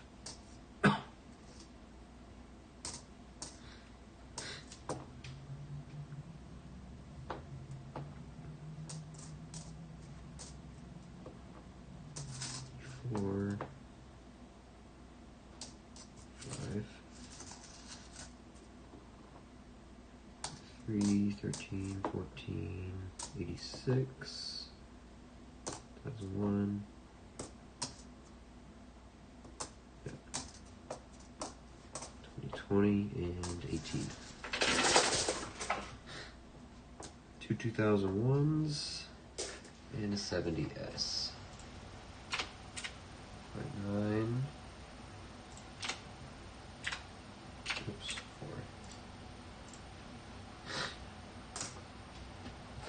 4. Alright, last 2. Do you have any more boxes for the weekend? No stream tomorrow night, but I have a box of $half and a couple customer wrapped rolls of $half to look at Sunday night. That's the plan for this weekend, because tomorrow in general, gonna be spending time with family and stuff like that, so I'm gonna take a break for tomorrow night. But next week we'll be back in full swing. It's been a minute since I've done some pennies, and I'm also interested in doing some quarters soon as well. Give those another go. But for now, we got $half on Sunday night, and I might do a penny box like Tuesday night or something like that. Is what I'm thinking. We'll see. Or we'll do two penny boxes in one night or something like that. I don't know.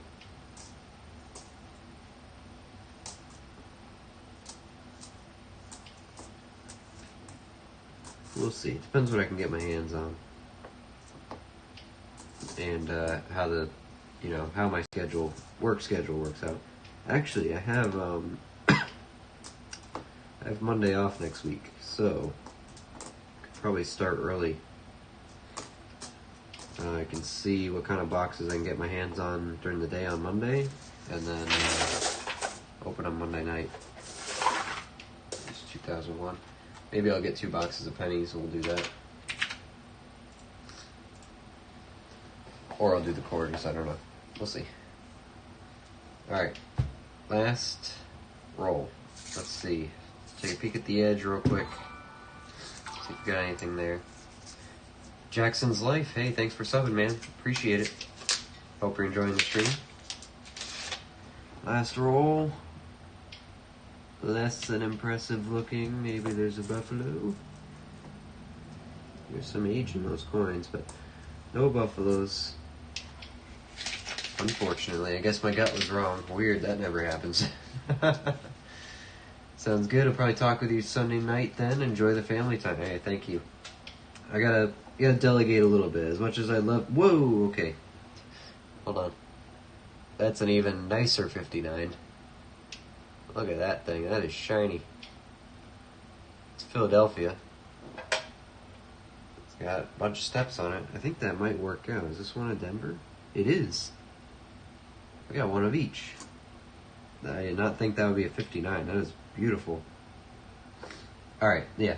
But yeah, I gotta delegate a little bit. I gotta spend some time with family. As much as I love to just do this, gotta delegate.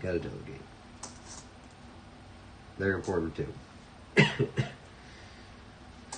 78, 21. Let's just wrap this roll up. That's not a bad find for the last roll, if that's the only thing. So I'm happy with that. Anything that makes the collection book look better, I'm more than happy with. That's a blazer, that's for sure. 23, 79,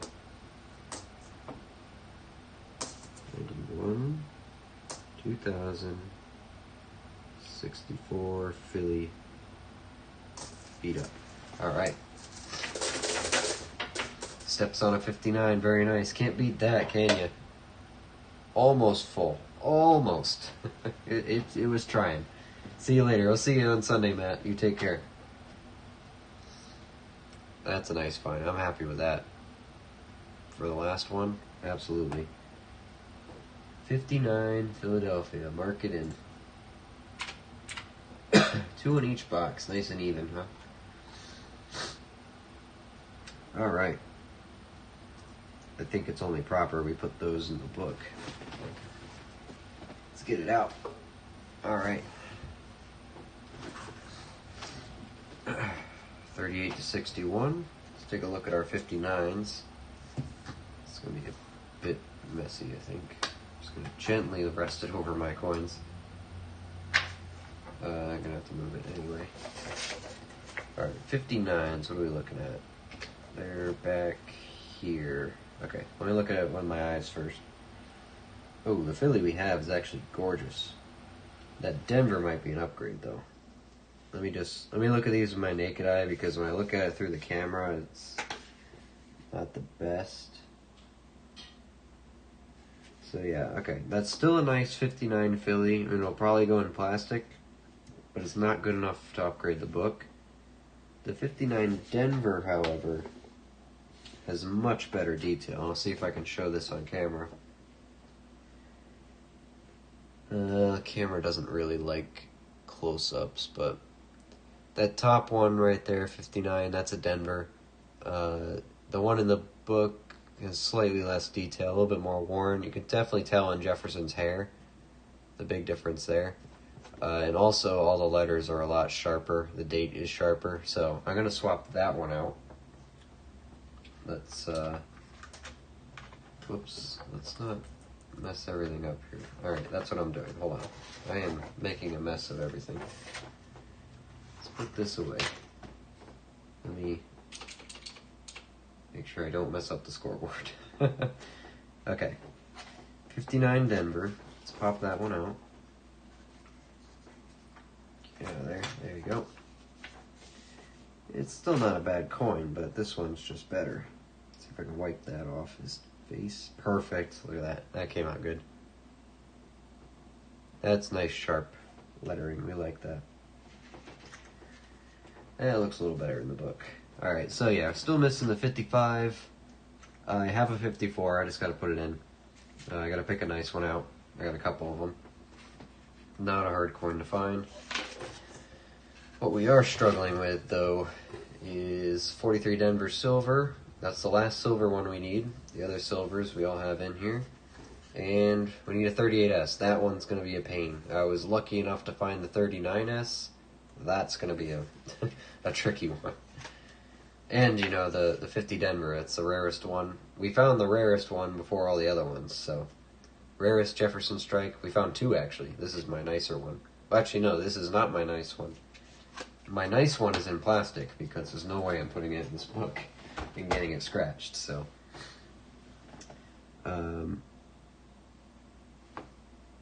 Oh, wait. I was supposed to compare this one. Oh, wait, I did. That's right. That one's going in plastic for sure. We'll get that out. Jackson says, just started collecting. My father passed last year and left me his U.S. collection. Started coin hunting to grab knowledge with what to look for. And appreciate those doing the same, learning as I go. That's pretty much what I did. I literally started maybe 2-3 months ago doing this, like, seriously. And I've learned a lot in that very short period of time. I mean, we've gone through, what is this, like, this is probably box 15 here, which means we've gone through, like, 30,000 nickels or something like that. I started with $100 in quarters, now doing pennies and nickels. Have a microscope, check out errors, nice. I feel like I miss errors if I don't go for age and silver only. Any advice? Advice on picking out errors? The problem is, and I learned this very quick when I started out, if you look for everything, you will get burned out, and you will get bored with the hobby. That's what I did when I started out doing pennies. I had a huge list of all these dates with all these errors, right? And it would take hours upon hours upon hours to finish a box.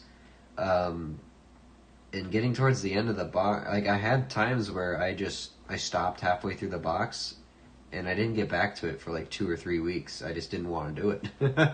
So, think about what I do really is just a lot of errors and varieties. They're not worth that much. They're maybe $10-$20. Only if you get it in perfect condition, which for a penny is still, you know, that's 100 times face value or whatever, right?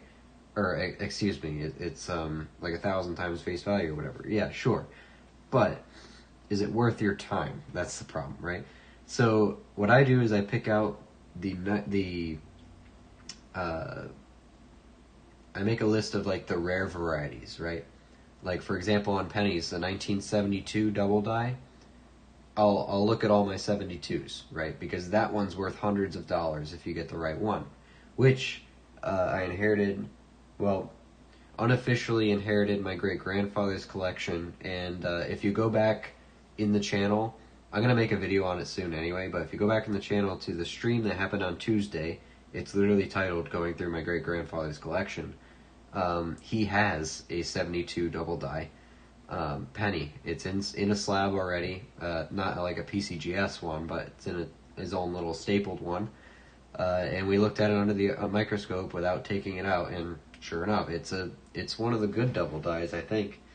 I have to do a little bit more research on exactly which one it is, but it's a good one. It's a solid variety. Actually, you know what? I could probably pick it out if people are patient enough to, just so I can show you something to look for. But basic advice is don't look for everything. Pick out ones that are more valuable, or, you know, what I do for, if you have a red book, which I highly recommend getting one of these books.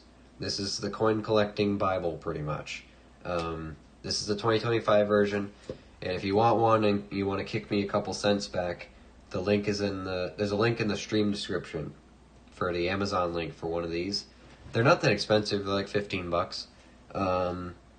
This has mintages for every single coin, how many proofs they made, varieties, like this, the 1939, the doubled Monticellos, very common variety. So this is one to look for that I would say is worth good money.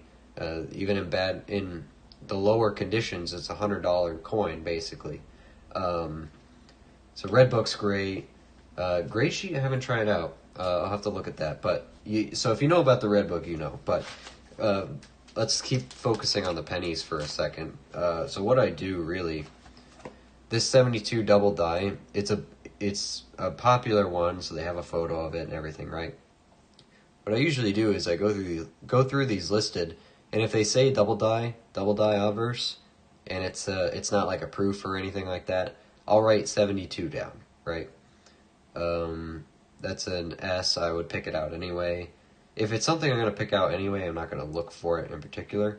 71s, I'll look for those because it's a valuable double die, right? I wouldn't really look at any of these unless there's a low mintage, which none of them are. I always look for San Francisco mint marks regardless. You got to like streamline your hunting process so you're not staring at everything, right? 84s I'll pick out because that's a quick thing to look for, the doubled ear.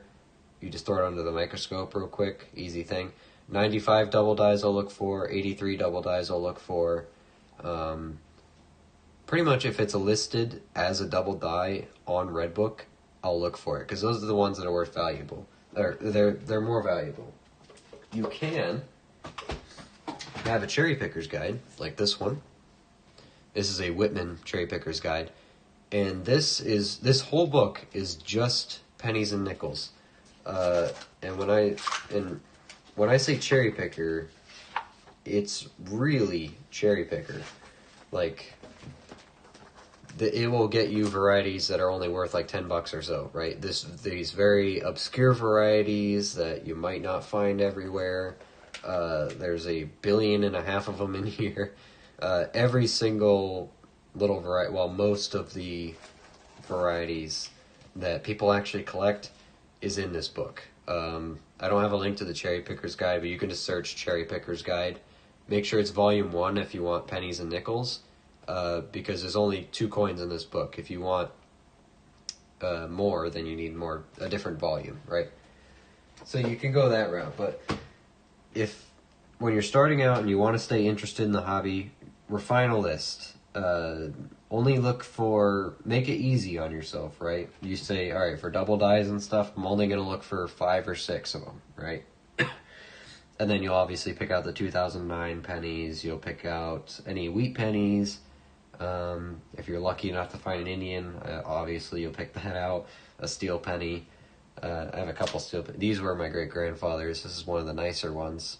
Corrosion did start getting to them, but other than that, they were mint state before. Unfortunately, they just sat in that roll for too long. But these are beautiful, beautiful coins. All the details there, it's just the corrosion. Just started getting to them. I got to them like a decade too late. But yeah, go easy on yourself. Don't try to look for everything because a lot of these are so obscure you're never going to find it anyway. So if you're going to spend your time looking for them, spend your time looking for the ones actually worth some money that you're proud to have in your collection. That's my philosophy, and you can do whatever you want, but that's how I recommend it. 98 wide AM, and I don't look for the 99. I guess I probably should. That one's been passing. I didn't know about that one. 98, 99 wide AM, the 92 close AM. Yep, right there. 92 Denver close AM.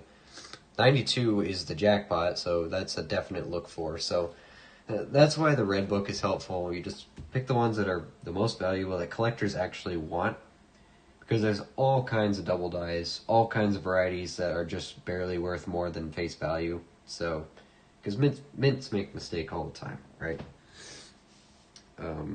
Yeah. So really, for pennies, that's what I look for. In terms of nickels, again, this is my preference. Anything before 1960, I pick it out. Anything that looks nice, it goes in my book. I pick out these 68, 69, and 70 San Franciscos. They made a lot of them. It's just I like collecting them. I like how the San Francisco mint mark looks, right? So I pick them out. Silver, obviously. 54S was a pretty good find today, so that's a San Francisco mint. I like the old San Francisco mints on older coins too, so.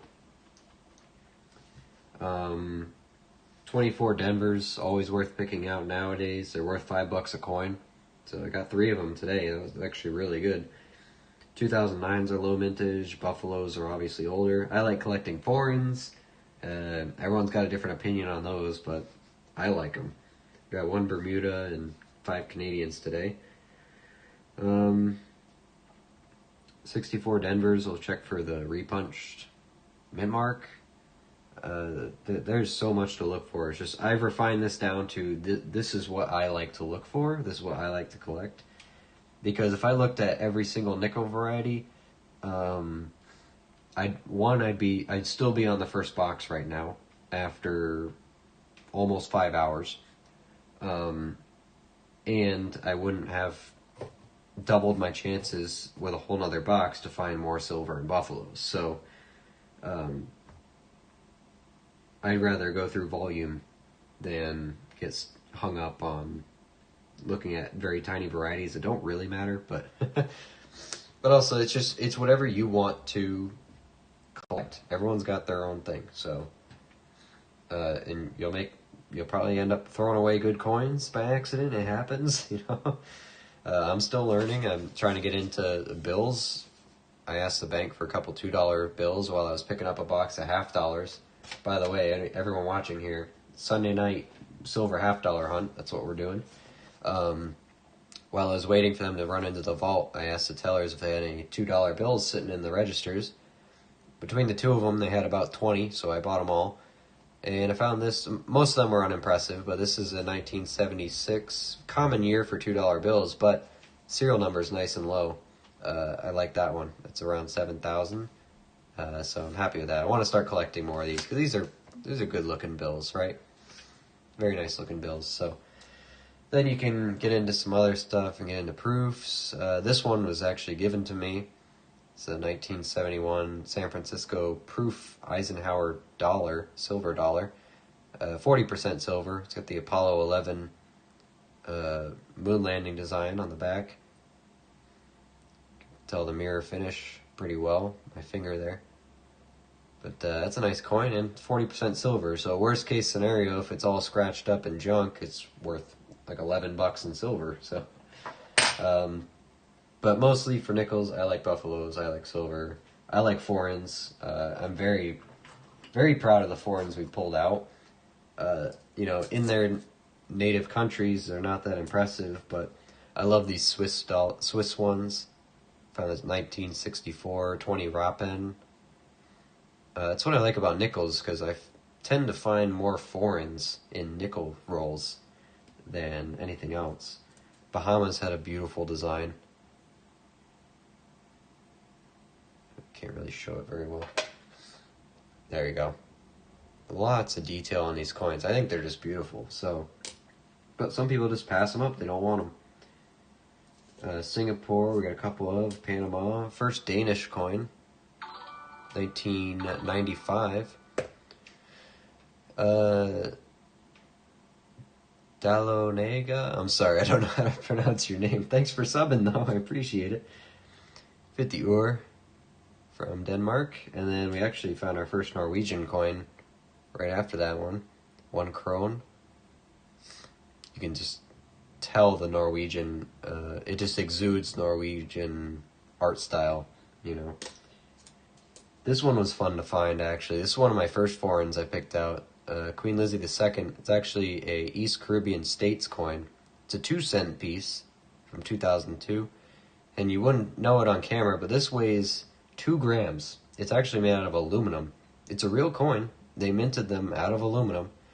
At first I thought it was plastic when I picked it out. But for context, a normal nickel weighs 5 grams. This weighs less than half of that.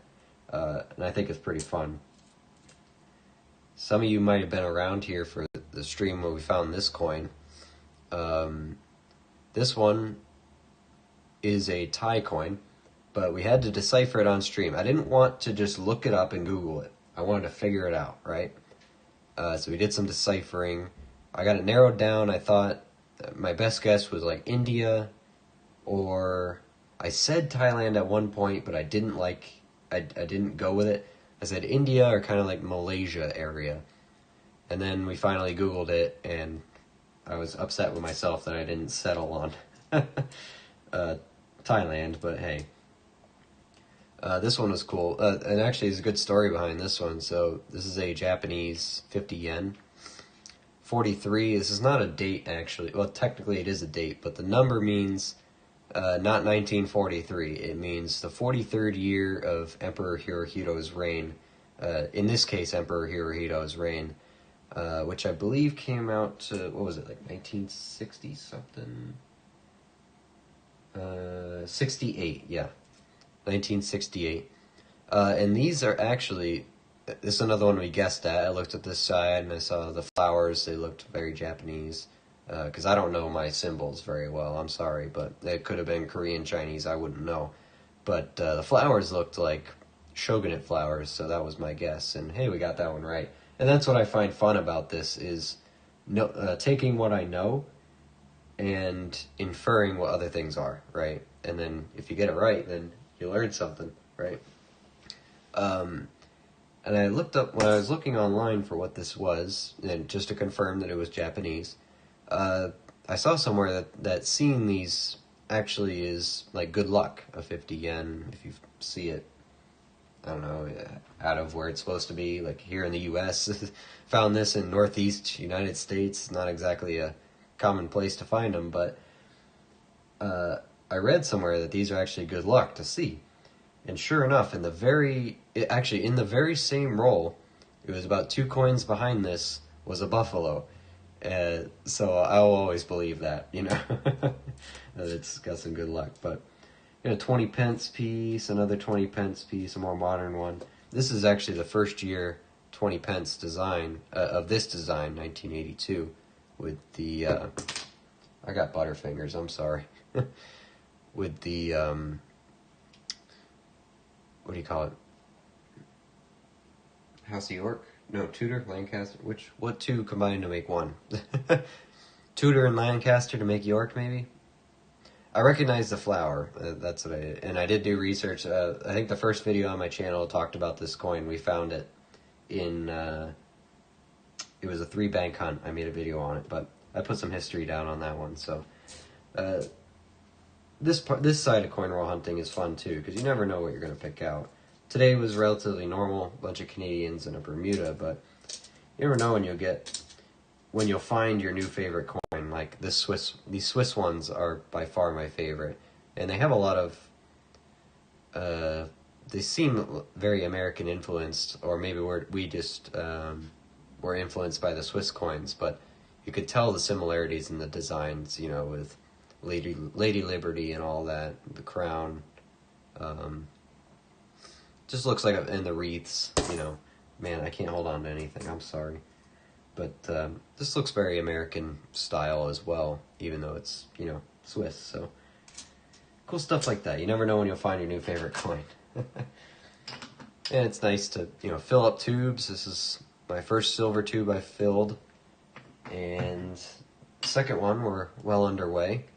We got 3 more today we can add in there, so that's good. We're going to document it first, obviously. Another thing I've been interested in finding are these 99.9% nickel nickels.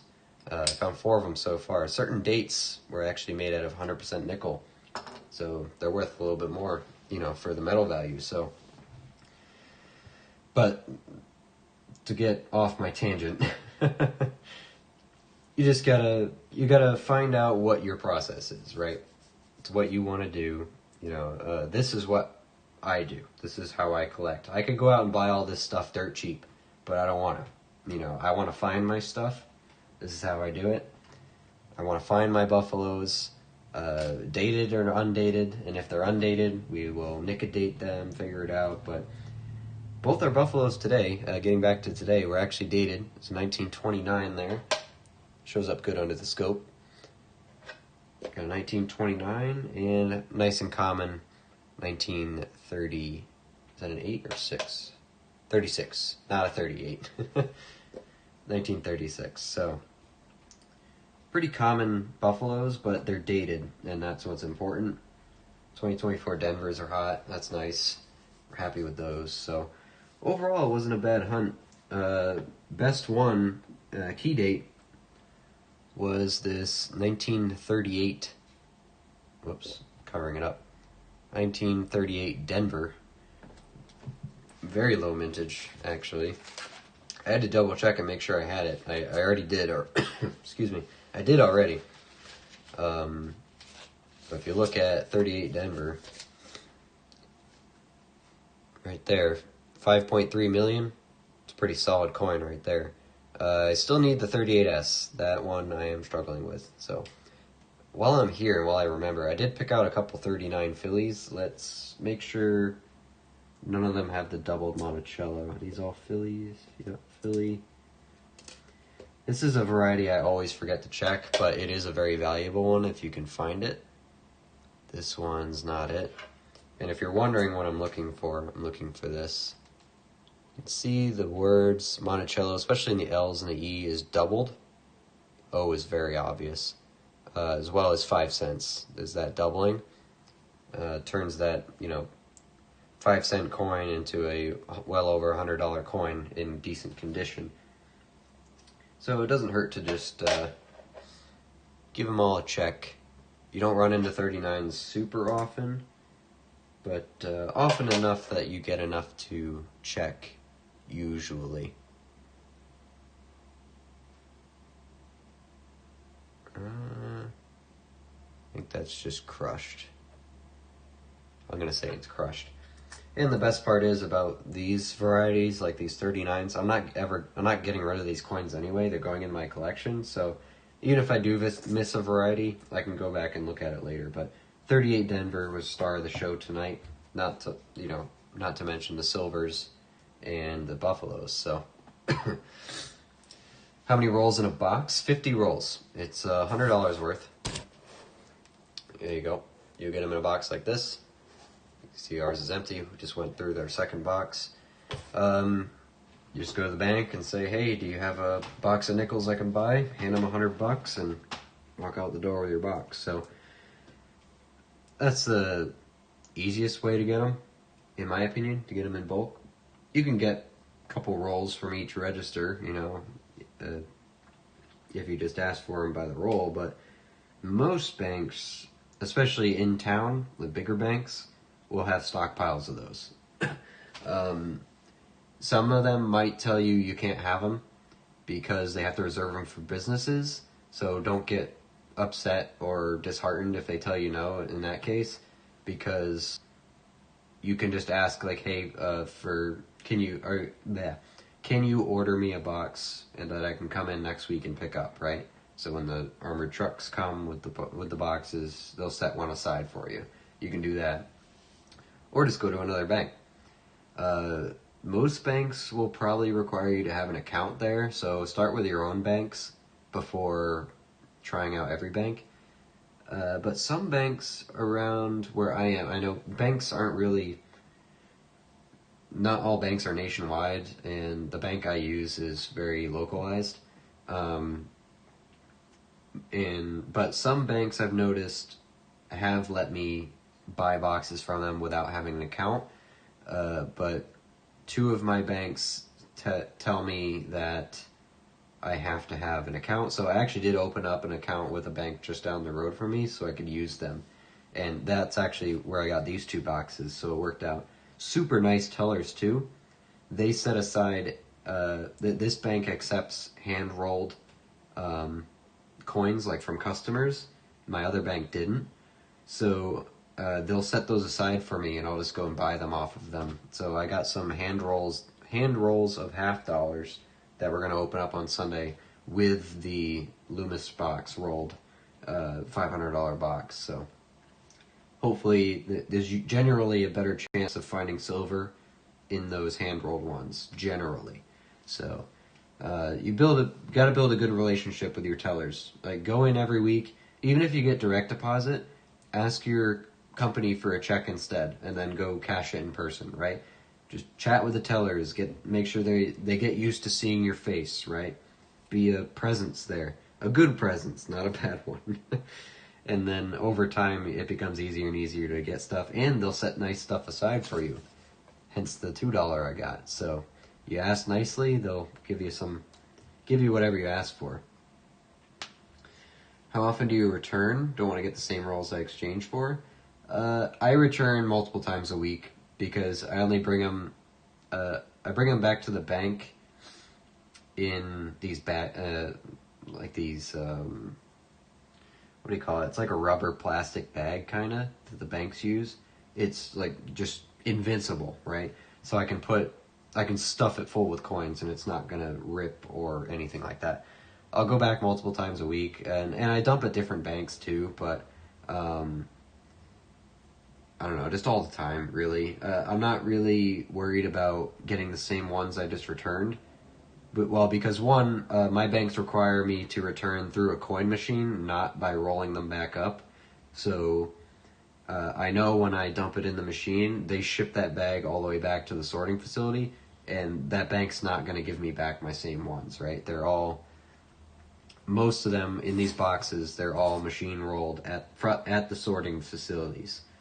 So I'm not going to get the same stuff back that I had. But usually I return multiple times a week because I open a lot on the weekend and then return it throughout the week when I have the time to get in there, when the lobby's open. Hand-rolled or sealed, which is preferred? In general, hand-rolled, but it's hard to get hand-rolled sometimes. Like my primary bank does not accept hand-rolled coins from customers. So hand-rolled is not an option from those guys. So they'll all be sealed from the sorting facilities. But all of this was from sealed rolls from the sorting facility. And as you can see, there's plenty of silver in there. There's Buffaloes in there. There's 2024 Denvers in there. All these oldies are in there. I found my 50 Denvers, both of them, in sealed rolls. All of my good stuff has come from sealed rolls. Actually, none of my nickels have come from customer wrapped at all, or hand rolled at all. All sealed from the sorting facilities. I know as a general rule, though, if you're diehard silver hunting, you want 90% silver half dollars. If you can get hand rolleds, in general, your chances are better, but it's not always the case. So in my case, I take what I can get. I can get my hands on a lot of sealed rolls, and it does just fine for me. The scoreboard for this year, all the nickels I've found have been, the link to the scoreboard is in the description of the stream. If you click on it, you'll see all the stuff we found. We found some great stuff this year. Whole collection is pretty much filled out already, all from sealed boxes. So I do have some hand-rolled stuff that we're going to open up Sunday night. I have some hand-rolled half dollars, actually right behind me. Got this box. The penny box was just to hold them, but all of these rolls, the tellers wrapped these themselves because the customers turned them in. This one is actually customer wrapped rolled. It's a nice old one, actually. Worcester, Mass. It's an older facility. It's actually not far from me, so I'm going to keep the paper on this one even. So these are all hand-rolled. I'm going to open that with the sealed box on Sunday. So we'll be able to see if there's any better stuff there. I scored a box of 2024 Philadelphia nickels on Monday. Hey, it's not too bad. The Denvers, the Phillies are not really considered low mintage anymore. It's all Denver now. But, I mean, having brand new unwrapped rolls of anything, if you keep them like that, you know, it'll be worth some money someday. I got 10 rolls of quarters hand rolled and 7 rolls were bicentennial, 76 to 96. Are they worth holding on to, all 7 rolls? The 76s themselves, there's a pretty decent market. Like, collectors are always going to like the bicentennial stuff, anything that's a bicentennial. For example, you know, bills and whatever. But they're, like, for example, 76 $2 bills are common. You just want to get cool looking serial numbers or low serial numbers like this one. I just got this one this week from the bank. You just ask them. You ask nicely, they give you whatever you want, as long as you pay for it. But in terms of quarters, they're not hard to find at all. I'll tell you that. If they're mint state, sure, they're worth something. And maybe in 100 years they'll be worth a lot of money, but I don't really know. I haven't dove into quarters too much yet. But the quarters I have gone through, I have just tossed all my 76s, unless they're really nice. But anything after, like 76 to 96, those dates aren't really interesting. I mean, you can check for San Francisco mint marks, check for proofs. Like, the 1/4 box I did do, this was all I pulled out. That was it. $500 in quarters, this is all I took. 2 foreigns. This is a British Caribbean Territories Eastern Group, 1965. Actually, a really nice design. I'm very happy with this quarter. 25 cents. Got Queen Lizzie on the back, or front. And then another English coin. It's a 10 pence with the lion on it. A little bit of an older portrait of Lizzie. And the only American quarter I held on to was this San Francisco. It's not a proof. It's a 2017 George Rogers Clark, but these coins, actually it's easier just to bring the book out on this one, but these coins in San Francisco, they did not make for general circulation. So it's not a proof, but it's also not meant for the public. What was that, 2017? I'll just show you because it's easier. 2017 George Rogers Clark. So in San Francisco, they made 3 different types. The first type up here, not issued for circulation. These are collector's coins. These 2 are proofs. So they made the 2017 San Francisco proof is the parenthesis ones, silver proof, and then collector's edition. So this is the collector's edition, which is a less than 1 million, which is a solid, very solid, key date, right? Technically, or a solid mintage number to look for. So as you can see, it doesn't have the proof finish; it's just all clad. The edge is very sharp. That's about the only other indication, but it is a San Francisco. See the mark there? Let's put it under here, and it's in good shape, but it's not a proof. But it is a collector's, and I found it in circulation. It's actually still in great shape. It doesn't have much, if at all. Actually, there's barely any scratches on it or at all, so it's in good shape overall. So that's the only interesting thing I really pulled out, besides these 2 foreigns. So sometimes you just don't get anything. And with quarters, I'm just really looking for silver. I'm looking for the W quarters. A couple of varieties I'm picking out, but I don't know. This is all I found so far out of that 1 box. But then again, I've only done 1 box. I haven't tried more yet. So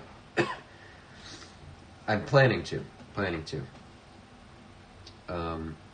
But yeah, it's up to you. Any of the dates after 76, I wouldn't really hold on to unless they got a good, if they're in great condition or they have a good mint mark. The 76s themselves might be worth holding on to, but they're so plentiful that I'd say just pick out the nice ones, because if you collect every 76, you won't have anything to return to the bank. You'll be missing half your box. That's just my opinion on it anyway, but let me get a little plastic thing here. I'm going to put this 59 Philadelphia in there because it's pretty nice, and I'm going to keep it that way. It's worth the plastic. It might go in one of my little plastic books and not take up its own sleeve, but for now, it's going to go in here. Come on. But yeah, overall, moral of the story here, I guess I should have said before, I'm not the best person to ask about quarters because I don't do that many myself, but we're getting into it. So the plastic makes this look bad, but it is nice. I'm not the best person to ask about quarters, but hey, you do you, No one's going to stop you from collecting all the 76s you want. It might be nice to have like a solid roll of very nice ones, just to hold on to. But if you plan on holding on to all of them in the hopes that they go up in price, it's not gonna it'll take a long time. I'll just say that, right?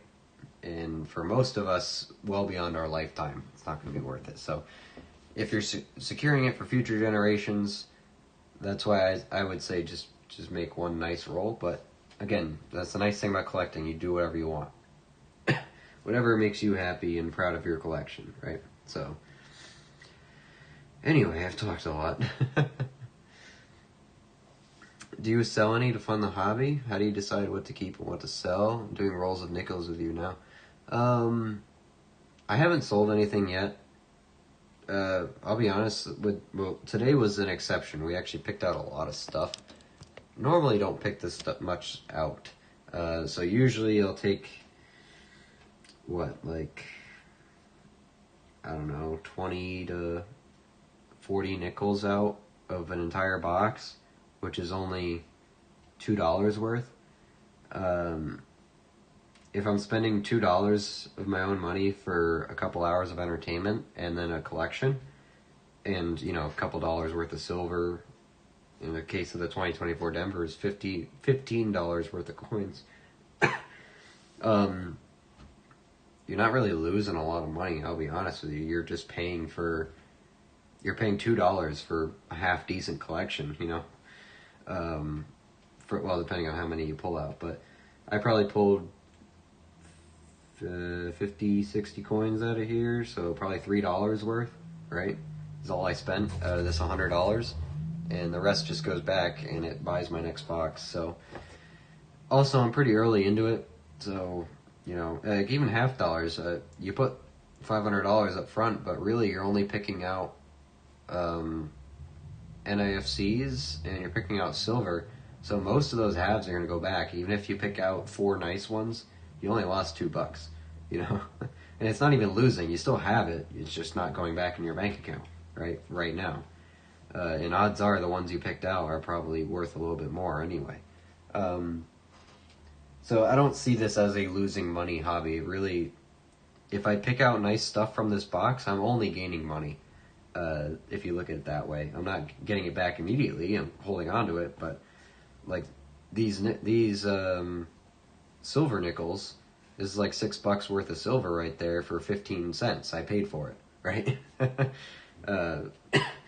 Anyone can do the math to say that's a pretty good trade, right? And then you get some key dates that they'll sell for a couple bucks on eBay, I guess, but I'd rather hold on to them if they're rare. And if you get a whole roll of them, you can technically charge a bit more, but I don't really plan on selling anything. Maybe some of the 2024 Denvers once I have more than a roll, but I got a while to go for that. I only got 4 in here, and we just picked up 3 today, so I got 33 more to fill a roll. But I really don't sell much. Not right now, anyway. I'd have to get back to you on that when I do start selling stuff. I want to give stuff away. So that's why I pick some of the stuff I pick out that's nice. I want to give to subs and all that in the future. So, even these stickers, I'm not charging anyone for these. I wanted to give these out, so I got them made. I paid for them with my own money. It's a hobby. I'm not doing it for money, really. If I find something super valuable that I'll retire off of, sure, but this is for entertainment, Snap and Scavenge, how you doing? I went through $100 and $50 today, got skunked. Yeah, that sucks. The unfortunate thing is $100 isn't too many, but if it's what you can get your hands on, it's what you can get your hands on. I have a $500 box for Sunday night, so again, those of you who are interested, come back Sunday night. We'll be gathering here again, 6 o'clock Eastern, and going through the $500 and $50 sealed, and I have about $70 worth of hand-rolled stuff, so see if we get lucky with some silver finally. I have this, this is a silver Eisenhower. It's a proof, actually. See my finger. I don't know if I showed this to most of the audience that's here now. I showed this multiple times a stream, but I forget who's been watching, but as you can see, it's got the mirror-proof finish. San Francisco mint mark right down there. This is the first year Eisenhower, too. 71 is the first year. So it's a proof. It's got the Apollo 11 design on the back with the eagle.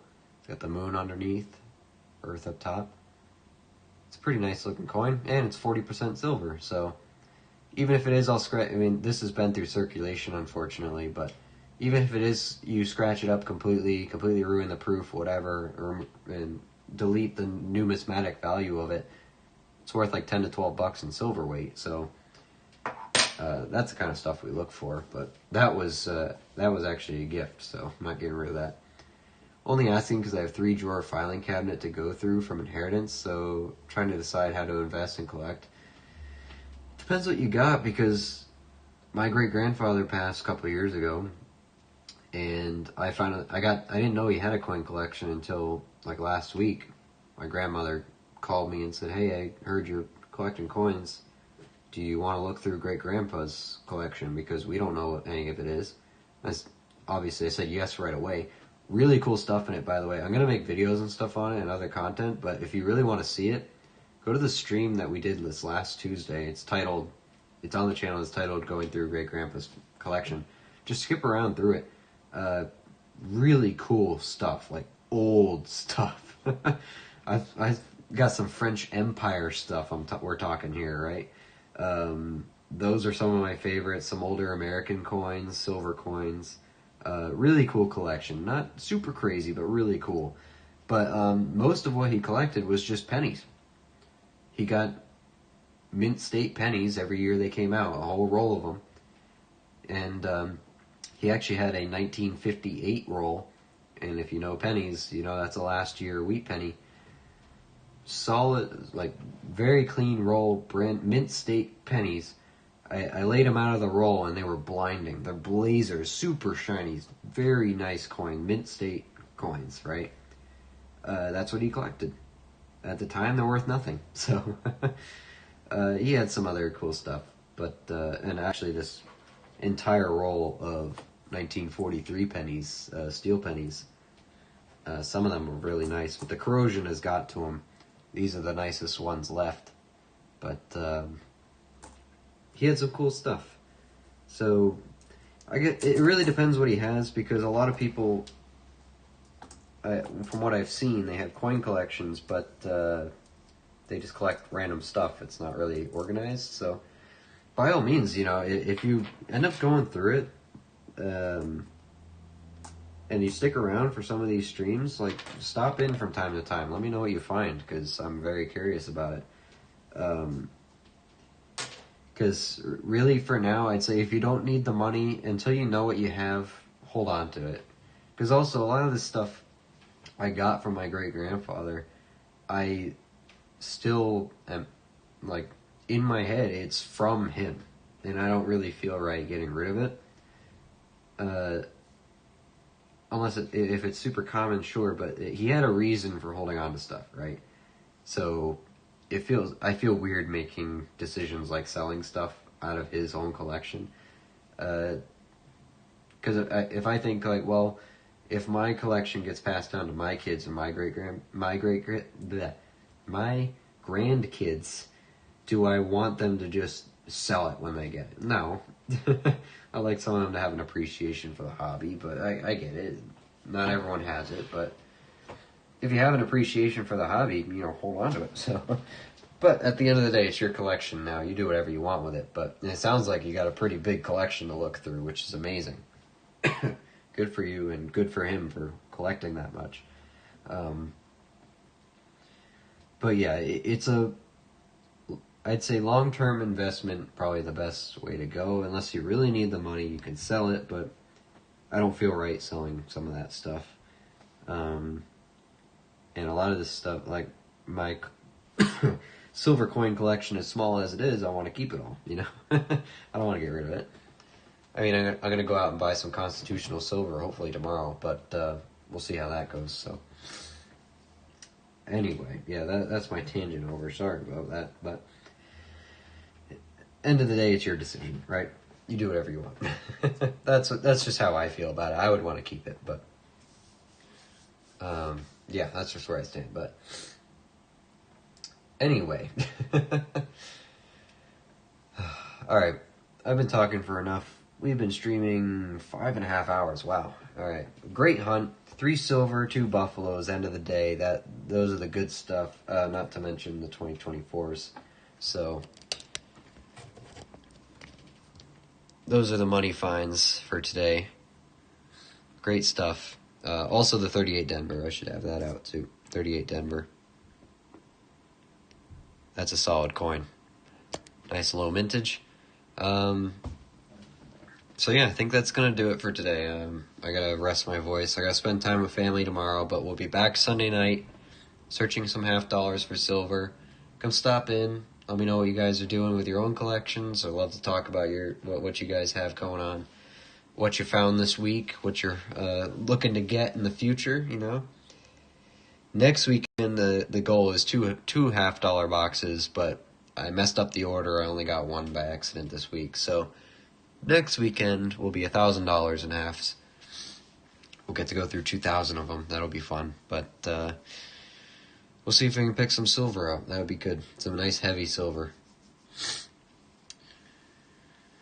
Hard to part with also. He spent 60 years collecting. We go into dealers whose advice is to sell because my kids won't care. Banknotes, colonial notes, sets, Liberty Shields, CD bars, Morgan dollar. Yeah, no, that's all great stuff. And really, if you don't need the money, the longer you hold it, the more valuable it gets.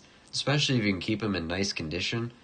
Like colonial notes and like those seated barbers or like seated liberties in good condition.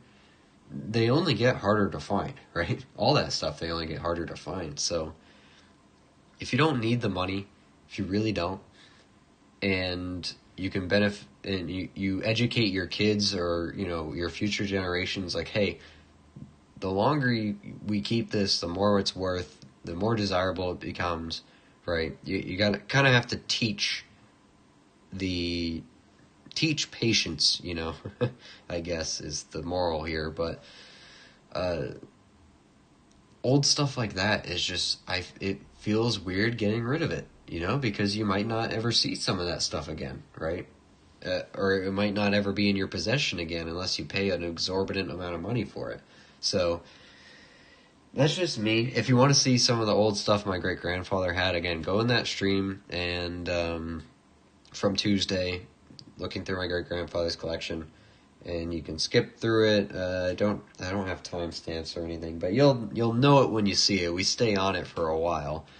Really cool stuff. So if that's something you're interested in, seeing some really old stuff like that, then check that one out. I was wildly impressed. I did not expect he'd have that stuff. So, because most of his collection was just pennies from the 60s.